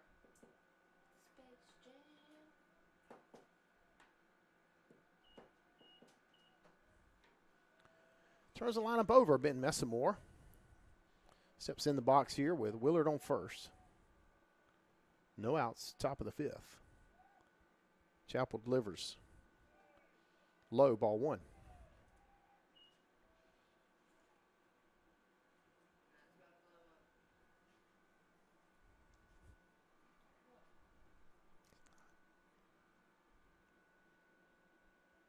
Takes some time here. Meanwhile, we can check on the Masters. Roy McElroy was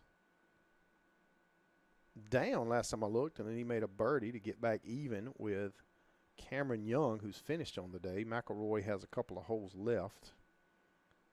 The stream I just pulled up is in commercial right now, so I can't really tell you exactly what's going on. So Hannah and Chappell talk it over. We've got the umpires walking in to tell them it's time to get going.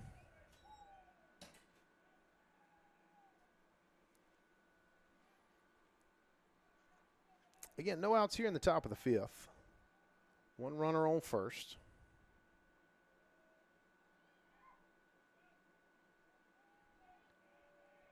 And Messamore in the box.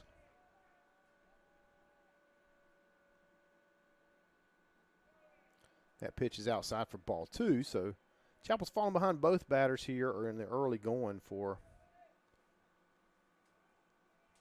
your Valley Bishops. In the first 2 batters, I should say, of the 5th inning. That's outside for ball 3.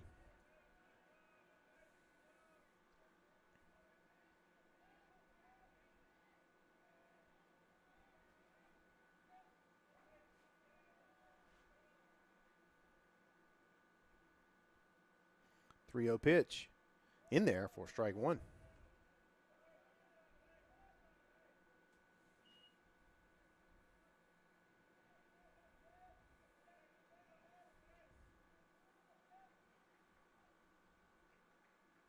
Here's a 3-1 pitch. Strike 2. Umpire was about to ring him up and then realized it was only 2. Thought Willard was taking off. He was just getting a good jump over there on first. Now here's the full count pitch for Chappell. Willard does go this time, ball 4. Puts Messamore on first, and first 2 runners are on here in the top of the 5th for Pfeiffer. Some action in the pen for Wesleyan. Does look like Number 26, Christian Bellatoni. Drew Tubb will come out and talk things over. We'll bring in the right-hander. We'll be back with a little more information on that right after this short break.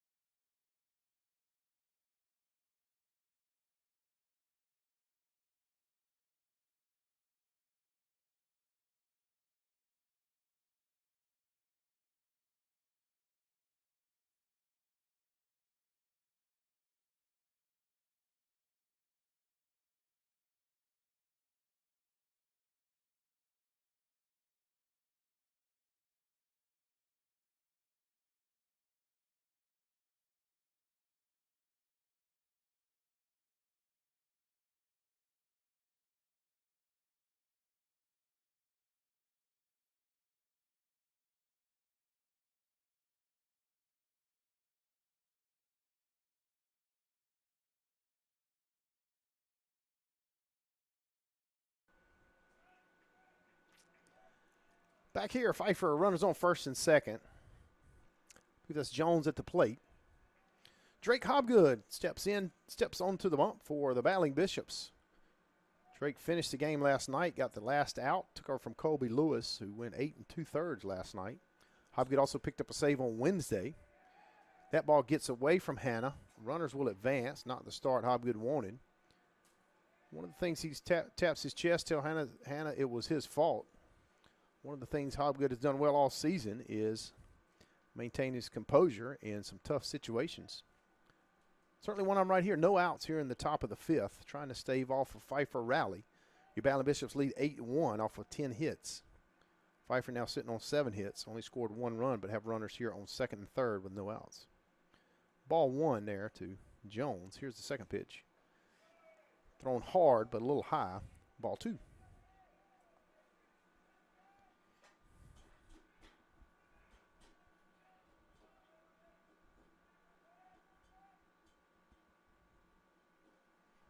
Here's the 1-0 pitch from Hobgood.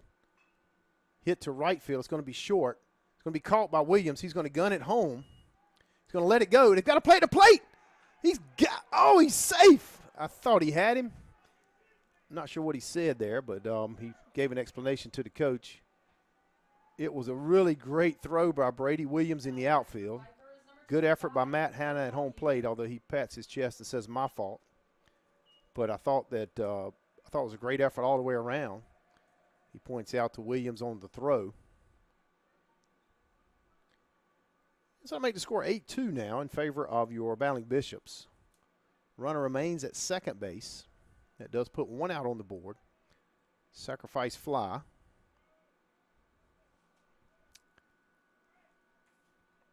And brings Joe Javier to the plate. Again with a runner on second. Hobgood revs back fastball. It's outside, ball 1.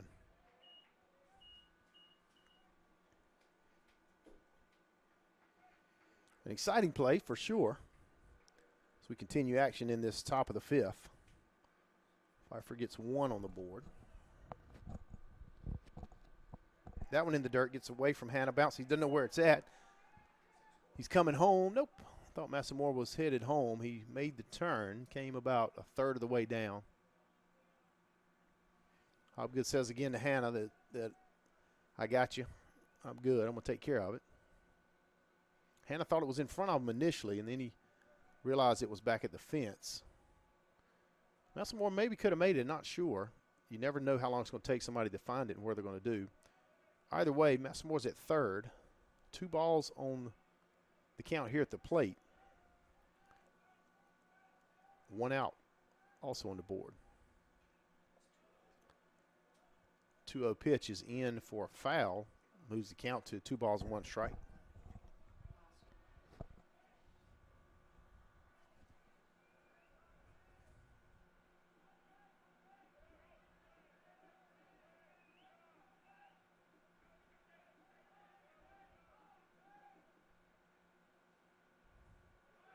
That was in there called strike 2. Hobgood evens the count with Javier. Massamore at third.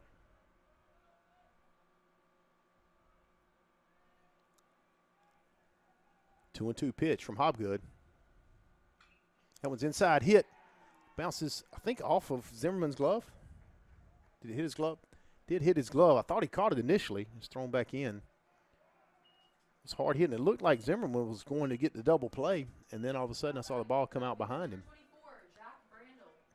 Scores another run for Pfeiffer. Makes the count now 8-3. Puts Javier on first. 1 out. Here in the top of the fifth.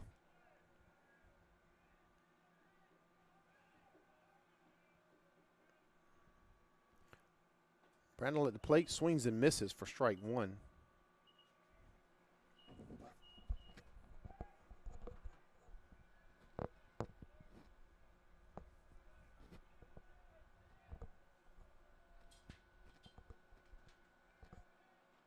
The 0-1, 1 out. Runner takes off. The throw is there. In time, he's out of there. Matthew Hanna to Mason Nance, guns him down. Hobgood points to the plate. Matthew Hanna. Out number 2. Count moves to 1-1. Outs move to 2, and the bases are now clear. 8-3 your score. Hobgood looking to get out of the inning for the Battling Bishops with Brandel at the plate. 1-1.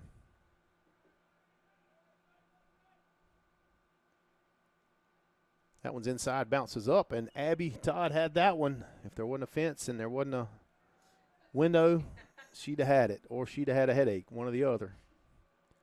That ball was moving fast.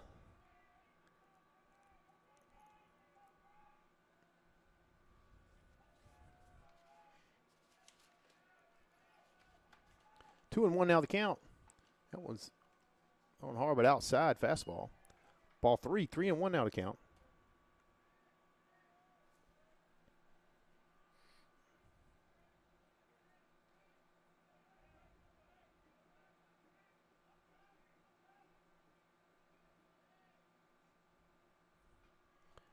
That one's in there and fouled off by Brandel.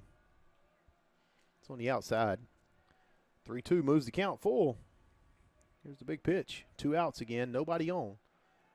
Hobgood to Brandel.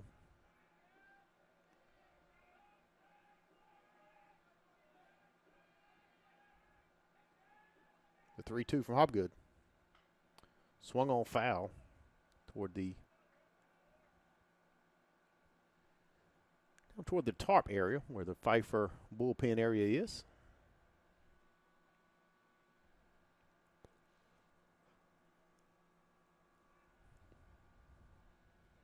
Umpire gets another load of baseballs. We'll go for another 3-2 count. 2 outs. 3-2 count.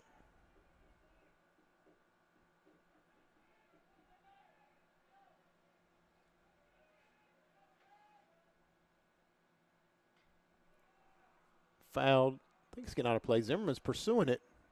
It's going to drop about probably 25 feet out of play.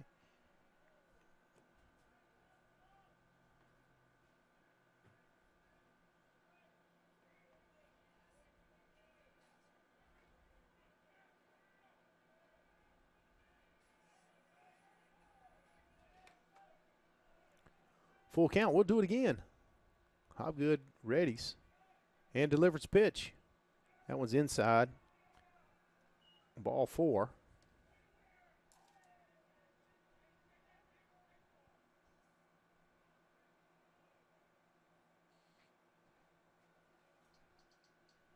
So Brandel moves to first. 2 down. Batting for Pfeiffer is number 14, Austin Wood.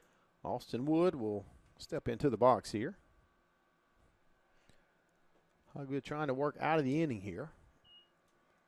The Falcons have cut the Bishop lead by 2 down to 8-3, 5-run lead.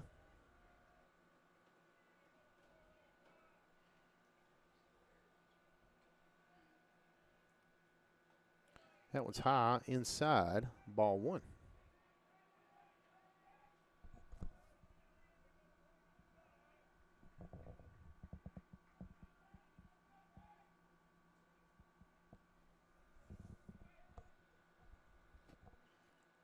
One pitch is also high for ball 2.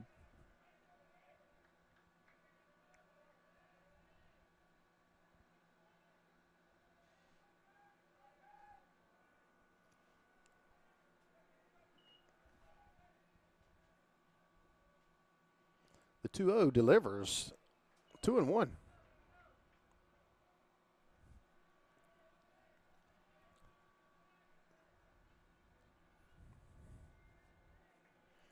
Shade moves across the field, certainly over to pitcher's mound right now as we near 6:30 Eastern time. That one's in there, swinging, strike 2, evens the count. 1 strike away is Hobgood from getting it out, getting out of the inning. Got to force at first or second here. Wood trying to extend it for the Falcons.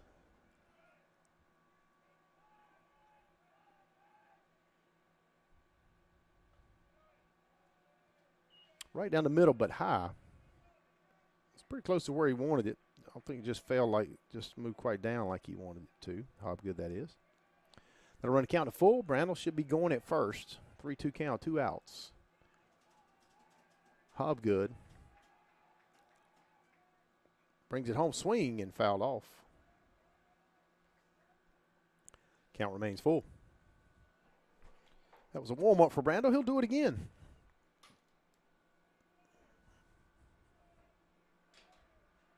Full count.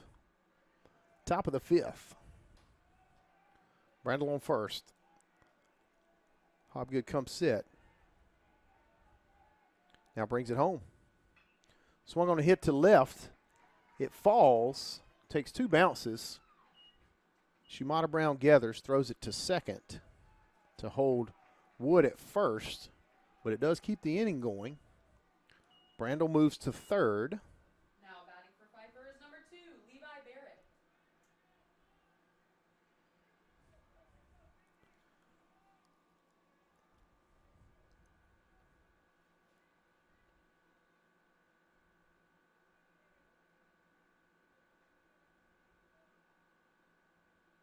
Levi Barrett is 1 for 2 on the day. He's had a single and a fly out. That's for this game, of course. Here's the 0-0 pitch to Barrett. Swung on and missed. Strike one. Barrett, a very aggressive hitter with lots of power.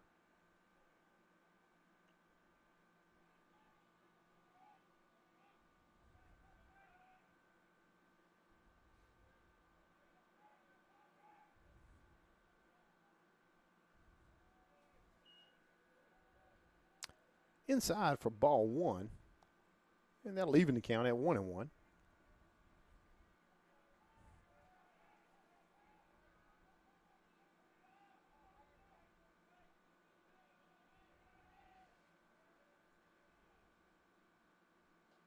Fastball, strike two.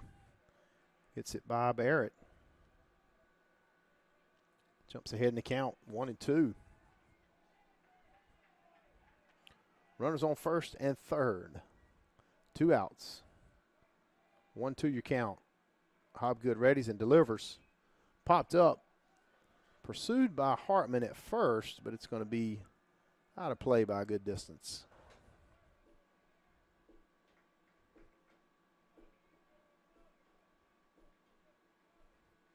We'll come back and try the 1-2 again.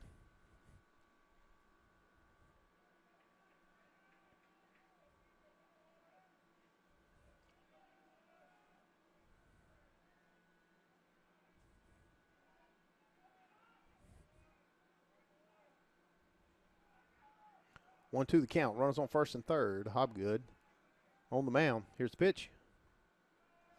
Very close, but just a bit outside. For ball two, evens the count. Great pitch by Hobgood.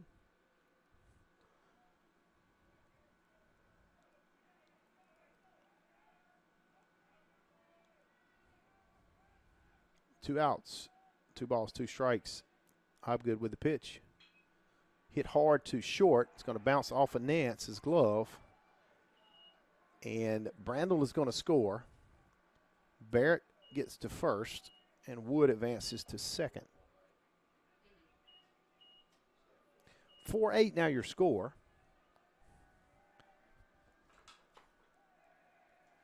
Baden Gusa stepping into the left-handed batter's box here with 2 outs.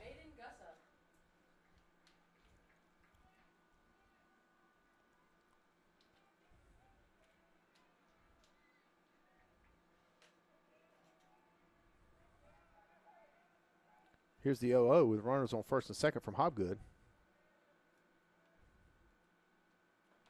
In there, strike one.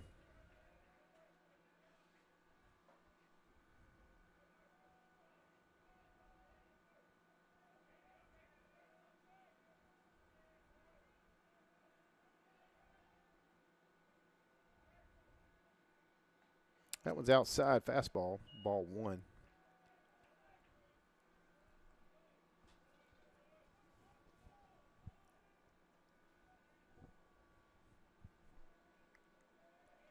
Two outs for Hobgood.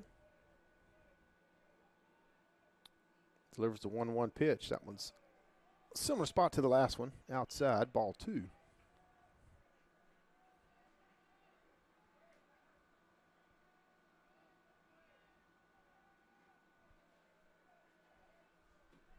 So the 2-1 here from Hobgood. Runners on first and second. 2 outs, just trying to get out of the inning here. Ball 3. A little low, I think. It was over the plate.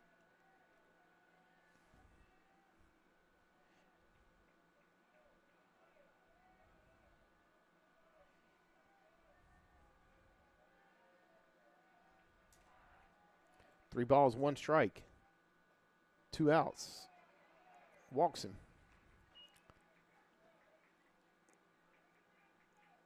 Drake, well, I think, wanted to know what was going on with that pitch. Could have been high.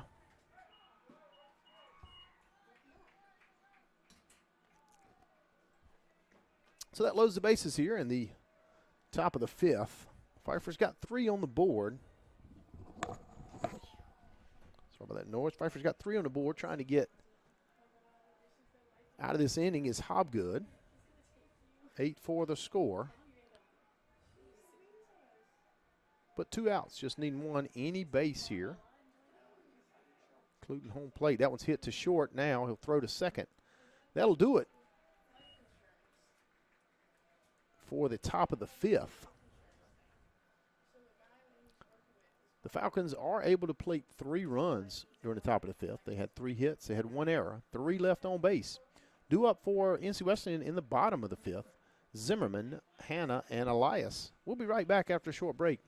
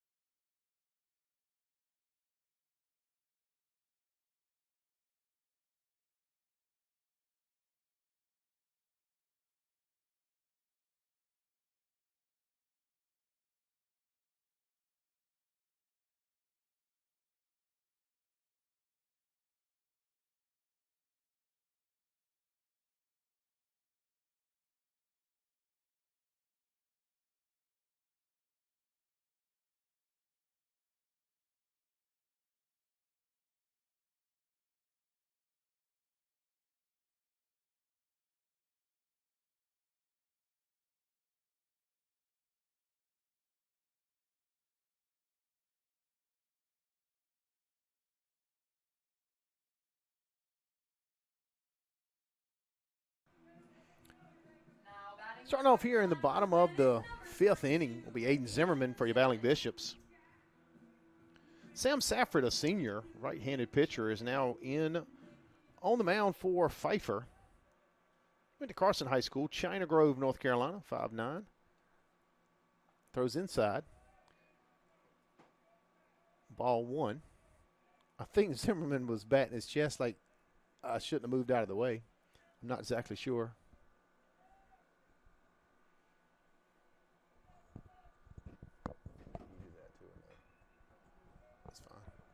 Ball's hit high to center field. Doesn't have to move much to get it to Jones, and he'll make the first out of the inning.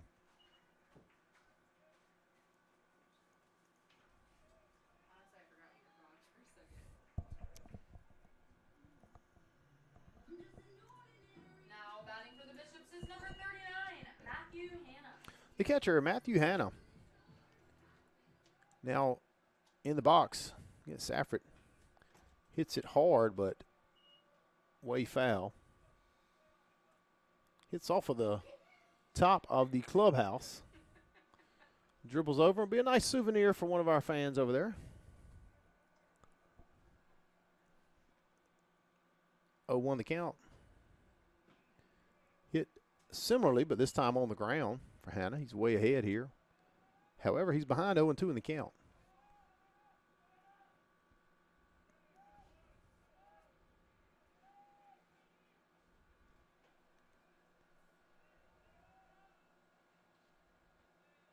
That was low for ball 1.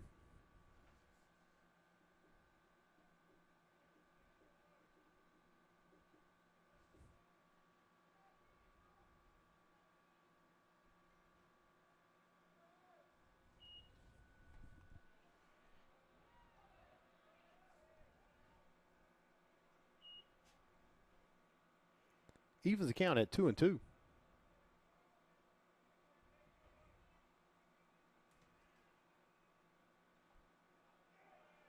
That was in there, strike 3 looking called on Matthew Hanna for the second out of the inning. Safford picks up first strikeout. Now batting for the Bishops is number 27, Caleb Elias. Caleb Elias looking to do some work here with 2 outs for the battling Bishops. Trying to answer the 3 spot that Pfeiffer put up in the top of the 5th. Safford misses high and pats his glove. Elias does have a sacrifice RBI today. Ground out and fly out. That one's outside for ball 2.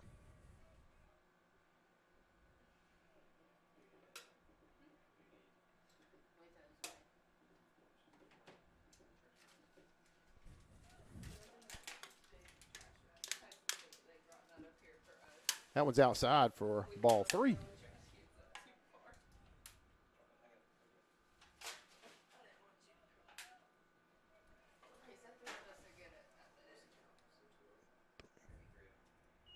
Here's a 3-0 pitch from Safford. That one's in there for strike 1. Elias taken there now. Looking for his pitch. Safford looking to come back and attack. Here it is. In there, fouled ahead of it is Caleb Elias.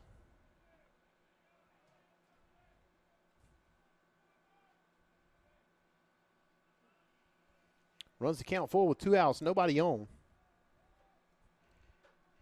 We're running the business of baseballs today. I've never seen as many baseballs go as many places on the field and behind the fence. Here's the 3-2.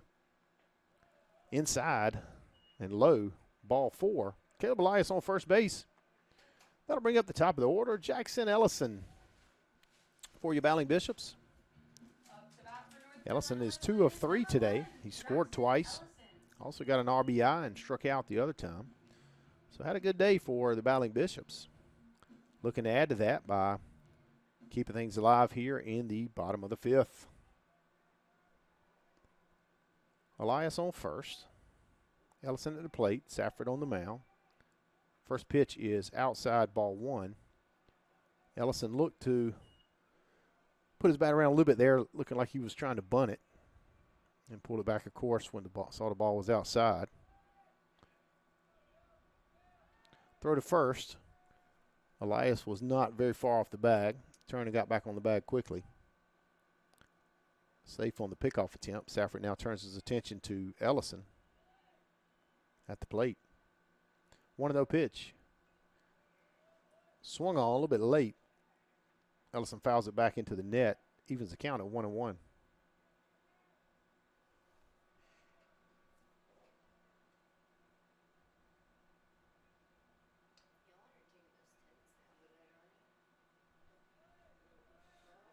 The 1-1 count. Runner goes. Throw to second is high.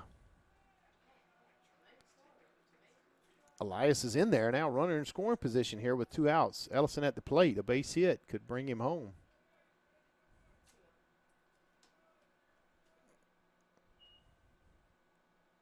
Two 2-1 to count at the plate. Elias at second, just with the stolen base. That was inside and it's popped sky high. Second baseman settles under it, and he makes the catch for out number 3. No runs on no hits, no errors. 1 left on We'll be right back for the 6th inning here on Flow Sports.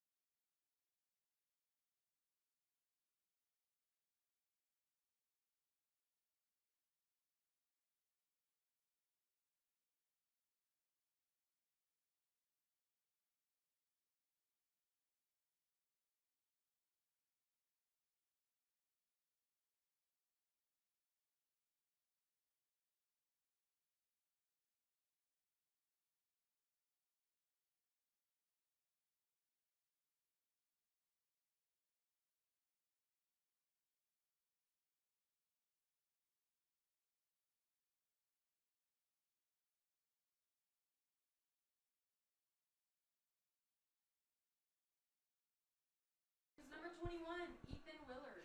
Ethan Willard steps in for Pfeiffer in the top of the 6th. Drake Hobgood back out on the mound here after taking over in the 5th inning. 8-4 your score. Hobgood looks in and it's fouled away for strike 1.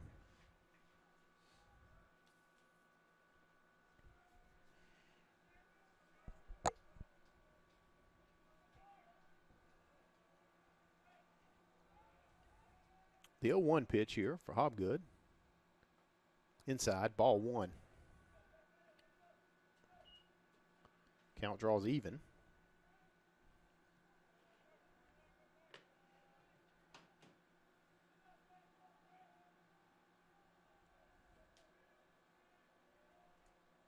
The 1-1 pitch. Turns, fouled away.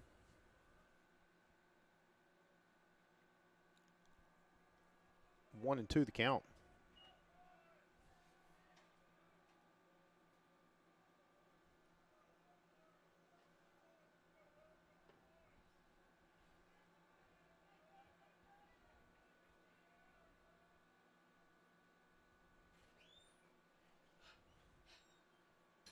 That was outside. Ball 2 evens the count at 2-2.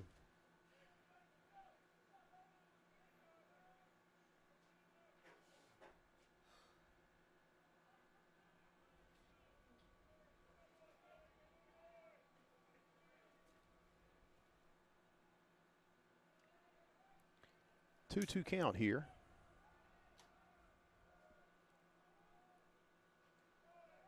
High, ball 3, runs the count full.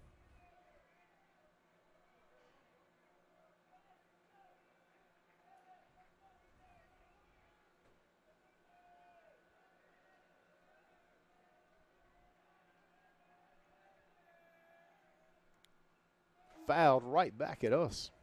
I would have definitely had that one, Abby. Count remains full. We'll do it again. No outs here. First batter here in the top of the 6th.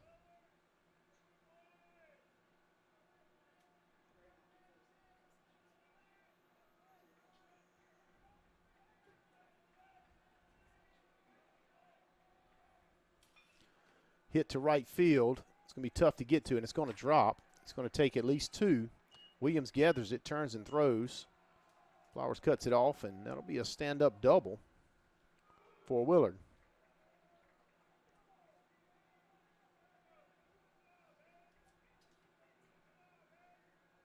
Now batting for Pfeiffer, number 8, Ben Messamore. Ben Messamore steps in the box here.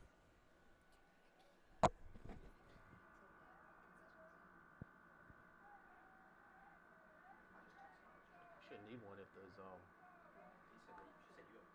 I don't have one. Oh, it's a. If if they're open. If they're unlocked. I don't know if they're locked. They should be unlocked. Got things straight here. Thanks for your time. It's hit to short. Not able to get it is Nance. The throw home is cut off by Zimmerman. Be a base hit there, single from Essamore. That'll bring Drew Tubb out. Talk it over with the Battling Bishops. Runners on first and third here with no outs in the top of the sixth. Take a short break while they talk it over.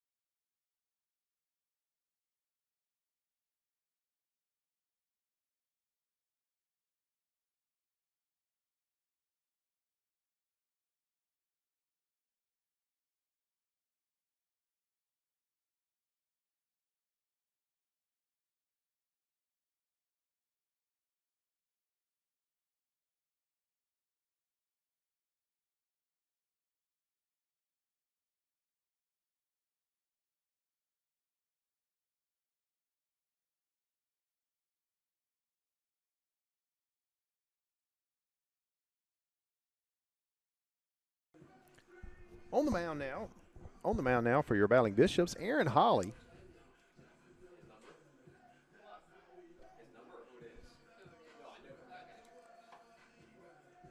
Behind the plate, Drew Krause. Played in the first game. He'll check in to catch Holly here in the top of the sixth.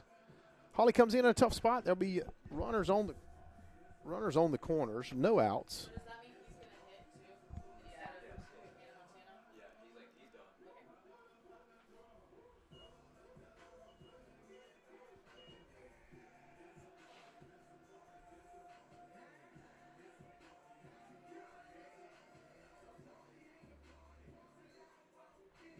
Okay. Turn it down a couple. I feel like this might be blasting their ears. The song's just loud. Yeah, that's me.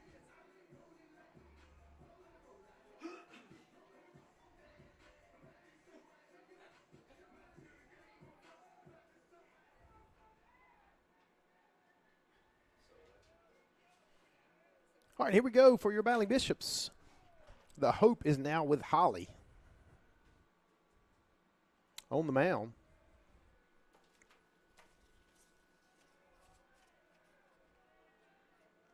Aaron Holly is a redshirt freshman. He's from D.H. Conley High School, a great baseball tradition there in Greenville, south of Greenville. He throws a strike in his first at bat. It points it over, but it's going to be out of play.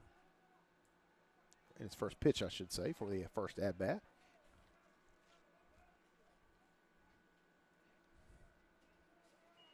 Meanwhile, at the plate, fouling that off, Bellantoni.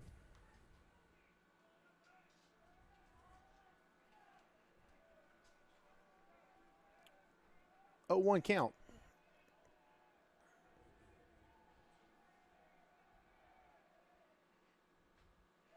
Pitch is just a little bit outside, right where he wanted it other than outside, or may have wanted it there anyway. That'll be ball one. Shadow's getting longer. The pine tree shadow's out all the way out to the left field fence now. Lights will probably come on here a little bit. That one's hit high. Holly points it straight up. Nance calls it for it and gets it. We've had some balls hit high today by both teams. That's a lot of work there with the sun. That'll be first out of the inning. Number 25, Joe Javier. Joe Javier steps in. One time I was trying to explain to my dad how the sun was in my eyes playing baseball. He said, son, it's 93 million miles away. You have to come up with a closer excuse than that. So I didn't say anything else about the sun. Here's the 0 pitch. 1 out. Holly on the mound. Here's the pitch. Runner goes. Fake throw down to second for Messamore. He'll take second. Kraus did have a throw out in the first game today. That takes off the force for the Falcons. 1 out.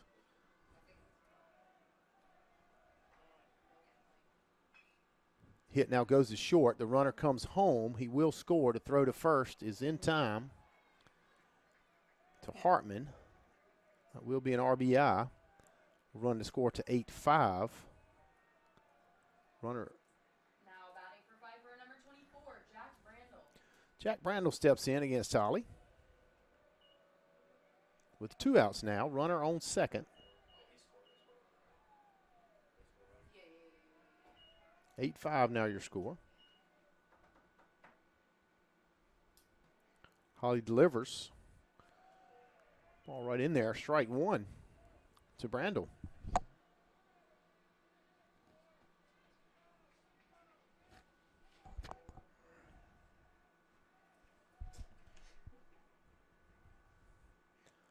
The 0-1 pitch is in the dirt, kept in front of Kraus.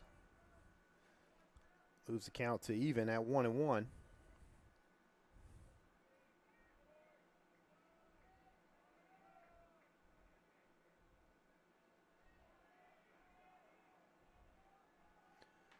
Count 1-1, 2 outs.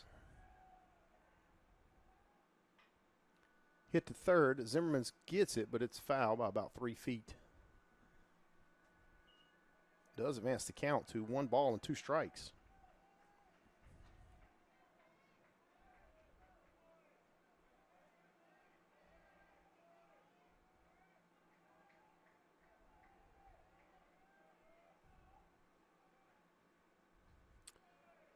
Swung on it, fouled. Brandel stays alive. Count remains 1-2, 2 outs.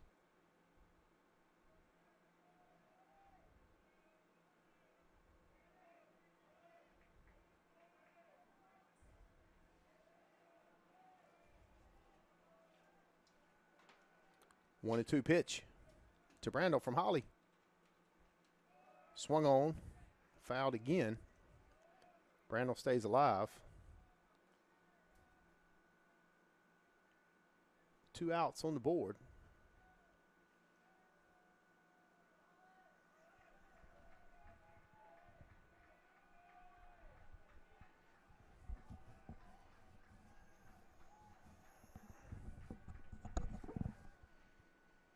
Low in the dirt. Kraus keeps it in front of him. Some more stays put at second. Runs the count to 2-2.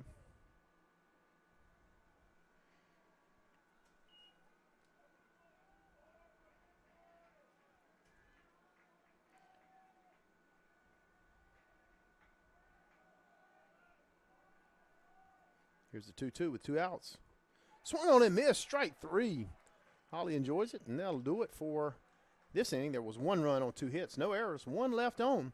We'll head to the bottom of the bottom of the 6th. Ready for Shumana Brown, Mason Nance, and Banks Hartman. Right after these words from Flow Sports.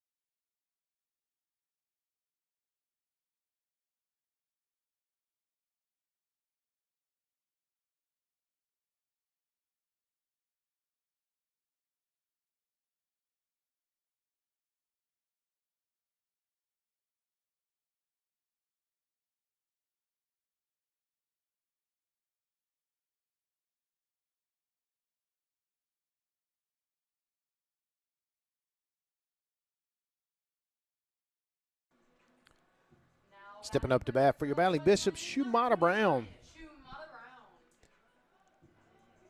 Got a 3-run home run in the bottom of the 2nd inning. It's also part of the rally a couple innings ago. Looking to get one going. He'll lead off this bottom of the 6th for Wesleyan, and he'll take ball 1 from Safford. Threw it over in the right-handed batter's box for ball 1.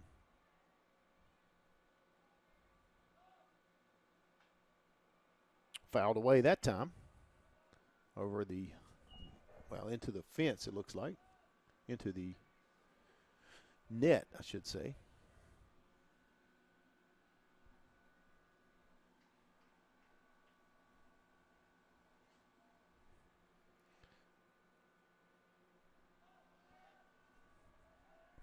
Count 1-1. Strike called looking. Moves the count to 1 ball, 2 strikes.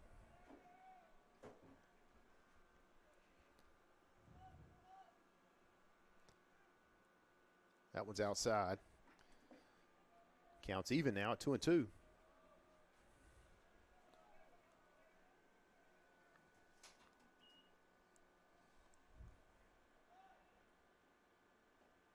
Low and outside. Moves the count to 4. Important. Wesleyan trying to strike back. The Falcons have scored 1, 3, and 1 the last 3 innings. Battling Bishops did score 2 innings ago, trying to match at least the one put on the board this inning. And on the way to do that by sending Shumata Brown to first with no outs. That'll bring up Mason Nance, the shortstop for the Battling Bishops. Now batting for North Carolina Wesleyan is number 13. He's 1 of 2 on the day. He's got a strikeout, a walk, and 2 RBIs.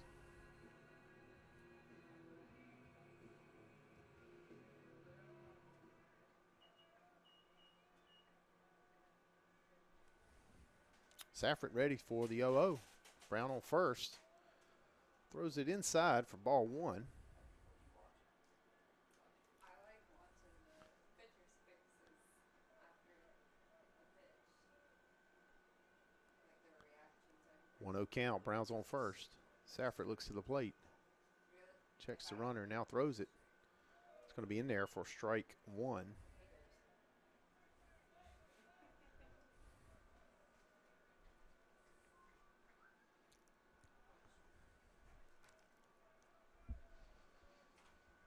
1-1 count. Brown on first. Takes a little bit of a lead. Safford's keeping him close. Takes another hop now. Here's a pitch to the plate. Swung on and fouled away by Nance. Moves the count to 1-2. I like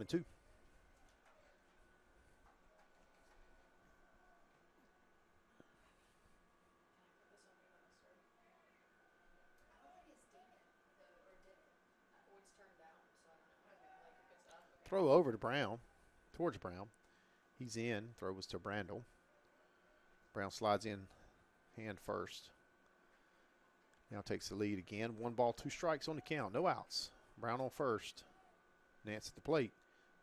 Here's a pitch hit hard and through the left side, the infield. Brown takes a big turn, but it's not going to test third. Base hit for Mason Nance. Moves Shumata Brown to second. Gives the Battling Bishops 2 base runners on 2 batters here in the bottom of the 6th inning. First baseman Banks Hartman steps in the batter's box for your Battling Bishops.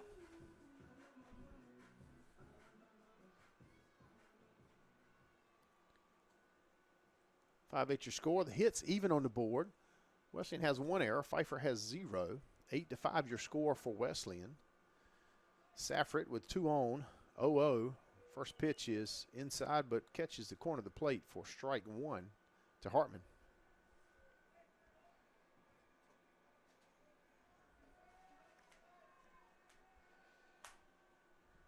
Here's the 0-1 pitch from Safford.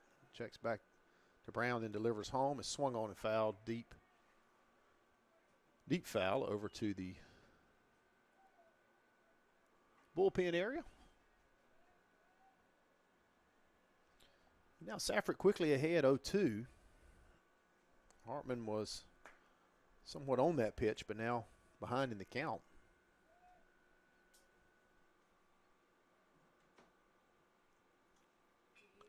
Similar pitch, hit third. It's going to be fair ball. Fair ball. That will score Brown. Nance comes around. He's going to stop at third. But a big RBI for Banks Hartman. Went right off of the bag, or over the bag, I should say.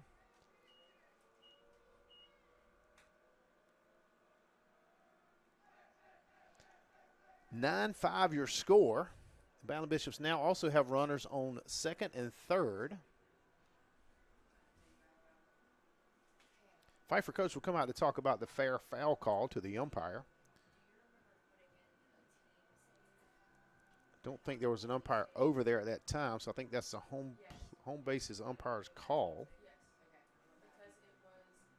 Because it was someone else. I don't remember who it was. Okay. That's just what I'm saying. Not sure what the protocol would be to Vicky said overturn it anyway. because it wasn't Third baseman was adamant that the ball was foul. Might be another way to put it in, but No, that's good. I'm gonna back you on it. He just had to check it and make sure it wasn't a goal mistake. So I'm gonna say I'm up here with the ground assistant who did the stats. Home plate umpire steps out. I think he's making a note or he's looking at something. Not sure if he's going to talk to the other umpires or not. Right now it stands 9-5 with an RBI for Banks Hartman, with Jake Flowers stepping into the box next. He is going to talk to one of the other umpires at least.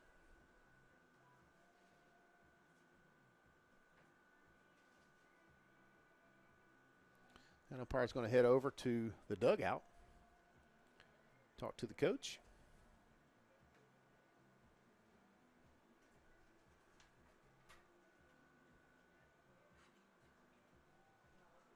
We're going to hang out while he does here. Safford's walking around behind the pitcher's mound.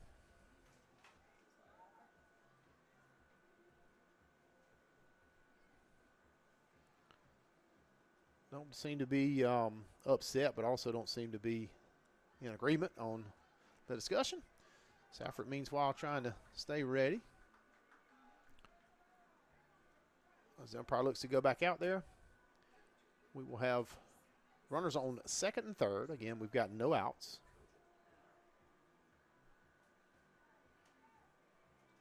And Jake Flowers will step in to the box. now batting for the Bishops, number 54, Jake Flowers. There's some cheers coming from both dugouts. Clapping in the hands, and here we go.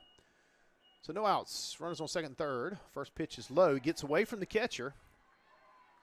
Mason Nance will score, and Banks Hartman goes to third. You wonder how that time off affects the pitcher when it's that long of a time off. He's frustrated. Safford's frustrated with the pitch he just threw. Not saying call shouldn't have been argued. Understand why it was, and it was an important run-scoring RBI.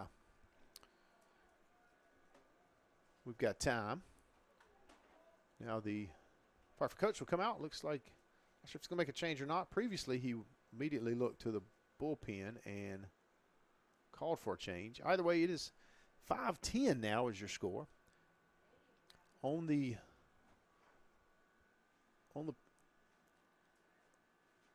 pitch that got away, that advanced Banks Hartman to third. There's still no outs. Jake Flowers at the plate. Brady Williams on deck.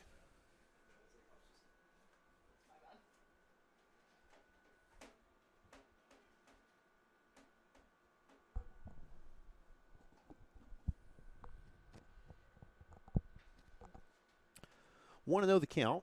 So that first pitch, obviously a ball low. So interested to see what comes out of this, if there is a pitch and change on the way out, or if he just wanted to give him a minute to kind of gather himself on that. Looks like right now it was for Safford to talk it over a little bit. And we'll go back with a 1-0 count. Jake Flowers at the plate. Banks Hartman on third. No outs on the board. Bottom of the sixth inning. 2 runs have plated. That one's in there for a strike. It's fouled away by Flowers. That was right down the middle. So 2 runs have plated here in the bottom of the 6th. Wesleyan looking for more. Safford looking to stem the tide. That one's in there for strike 2.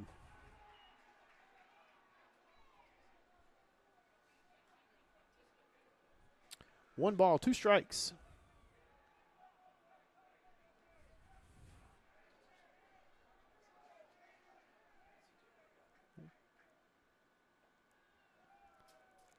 That's ball 2. 2-2 now the count. To Jake Flowers. Hartman on third. Safford on the mound. Here's the 2-2 pitch. That one's in there and fouled away again by Flowers.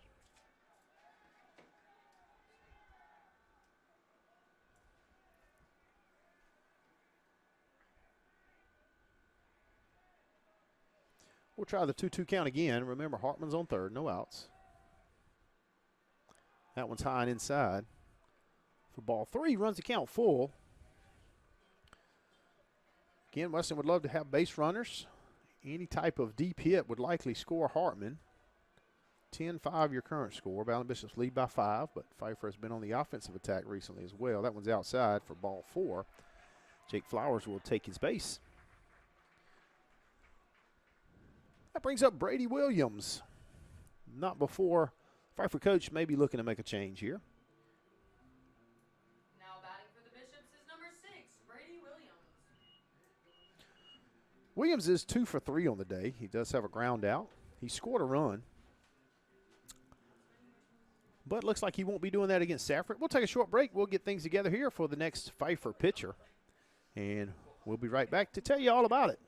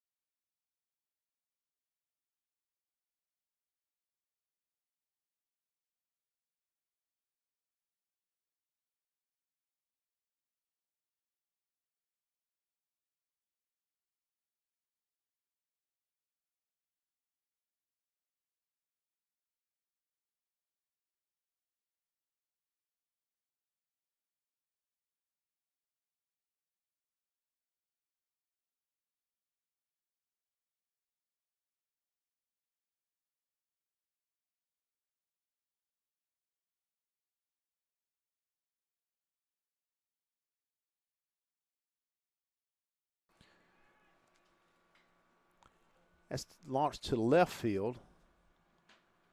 Hartman's going to look to tag. The throw in will not attempt to get Hartman at home, and so Brady Williams gets an RBI sac fly. Moves the score to 11-5. Now batting for the Bishops is number 32, Aiden Zimmerman. Pitching for Pfeiffer is Josh Little. He's a graduate school right-handed pitcher.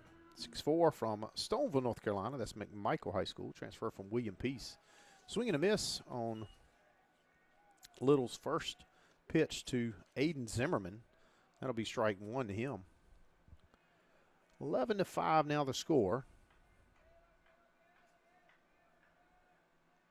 With Flowers on first, 1 out. The ball is not able to be fielded by third baseman Joe Javier. Not sure if the sun had anything to do with it. He's looking right into it with where that ball was coming from. It was a choppy shot that went to third, and that'll put Zimmerman at first. Jake Flowers at second. And still just one out on the board.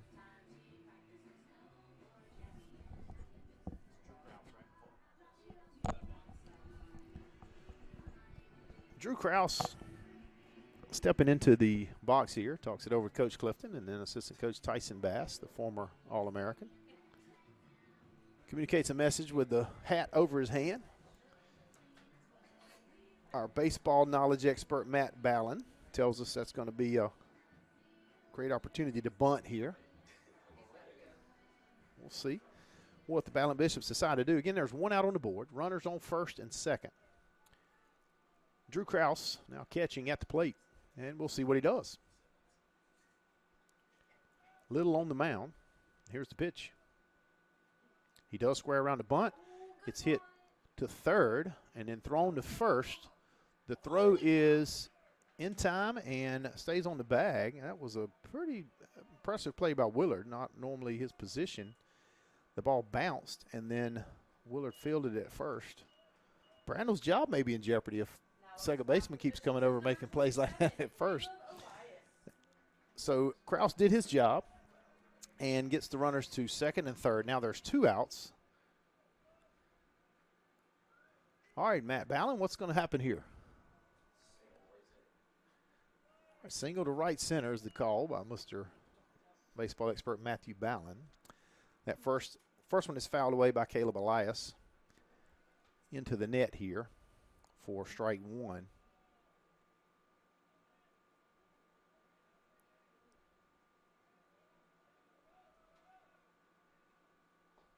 That one's in there for strike two, called. Elias does have an RBI sac fly today and a walk, stolen base. He's been active for your Bowling Bishops. Right now he's down 0-2 in the count. Two outs on the board now. Runners on second and third. Swing and a miss. May have fouled it, but it was caught by the catcher, and that's out number three. Not before your Bowling Bishops score 3 runs on 2 hits, 1 error, 2 left on. Due up in the top of the 7th for Pfeiffer will be Wood, Barrett, and Gusa. We'll be right back after this short break.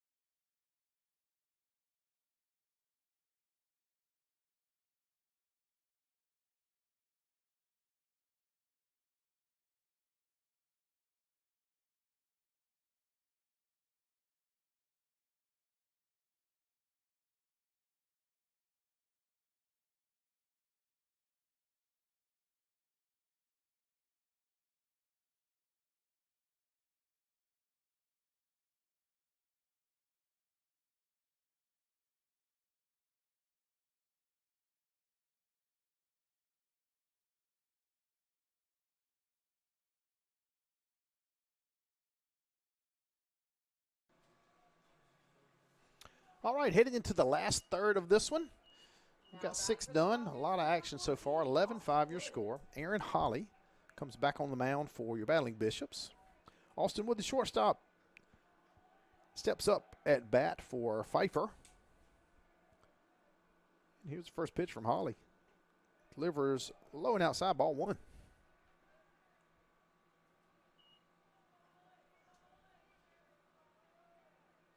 Beautiful day we've had for this one for sure. Wood is on fire today. He's 3 of 3. 3 singles. Scored 1 run. That was a little outside for ball 2. Lights coming on here at Bauer Field. They try to turn them on between innings to try to give teams equal chances with them on or off. It was about not getting dark, but it was certainly you could tell the sun was setting. That one's outside for ball 3. Holly looking to come back here and settle in. Wood's taking 3 consecutive balls to start the top of the 7th. Here's Holly. Thought that was in there, but I think it was called high. Ball 4. Let's him reset. Barrett now stepping up to the box. Now batting for Pfeiffer is number 2. So Wood didn't get a hit, but he did get on base, which is obviously just as good sometimes. So Barrett steps in. He's got 1 hit, 1 for 3. He's reached twice, which once on an error. He's also flied out and has an RBI. Active 2 games today for Barrett.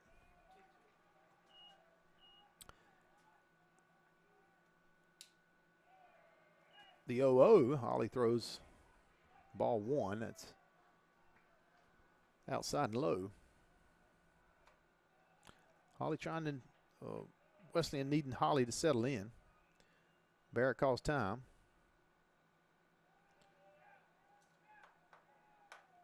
You see that done a lot less. Batters and pitchers are allowed to do that, but now with the new rules and the pitch clock and those type things, you see that done a lot less. Steps back in now. Barrett's ready. Woods on first. Holly on the rubber, headed to home. That one's low. Ball 2.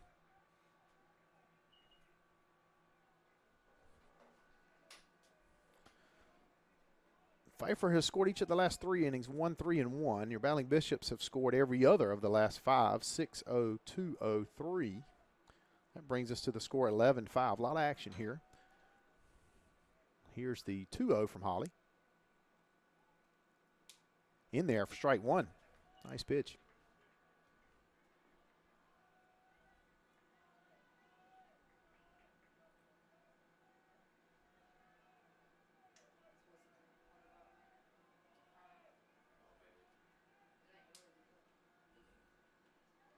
Was outside. Stopped by Krause. It actually stayed in his glove. He thought it might have got away for a second. It did not. That'll be ball 3. Holly trying to settle in. He grabs the chalk bag from behind the mound. Gets it to dry his hand a little bit. Tosses it down. You see the chalk fly. 3-1 to count. Wood on first. Barrett in the box. Strike 2 swinging. Nice pitch there. As Barrett was swinging hard at that one. Full count here with Wood on first. No outs here. Top of the 7th. Big pitch here for Holly and the Bishops. Same pitch. Swung on and fouled. Well, almost got him. But Barrett fights to stay alive.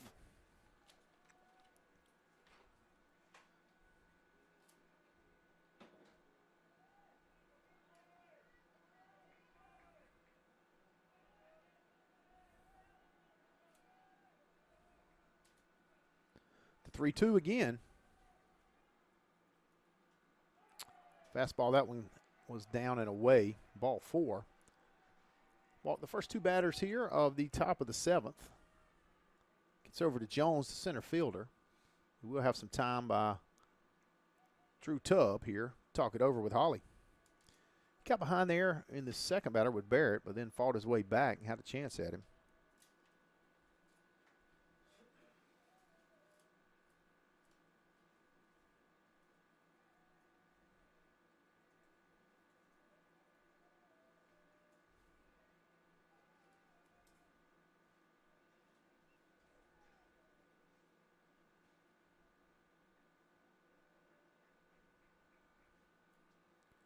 Take a short break here while they talk it over.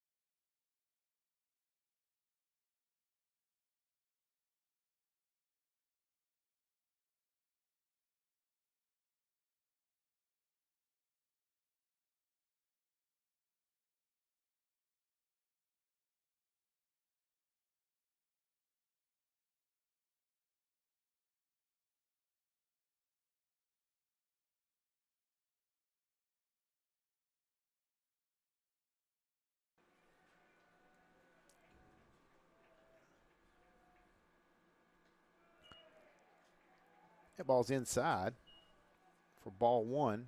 Sorry, it's not Jones, it's Gusa. Jones is on deck.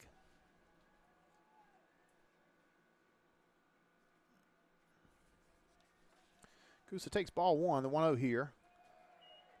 That one's, I think, a little low. Ball two. Holly pops his glove. Kraus throws that one out and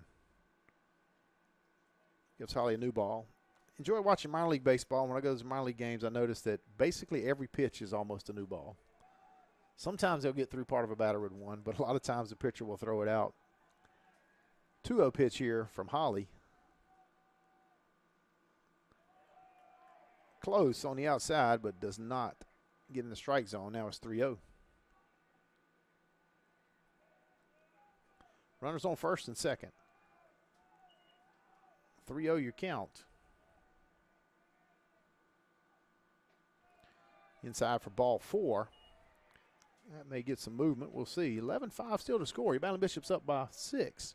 However, Pfeiffer's got 3 on here in the top of the 7th with no outs.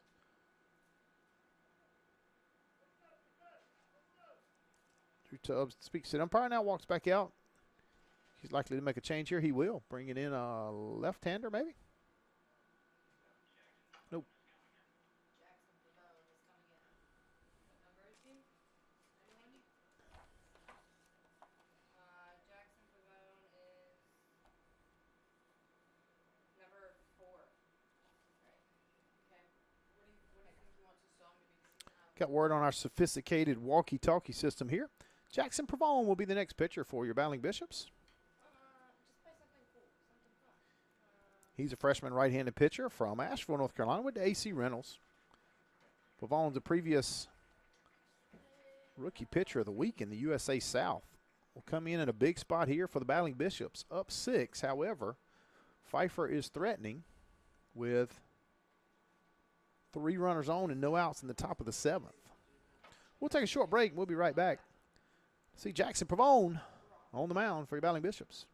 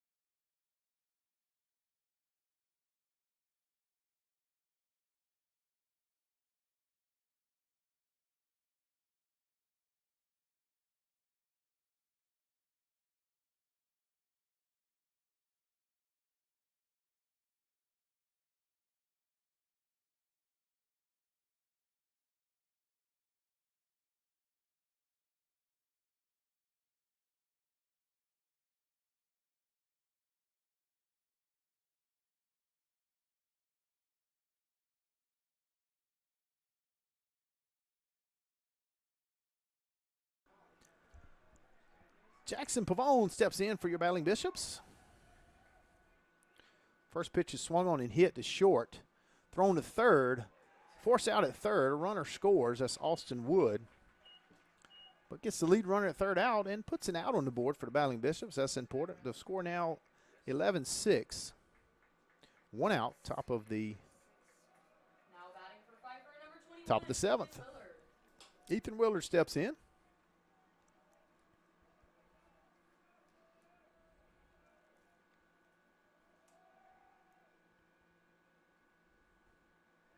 Take strike 1 looking.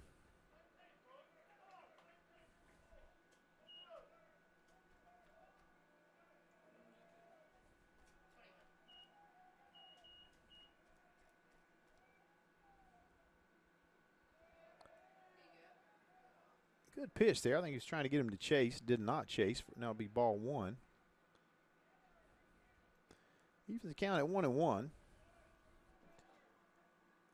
Kraus kept it in front of him. Just kind of bounced a little bit into the left-handed batter's box. Picked it up. No threat to a run there.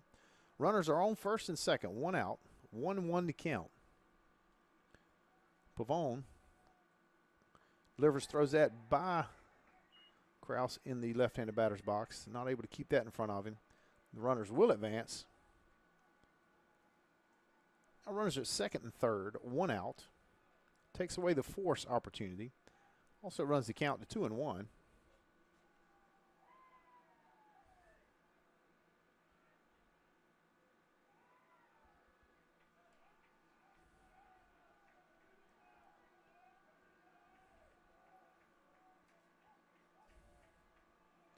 The 2-1 pitch from Pavone to Willard. Inside. Ball 3. Bishop's looking for somebody to settle in here, hoping it's Pavone. His first batter certainly did that. Got an out, gave up a run, but got an out as well and got the lead runner down. That one's hit high to center. Actually right, both Brady Williams is there. He'll throw it home. Throws a little bit offline, but it was right to the cutoff, Banks Hartman, and that'll keep the runner at third, Gusa. So another out for your Battling Bishops, and no run given up there. Brady Williams with a great throw earlier in the game to have a play at the plate. Runner was safe, however, it was a fantastic throw that could have played a little bit into the minds of Pfeiffer coaches whether to send or not to send the runner there. Also, that runner's personal abilities could factor into that sometimes. Where the ball is in the outfield, lots of things to think about. So 2 outs here. Runners on second and third. Vaughn throws it outside, low, ball 1.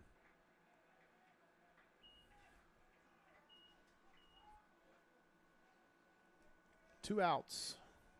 11-6 your score. Runners on second and third.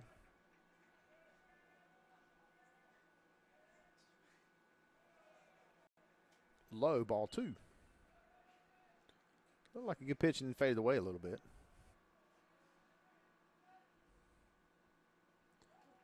Swung on and missed there, strike 1. As Pavone's able to come back a little bit there in the count. 2-1 to count. 2 outs. That was in there for strike 2, swinging. Now the count's even. Second and third are the bases. Top of the 7th. 2 outs. Massimore at the plate. Pavone delivers. Swung on and fouled away out of play. Count remains 2-2.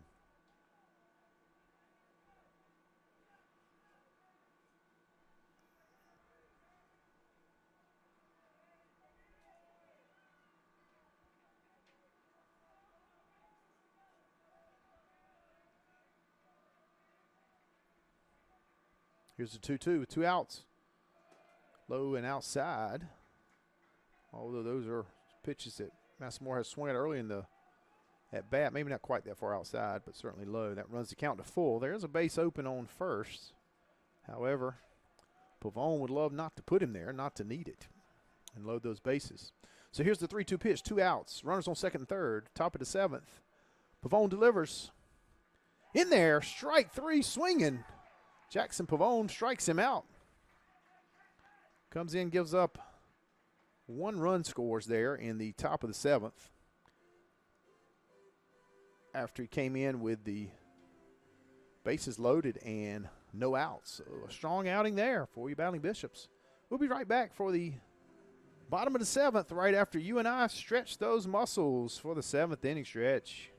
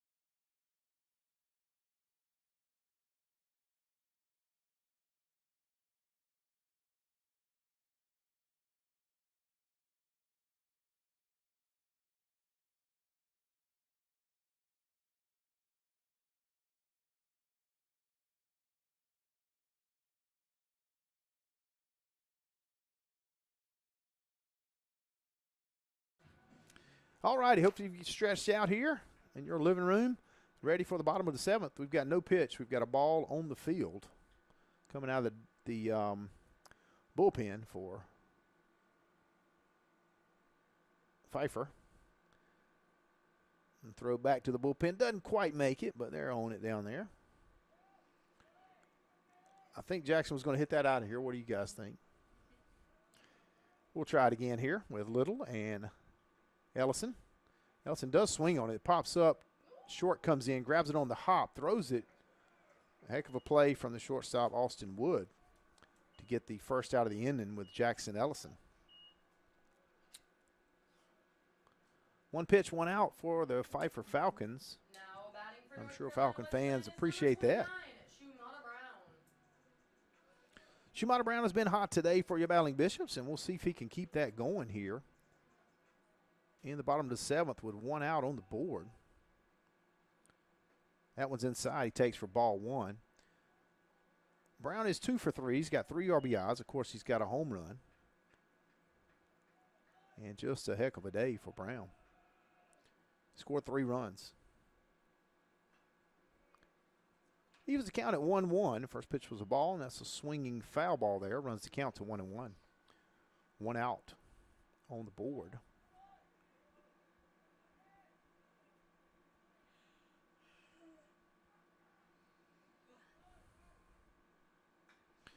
Hit there to left center. No more to left, I'm sorry. Left fielder comes in, makes a sliding grab, and he catches it for out number 2.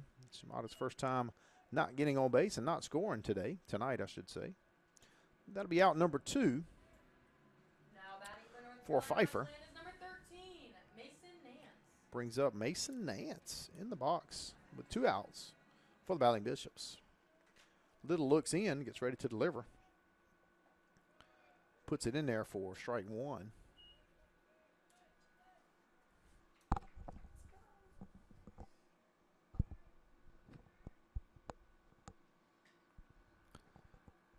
That's hit to right field. Catch is made in fair play. Doesn't matter. The out is made. That's a 1-2-3 inning for your Battling Bishops.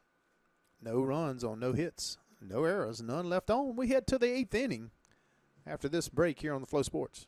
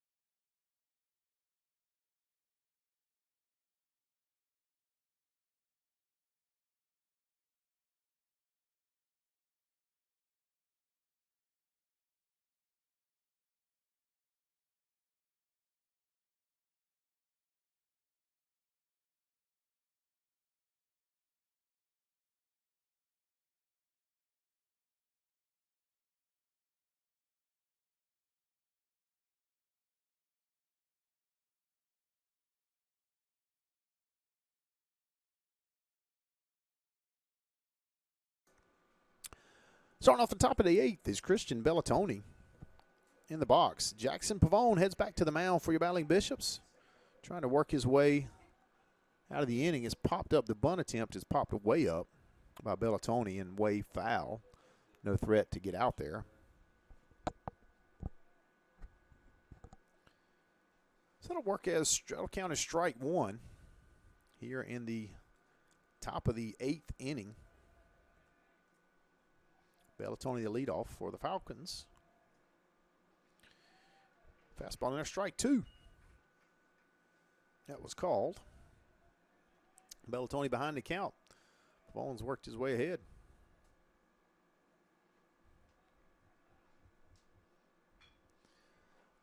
Chopper to short. Caught by Nance. Thrown hard to first, and that'll be an out. Out number 1. Bellatoni goes down.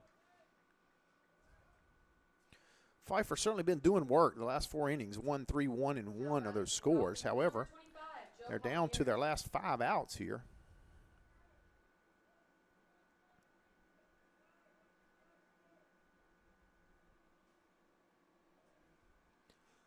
Joe Javier steps in against Pavone with a 1 out. Here's the 0-0 pitch from Pavone. In there for strike 1. Pavone is dealing early here. Finished the 7th strong, got out of a jam without much damage, hardly any damage. And got a good start so far here in the 8th. That ball's hit hard to short. It's caught by Nance. Throws it hard to first. Made the plays out at first. What a play by Mason Nance for out number 2.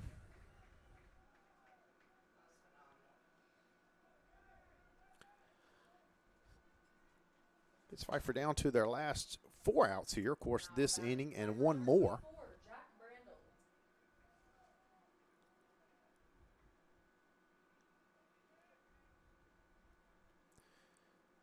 Jack Brandon playing first base in there. Pavone not quite able to get that one to drop low enough to get the call and get it in the zone. So Brandon goes ahead 1-0 in the count.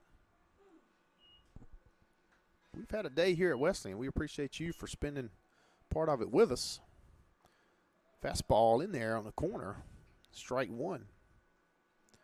Settling down, we've only got baseball left. We've got softball and track traveling back.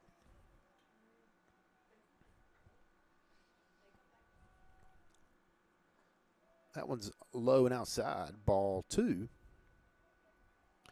Phone falls behind. 2-1.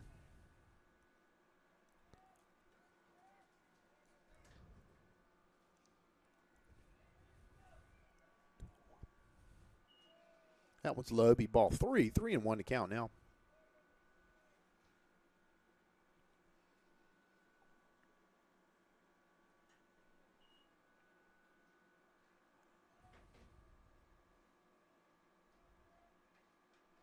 Two outs here in the bottom of the 7th. Brandle's worked his way ahead. Pavone looking to come back here. Here's a 3-1 pitch. In there for strike 2. Runs the count full. This will be the payoff pitch here from Pavone to Brandle.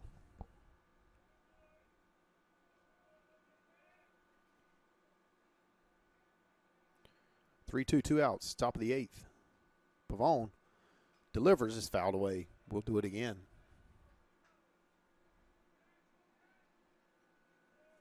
That's why baseball can be such an intense game.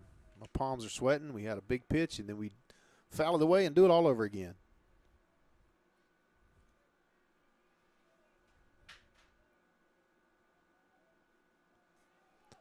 So here's the 3-2 again.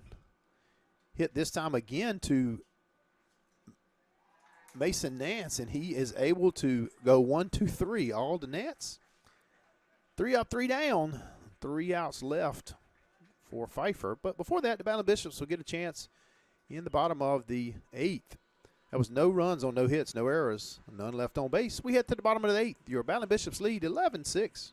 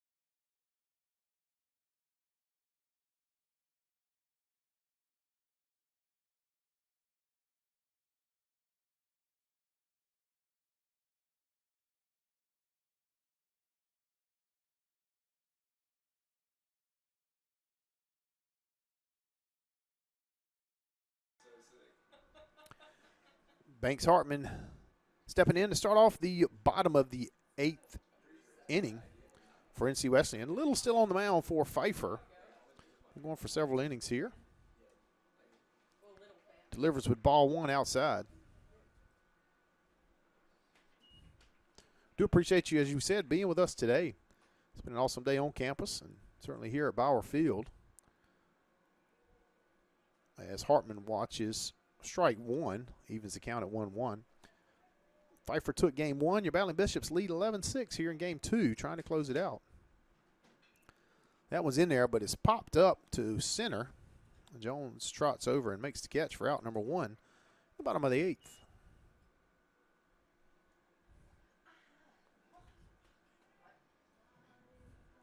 Brady Williams comes up and grabs the bat, and Jake Flowers going to step in at bat.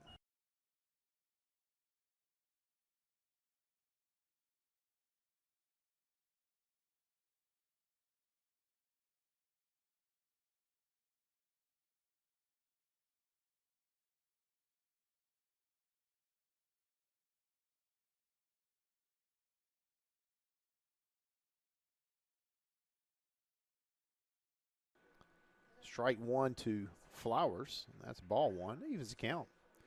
That was low and outside.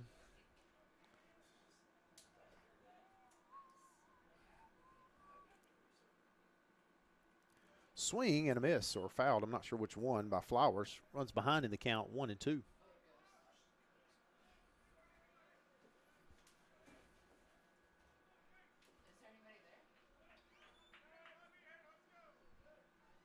The 1-2 pitch from Little to Flowers. That one's inside, ball 2. Evens the count.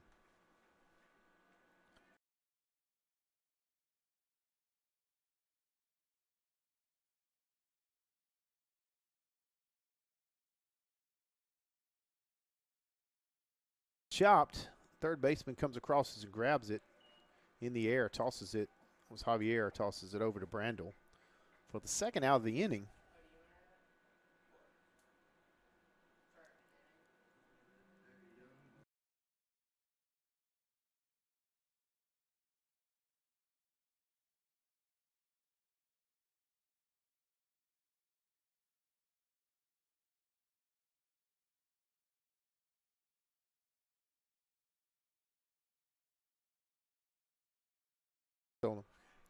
Ball 1 to Brady Williams.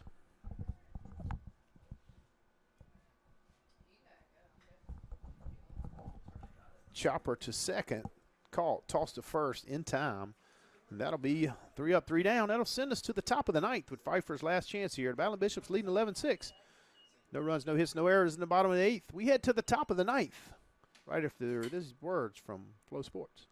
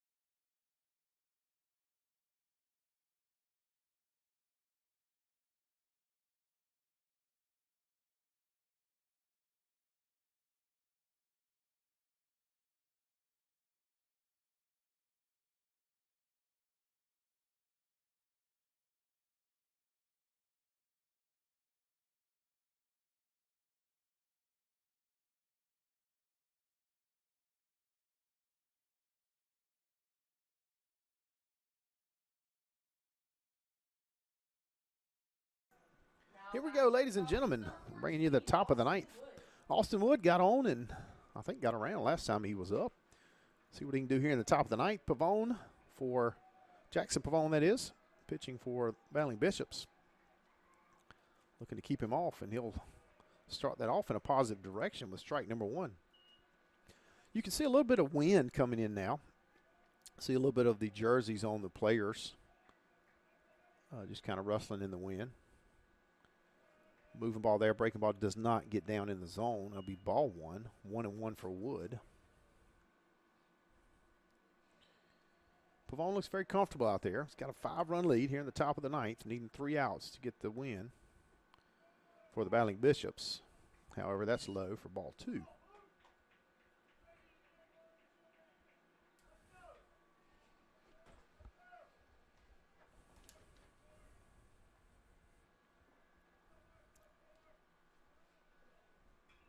Swung on it, fouled. It's going to be out of play. Hartman takes a quick jaunt at it and decides it's going to be way out of play. No need to pursue it.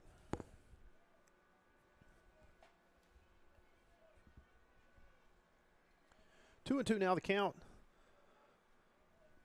to Wood.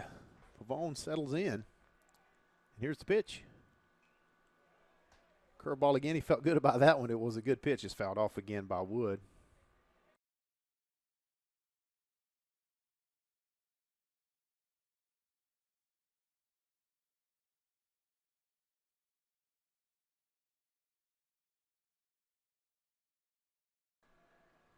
The 2-2 pitch. In there again, it's fouled away. This one is pursued, but not able to get to it. Didn't see it land, but it was way foul. Again, Wood battling hard here. Be another 2-2 pitch.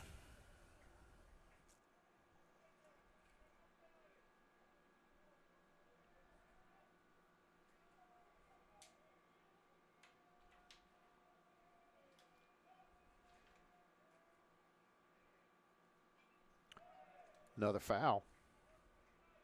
Count remains at 2-2.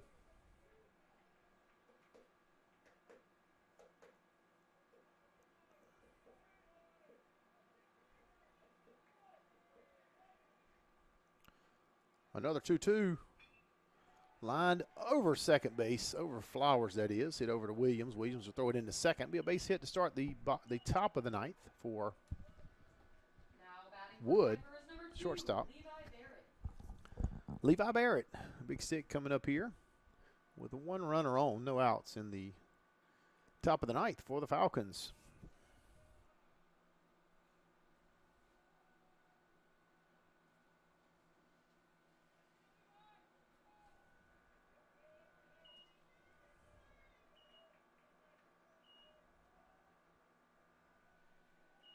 The 0-0 pitch. Thought it was in there. Must have been inside. Ball 1. Runner on first.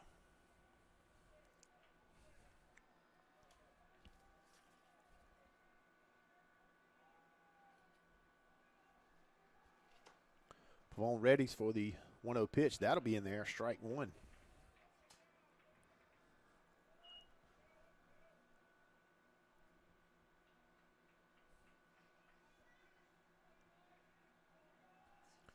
Here's the 1-1 delivery for Pavone.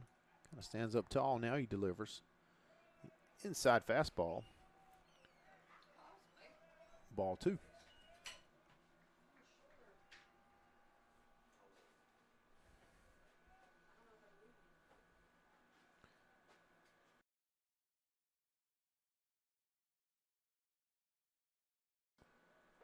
Fouled away, evens the count at 2-2.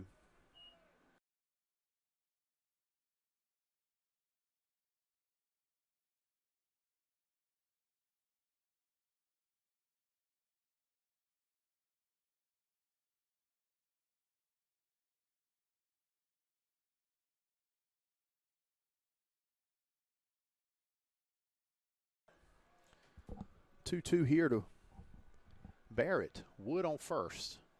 Here's Pavone's pitch. High, full count. Coming down to an exciting finish here. Bishop fans hope it gets a little less exciting. No outs. Wood on first.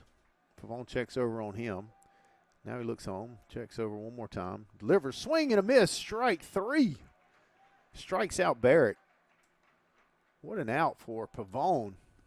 First out of the 9th inning and a big stick in Barrett. Now batting for Pfeiffer, number 1, Maiden Gussa. Brings up Gussa with Wood still at first. 1 out down now. Double play within it for the Battling Bishops would be an exciting way to do so. We'll take any inning that has the Battling Bishops with more runs than the Falcons. Falcons, of course, took the first 2 games. Battling Bishops looking to take one, and that I couldn't quite see that well enough. I thought it hit him, but it was inside, did not hit Gusa. But it was a ball, be ball number 1 for Pavone. 1 out. Wood on first. Top of the 9th. Fastball goes outside. Ball 2.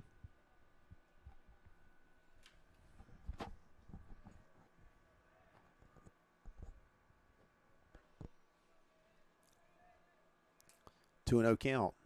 Pavone's pitch. Low. Ball 3. 3-0 the count here, not the direction that Pavone wanted to go with this one. Looking to get himself back right here with a strike.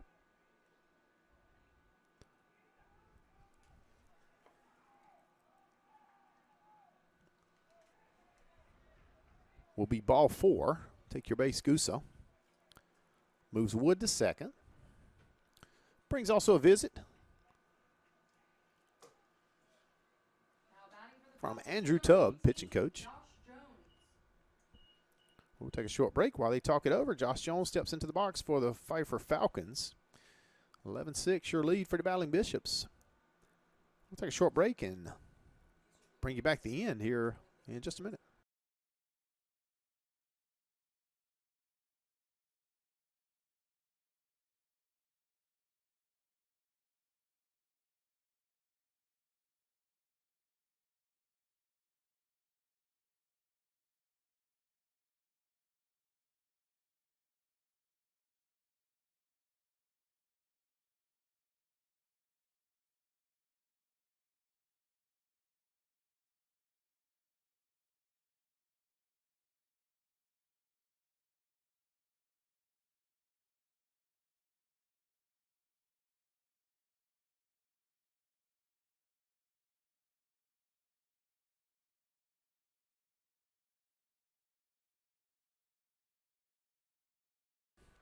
Back to action here. 2 runners on. Wood on second for Pfeiffer. Gusa on first. 1 out. Pavone on the mound. Throws it low in the dirt to Jones, the center fielder. Ball 1. Tubb trying to settle in this pitcher. Put his arm around him, talk to him a little bit. So many freshmen on this Battling Bishop roster, like we've talked about, that are playing lots of innings. That one gets in there for, oh, I'm sorry, that's ball 2. It was close. Maybe low, a little outside, maybe.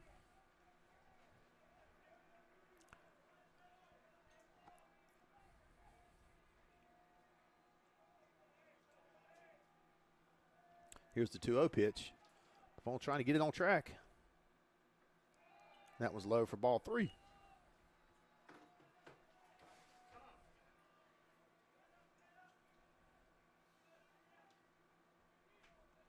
Do have 1 out. Any hit here, of course, he needs to come here with a strike. But any ball that's hit here could easily be turned into 2. Could end the game for the Battling Bishops. Pavone just trying to get on track with a strike. He does it there. 3-1, now the count.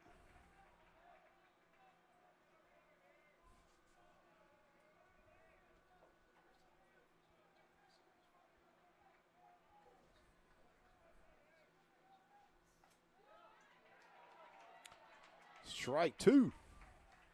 Full count now for Pavone. To Jones. Here's the 3-2 pitch. Swung on and fouled.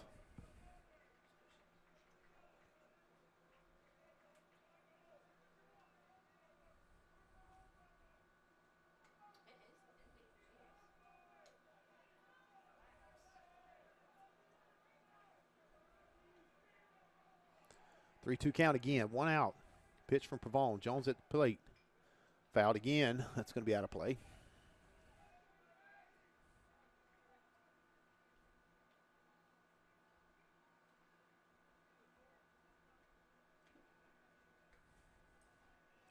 We're doing a fundraising effort where you can donate to the Battling Bishops Baseball Fund. We are rocking those balls out of here tonight. I know we're getting some on back, but we have used a lot of them. Here we go. 3-2 pitch again. 1 out.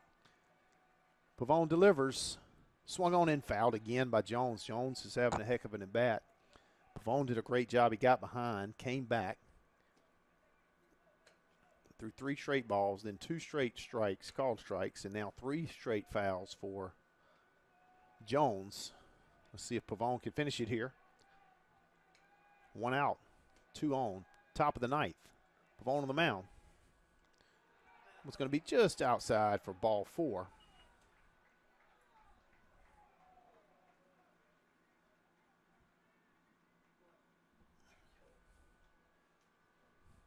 Looks like we may get a pitch hitter here, or I think so. Pfeiffer coach is coming down to speak with the home plate umpire, talking it over. Maybe a runner, maybe a batter. I think it's going to be a batter. Willard was due up, and he's going back into the dugout. Massamore, the top of the lineup, is up next. 1 out again, top of the 9th. Battling Bishops lead by 5.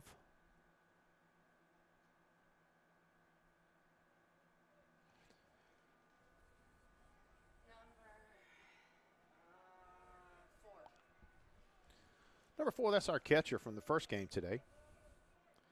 These somewhat older eyes are not going to see it as well. Connor Coy.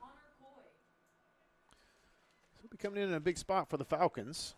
Pavone still out there for your Bishops. Worked a nice full count on the last one, but not able to get the out. So 1 out now. Bases loaded. Top of the 9th. Pavone on the mound. Coy at the plate. First pitch. It's in there for strike 1. Big deal to get that first strike. He had been falling behind. Starts this count ahead to Coy. The 0-1 from Pavone. It's in there swinging for strike 2. Way ahead now is Pavone.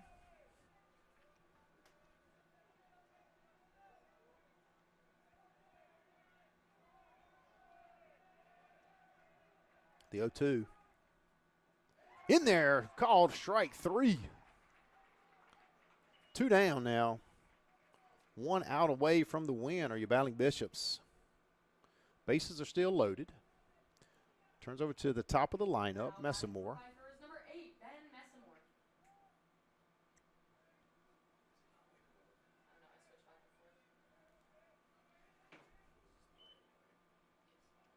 Massamore. Massamore in this game is 2 for 4. He scored a run. He's also walked and struck out twice. First pitch just a bit outside for ball 1.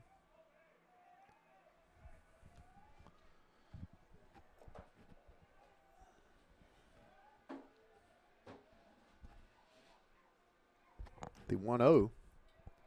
Thought it was in there, but that's either outside or low. Not sure which one. For ball 2. Nowhere to put Massamore. Massamore's probably looking for a hit anyway. Here's Pavone on the 2-0. That one's hit to right field. Brady Williams makes the catch, and the Bishops win. Pavone closes it out. Your Bishops win 11-6 to take game number 3. Look forward to seeing you back here on Flow Sports or in the Bishop Bauer Field sometime soon. Thank you.